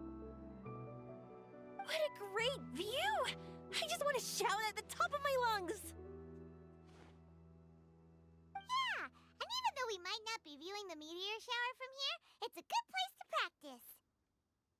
Oops, I was having too much fun and almost forgot about that. Before I left Inazuma, many people heard that I was looking for a meteor shower. So they told me that they wanted to make wishes. I told them that they could write their wishes down on paper. So I ended up collecting several dozens of wishes. Whoa, that many? So you want to help convey all those wishes? That's part of it, but more importantly, I've been wondering why people link meteor showers and wishes in the first place. After a lot of thought, I think I figured it out. People use fireworks to remember their most precious memories. and these memories sparkle and shine each time the fireworks fly. In other words, fireworks symbolize the past. And shooting stars make people think of wishes, because wishes carry people's brilliant hopes and expectations for the future. One represents the past, and the other the future. They both bloom in the sky, but have completely different meanings behind them. It's really beautiful, isn't it? Very true. It's clear to me that I'm not the only one holding this belief. I'm sure my ancestor had similar views. I think that's how he drew inspiration from the meteor shower. His method was a wish of sorts to begin with, to join the past and future together and combine their beauty. In the single present I wasn't moments. completely serious about using the opportunity to travel abroad to see a meteor shower. But it became something like a mission once everyone had handed their wishes over to me. Yoimiya. Well said. And here Paimon thought you needed practice. Huh? That was fine? You both understand what I'm trying to say? Honestly, I thought it was pretty messy. I mean, these are all abstract topics that evoke a sense of admiration that's hard to put into words. Then have you ever considered that if you can't find it, perhaps it doesn't exist? I did consider that possibility, and I won't lie. It'd be a real bummer if that were the case. I know that's the most realistic conclusion. It's not like luck has to be on my side. But there's a premise to every legend, and that's belief. If I didn't take the step, it's not like a meteor shower would just rain upon me either. I wouldn't be where I am now. I wouldn't have known that they respond to wishes, and I wouldn't have seen all these beautiful sights in Sumeru. So I'm looking forward to the rest of our journey. Every single step of it. You really are amazing, Yoimiya. What? Oh, nothing. Paimon just thinks you're doing a good job with the wishes. Now we just need one other thing. Like we said earlier, we're gonna need to build a device. We need to look for the purest ore in Sumeru. Yep, and once we use it to create an observation device, we can find where the meteor shower will be. I see. The purest ore. We can go somewhere else looking for that. Then why don't we go back to Sumeru City and ask the blacksmith? I chatted with him a bit when Aveen was showing me around. He seems really knowledgeable. I bet he'll know something. But wouldn't we be bothering him? No one knows more about ore than a blacksmith. This is true. That's true. Let's go! I wish we could fly over.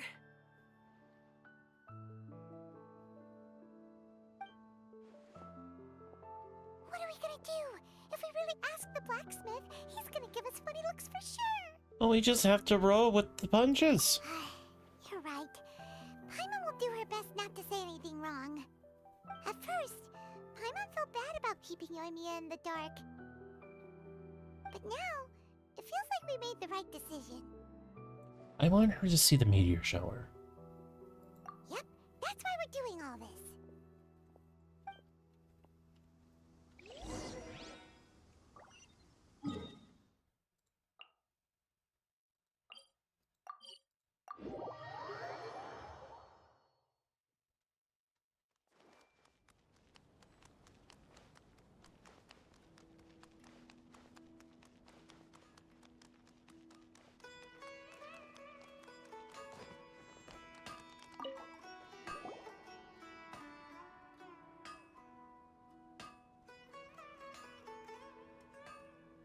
You want to use the purest material to create a star observation device?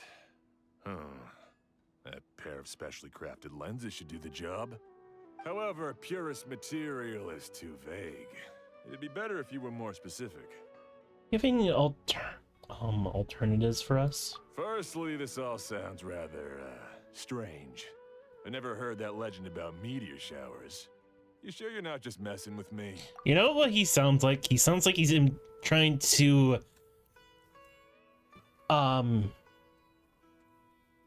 he's trying to be like Kronk. He's trying to sound like Kronk. An impression of Kronk. Specifically, he sounds like he's trying to imitate Patrick Warburton. Sorry for the trouble, but we are kind of messing with someone. Sorry, Inazuma's pretty far, so maybe some key information got lost across the ocean.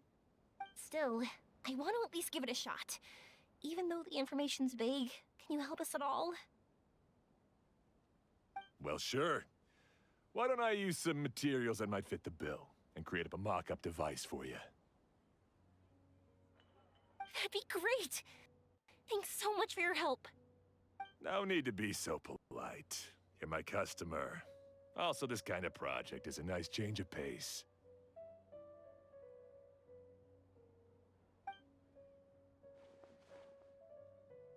Maybe we can just pick a random one. It's not like we're really gonna use it anyway.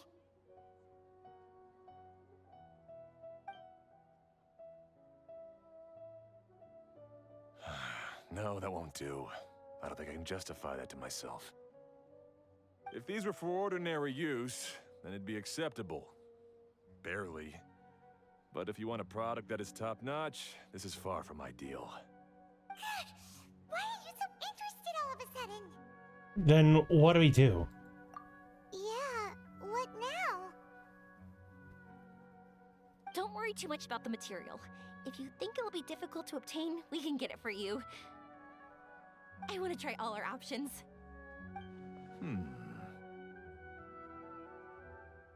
Since we're on the topic of legends, allow me to tell you one about blacksmiths. All of us in Sumeru know about this legendary forging material. It possesses excellent properties that are matched by no other. Using it to forge something is every blacksmith's dream.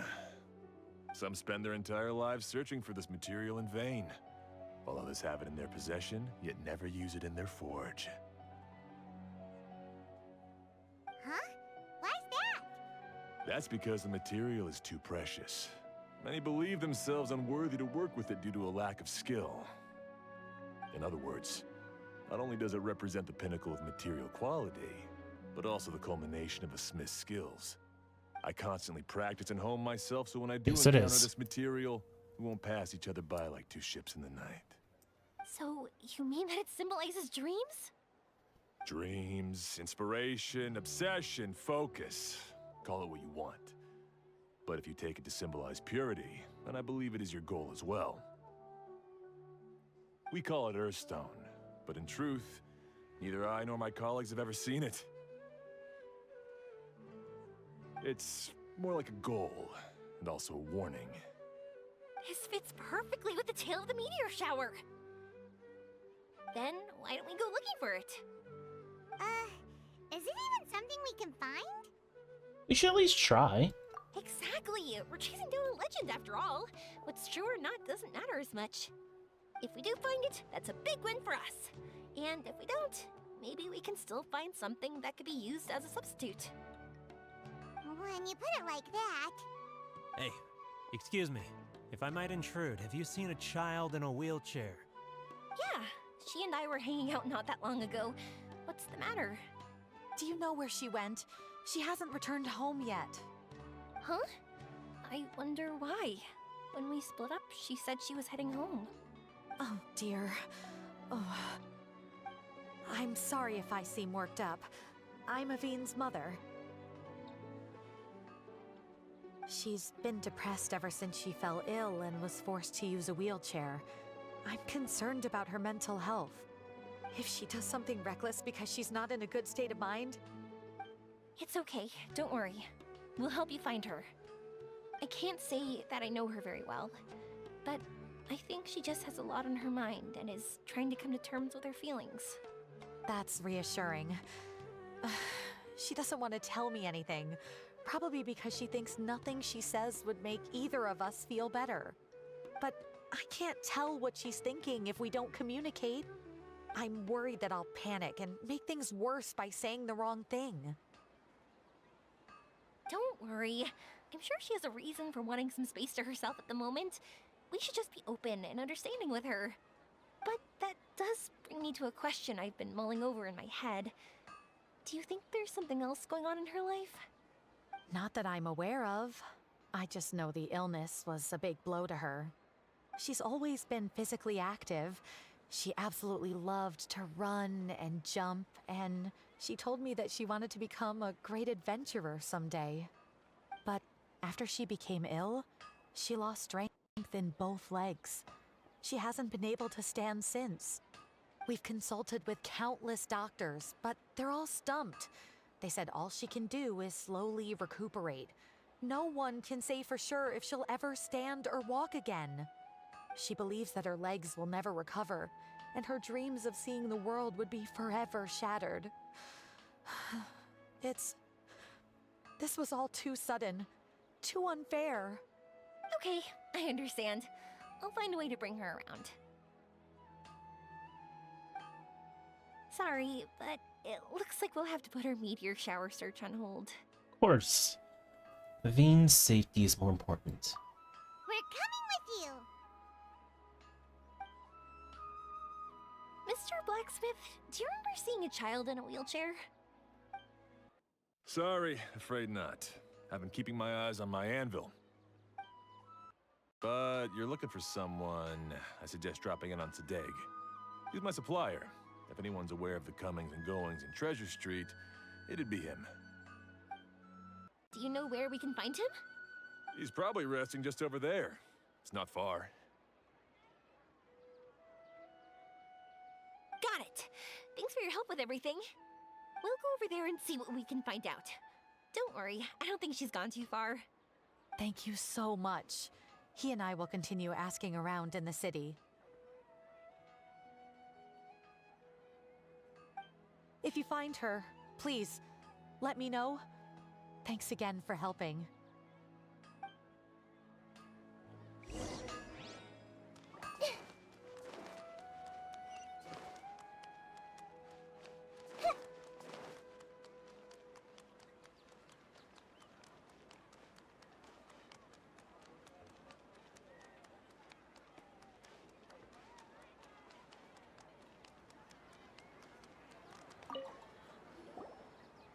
Excuse me? Have you seen a child in a wheelchair? Now that you mention it, that does ring a bell. I was moving some boxes at the time and I saw her pushing her wheelchair so hard she was panting. I asked if she needed help, but she didn't respond, as if she didn't hear me. Sounds like there really was something on her mind. Yeah, that was the impression I got too. What's wrong? Did she go missing? Yes, so we're looking for her. I see. That's rather worrying. I know. I'll ask my friends and see if they know anything. She went that way. If you ask people as you go, hopefully you'll track her down. Okay, thanks. If you find out anything, don't forget to tell the people with the green scarves. You mean the core of 30. Don't worry, I got it.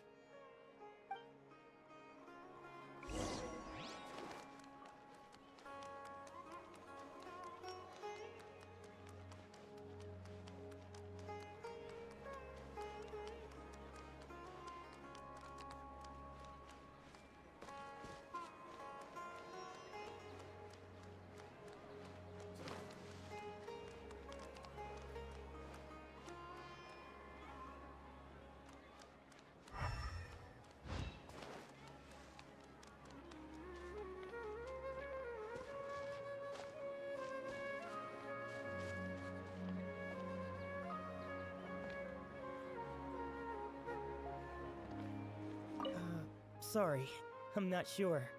I've been tending to the herbs.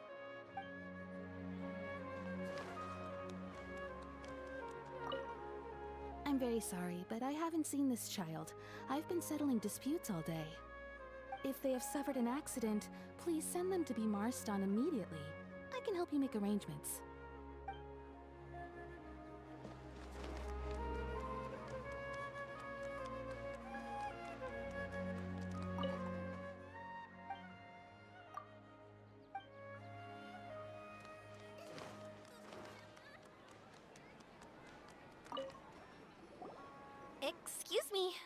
we're looking for a child in a wheelchair. Oh, I remember her. She went that way not too long ago. I asked her what she was doing. It's my job, after all. She just said she had something important to do and didn't want to be disturbed. That seems a little weird. Whatever the case, she left the city. If you follow that road, you should be able to find her. Gotcha. Thanks a lot.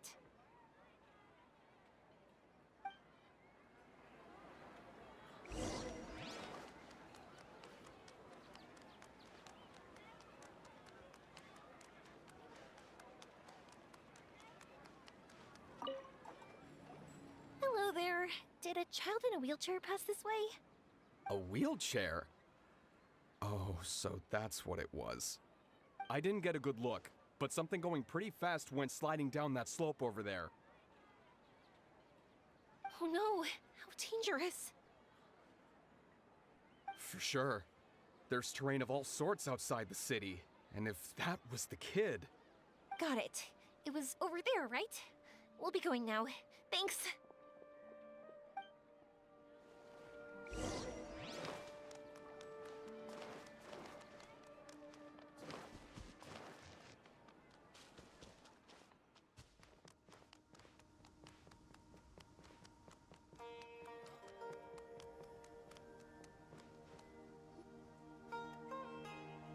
Hey, are you alright? I fell off my wheelchair. I can't move around without it. Why? Why? It's okay. You're okay. You're not hurt. I'll take care of her. Can you two look for her wheelchair? No problem. We'll be right back.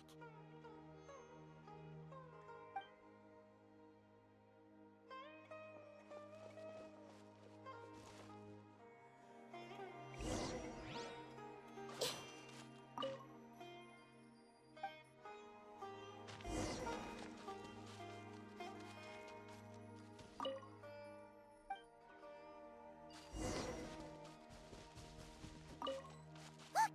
It's the wheelchair. So the Hilly Churls took it. We gotta get it back before they damage it. Shine down! Run with nature!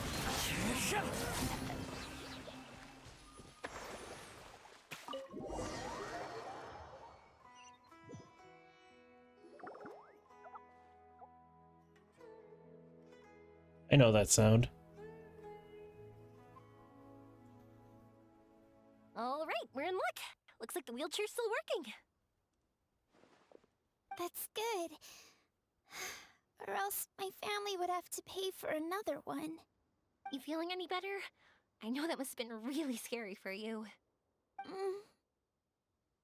It's all right. You're safe now. We'll bring you back. Do you feel okay telling me why you had to come here despite the risks? If you don't want anyone else to know, we'll definitely keep it a secret. That's right.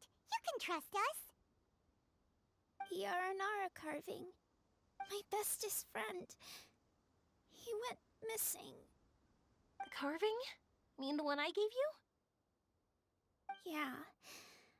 My illness is really bad. It's not just my legs.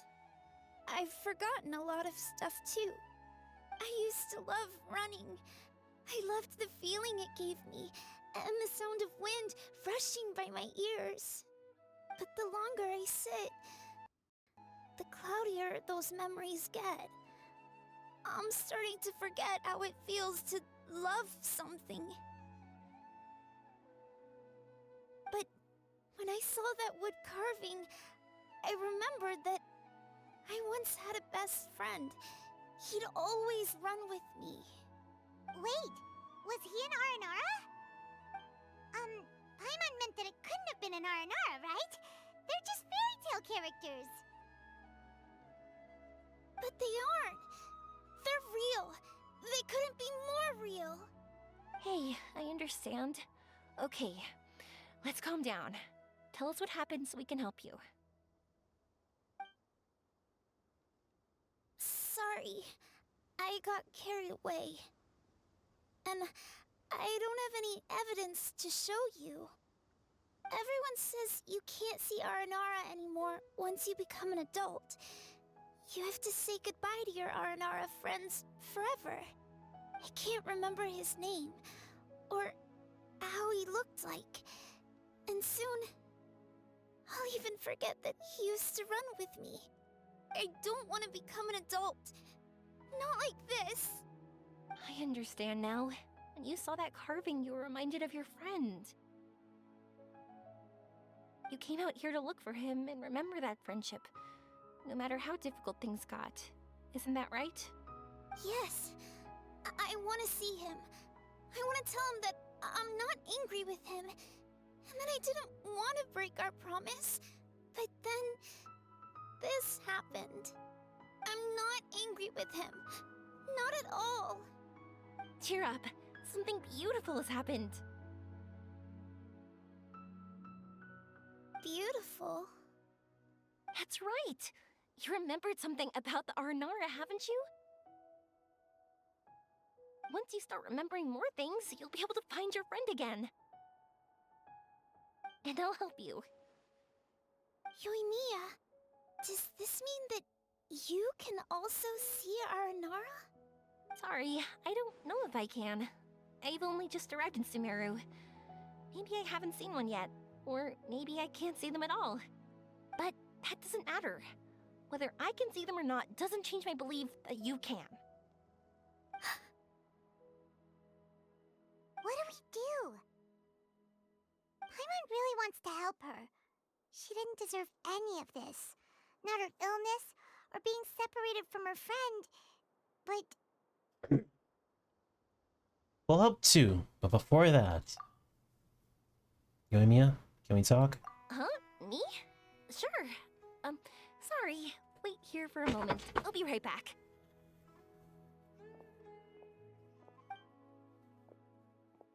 What's wrong? You look so serious all of a sudden. Do you really believe in Aranara? Oh, did you think I was overpromising back there? Don't worry, I have experience with this kind of thing. To her, reuniting with her Aranara friend is the result. But recapturing her past joy and belief in herself is the process.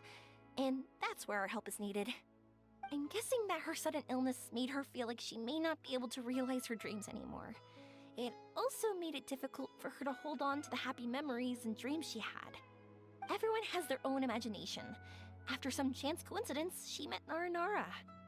So as long as we help her rediscover that same feeling she once had, her Aranara will return naturally. oh, so that's what you're thinking. Adults only want to believe in objective reality. In doing so, they may unintentionally do harm to the innocent fantasies of children. But I think there are ways to get even subjective things back. So, how about it? Want to help me out? Looks like all this excitement made you forget your original goal again. If we didn't do anything to help, I wouldn't be able to watch a meteor shower, even if it appeared right now. And would the stars really want their caller to have such a heartless soul? Don't worry. I don't doubt your reasoning. It's just... What are you trying to say? Because we can actually summon the Aranara. I'll apologize to them later. Really? Just watch. We have some tricks up our sleeves.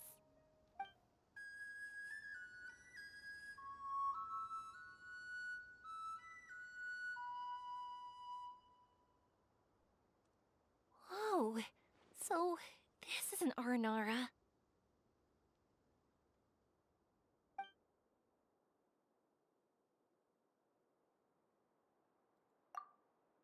Oh, it doesn't have a voice!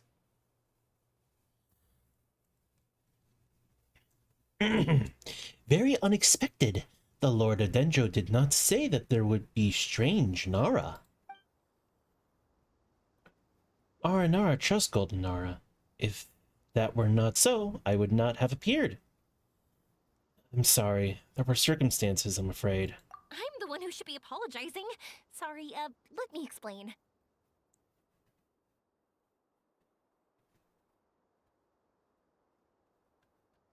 I know that you only want to be seen by people you trust. It's rash of me to butt in. But this girl once had an Aranara as her best friend, and they haven't met in a very long time.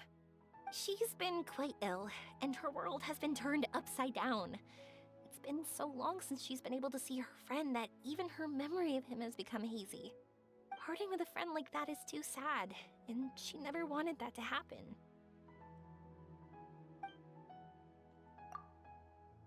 I remember Nara Aveen and Arashani. All Nara grow up, and when they do, they will say goodbye to their young selves. All Nara want to prepare for that, but the truth is, very few succeed. That's why I want to help her. Her world is still very small. Too small for all the sadness she has to bear. As things are, all she can do is sit alone and think about how happiness is leaving her little by little. About how life has been so unfair to her. I understand. Her world is very small, so disappointment is very large. Yes. Maybe we're already used to bad luck, and we know how to deal with feelings of sorrow and disappointment. But this is her first time dealing with any of this. Life can trip anyone up. What's most important in times like this is for us to support one another. It seems that Red Nara has not yet grown up. Huh? What do you mean by that? Time is very important to Nara. Nara walk with time. They remember much, and they forget much. But Red Nara is different. You know how young Nara think. The warmth in your heart is very pure, and is fierce like the sun. I believe you are trustworthy, Nara. So, that means... I can bring you to see Arashani. Thank you! Thanks for trusting us. Arashani is in Ma Forest, but Nara Avi might not be able to see Arashani unless she is prepared. It is not very it's not complicit or difficult, though. Let me lead the way.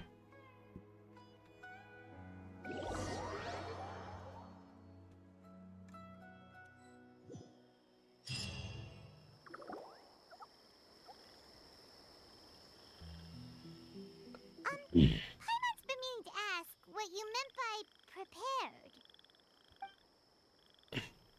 Nara Aveen has not completely remembered. Memories and dreams are both necessary. Dreams? But I'll never be able to stand again.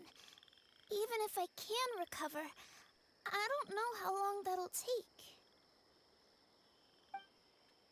Such worries are not needed here. Nara Aveen, you must remember, dreams are connected to your heart, not your body. My heart? I led you this far, but now Nara Aveen must find her precious thing by herself. Huh? He's gone just like that? It looks like the sky here has changed somewhat. My heart.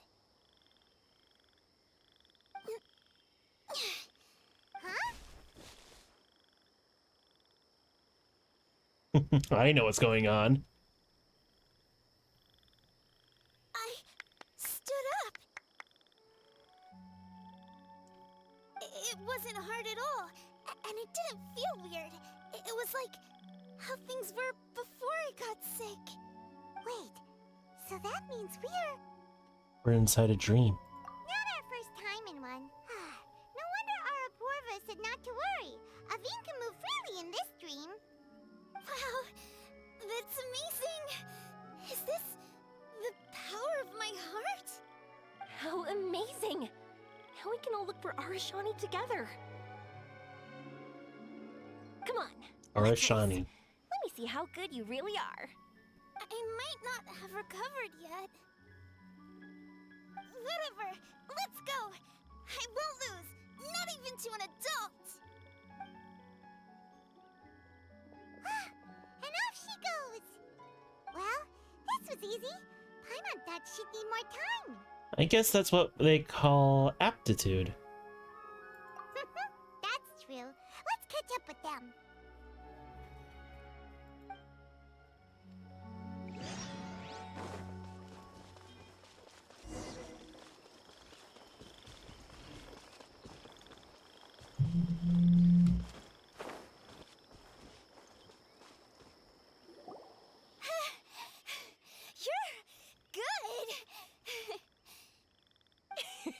If we had run any further, you would have caught up. Aveen's toe-to-toe with Yoimiya! I've outran lots of adults before. Long legs don't necessarily mean you run faster. Training's important too. I won't even be able to compete with you in a few years. Let's see. Where should we go next? Look! Something's floating up ahead! Looks like a star? Does it want us to follow it? Maybe. Let's follow it.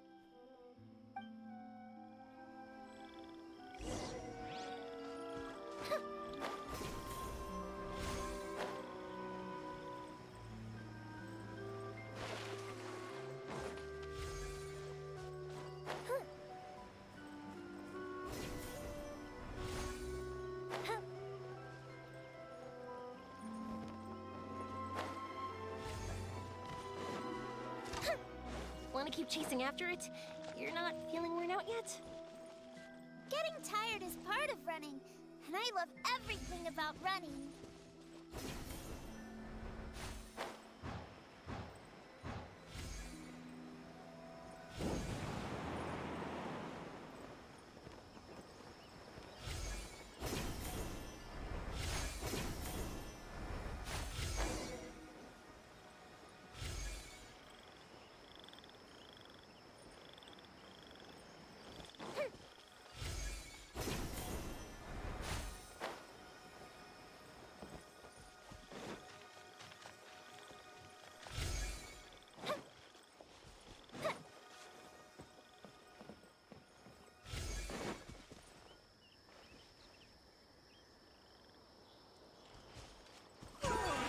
There are so many huge mushrooms here. They're big enough to lie on. That's not what they're for. Let me show you. Oh, so it's for jumping? Watch this!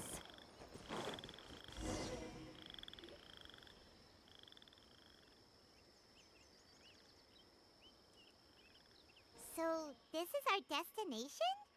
But Paimon doesn't see an Aranara, just this big stone.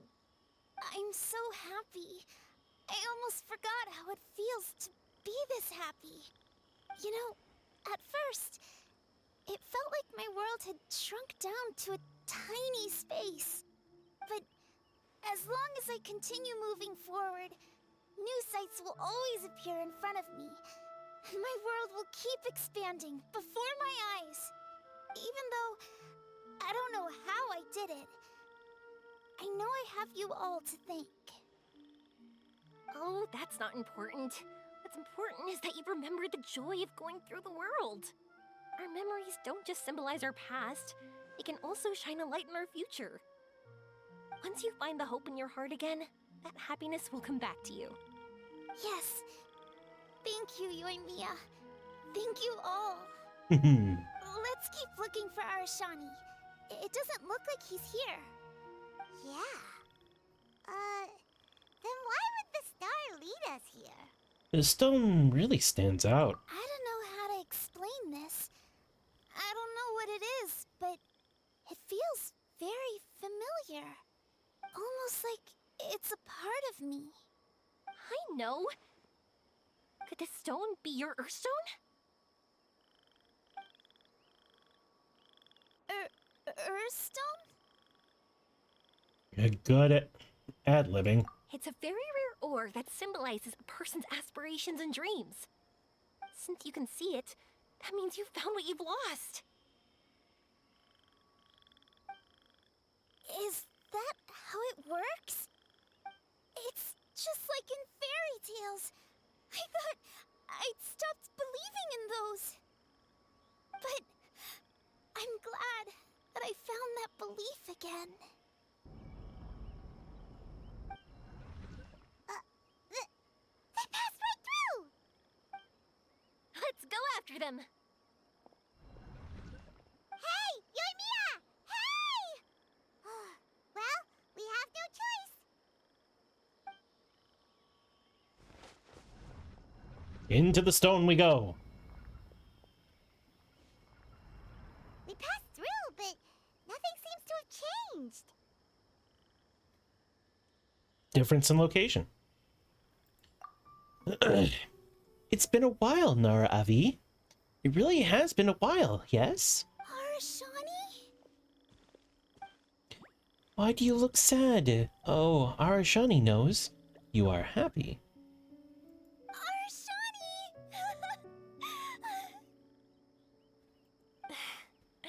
The R&R is sure of a flair for magical journeys. They not only helped Davine find her best friend, but they also showed us what an Earthstone is. Oh, we have to look for one of our own later, to make the purest lens. Yep. It's kind of funny, but Paimon thinks we can actually do it. That's an adventure for you. But we have to bring her back to Sumeru City first. Her mother must be worried sick.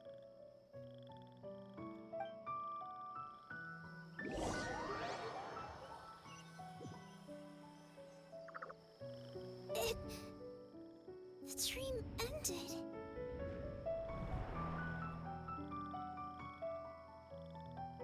We dreamed a most lovely dream.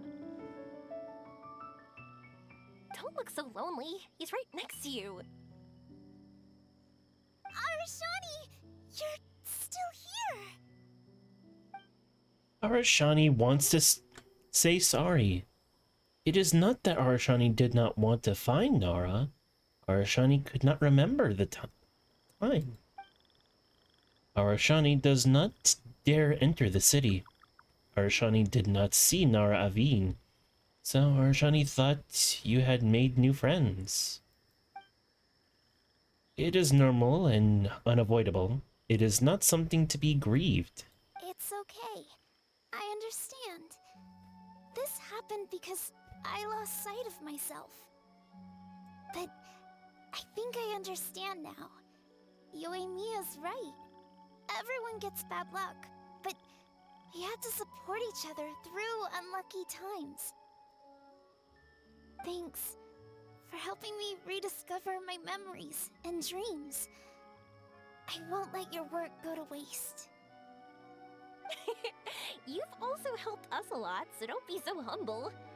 To be honest, we didn't know where to start with the Earthstone. But now that we're on this track, I think we'll find it easy.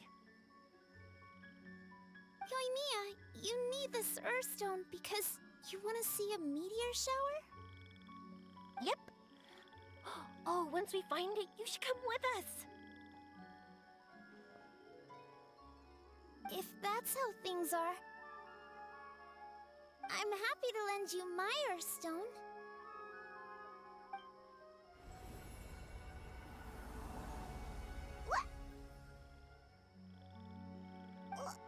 What just happened? Did you just take glasses out of your chest? I have no idea what's going on either. How'd you know we need this? I didn't. I just thought that since you helped me find my precious friend, I should help you using something precious to me. And then the light turned into this. Is this what you needed? Thank you. I didn't expect us to solve our problem like this. All right, time to give it a go. Not that I know how to use it, but let's see what my intuition says. Where are you? Where are you? Oh, I think I see it! Oh, it was, pretty obvious. Come on, I'll lead the way. Once we're done watching the meteor shower, I'll accompany you home. Also, thank you for helping us.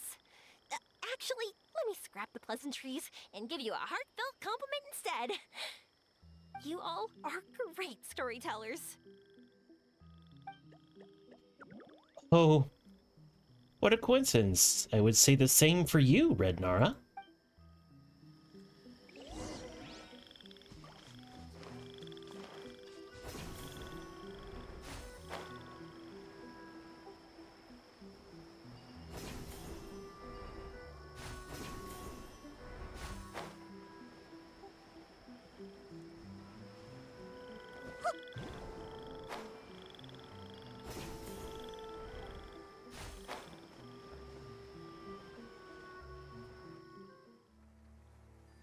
Cutscene time.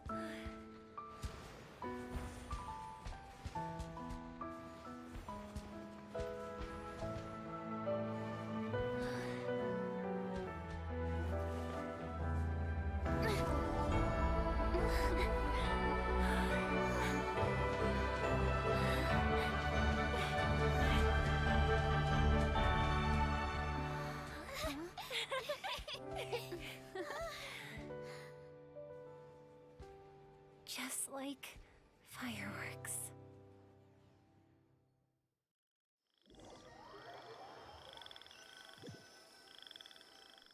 That was so sweet.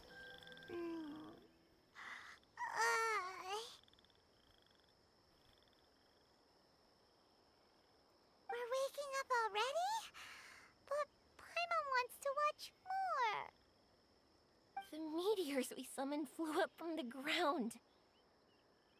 They were exactly like fireworks. I could have kept watching that forever. That was the realest, grandest, most magical dream I've ever had. Paimon too! Paimon didn't expect you to just pull us onto that shooting star, though. Honestly, I didn't think about it at all. I just thought it'd be a shame if we didn't try something crazy. You already knew that it was a dream. You know me. It really doesn't doesn't matter to me if our experience was real or a dream. I really should thank you two, though. You set all this up as a backup plan because you knew that meteor showers are hard to catch, right? Don't worry, I loved it so much. I think this ranks as the absolute best gift I've ever been given. Oh, whew. That's good. Paimon was afraid you might be angry after hearing the truth. Why would I be? I dreamed about helpful, friendly, cute Aranara. I dreamed that we ran and jumped atop large mushrooms and we discovered Earthstone in a very unexpected way. And when I thought we had woken up, the next part was even more amazing. From her heart, Avine brought forth Earthstone glasses. We found meteors that flew up from the Earth. And we even became one with the shooting stars themselves. Who's to say we've woken up? That's right. Dreams themselves may be imaginary, but they're also experiences that can never be relived or replicated. If we were sticklers about truth in fiction, we would have missed out on so much beauty and emotion. You sure know your way with words. Paimon's gonna bump you up a few places on the Paimon's best friend list. So there's a leaderboard for that. By the way, the Aranara, they don't usually Oh yeah! They're so cute! We really have to thank those lovely carvings. the wood carvings? Yeah! If we hadn't seen those wood carvings, then we wouldn't have dreamed of such cute Aranara. Huh. Yoimiya gets it. Don't worry, I know. I think they're very cute, and I'm happy to protect them. Well, it's almost time. Let's send her home. After sending Avine home, you and Yoimiya spend a few more days in Sumeru. Ruata received word of Avine's condition and implements a comprehensive treatment plan. Avine is now eagerly cooperating with her care team, and she's feeling more cheerful than ever. His day of departure comes quickly. Avine and her mother come to the wharf to send her off. Sumeru's such a nice place. I'll be back for sure. You will always be welcome here. Avine would be happy to see you again. It's a deal. I'll be waiting for you. You got it. Yoimiya, before you go back, I want to tell you about my new dream. I want to travel to Inazuma on my own and watch a fireworks show there. Wow, that's impressive. I didn't expect to be introduced to new customers while on vacation. Don't worry, I'll make you some fireworks that you'll never forget. You do as well. No matter how busy your adventures get, remember to come back to Inazuma. We'll always welcome you, no matter when you drop by. You gotta come and watch the fireworks this meteor shower inspired as they soar high in the sky. Sounds like a plan. May all your days be filled with happiness. Fireworks are for now, but friends are forever. Oh, why'd you just shout that out? It's embarrassing. Oh yeah, by the way, have a look at this. Aranara carving? That's right. This is the one you helped me pick. And you said it looked kind of like me. I went to buy another one. This one's for you. Look at it whenever you're feeling down. Who knows? Maybe it'll raise your spirits. If nothing else, you'll know that I'm supporting you all the way. Of course, meeting in person is still better. I'll treasure it. Okay, I'll be heading back now. I'm sure we'll meet again soon. I really loved the trip you prepared for me.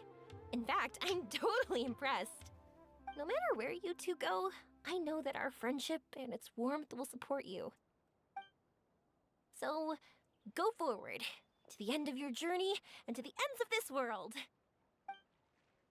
See you around.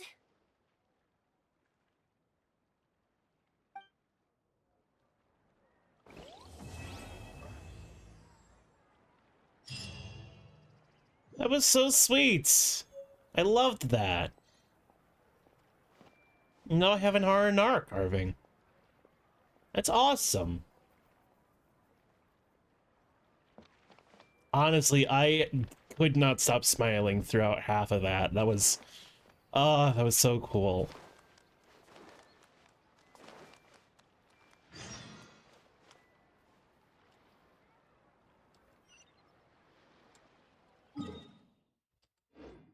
What's this? Talk to Suzanne? Oh! Random event. Weird.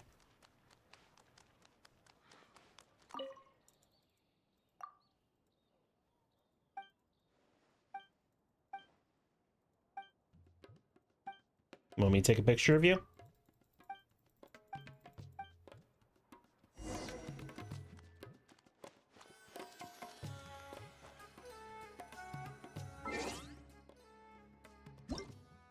Oops, wrong one.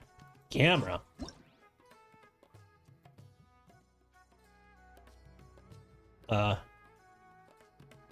Hello?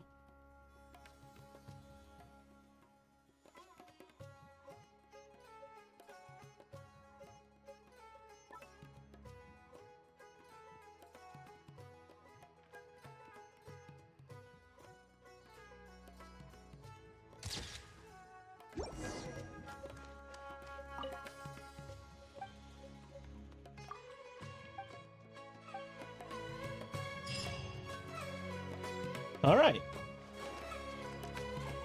Well, I think that's going to be it for tonight. We've been going for 5 hours.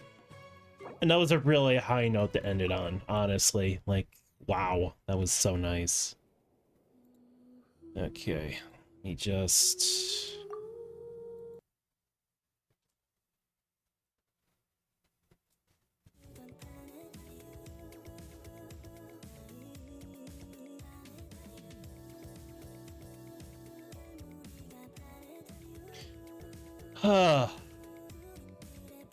well, I'm happy. Yep. Thank you so much for hanging out with me. Thank you to Bubble for chatting with me. Do appreciate you, and you have a wonderful night. And I'll be back tomorrow with something special, a new game that I'm really looking forward to playing. But until then, keep being awesome, guys. See ya.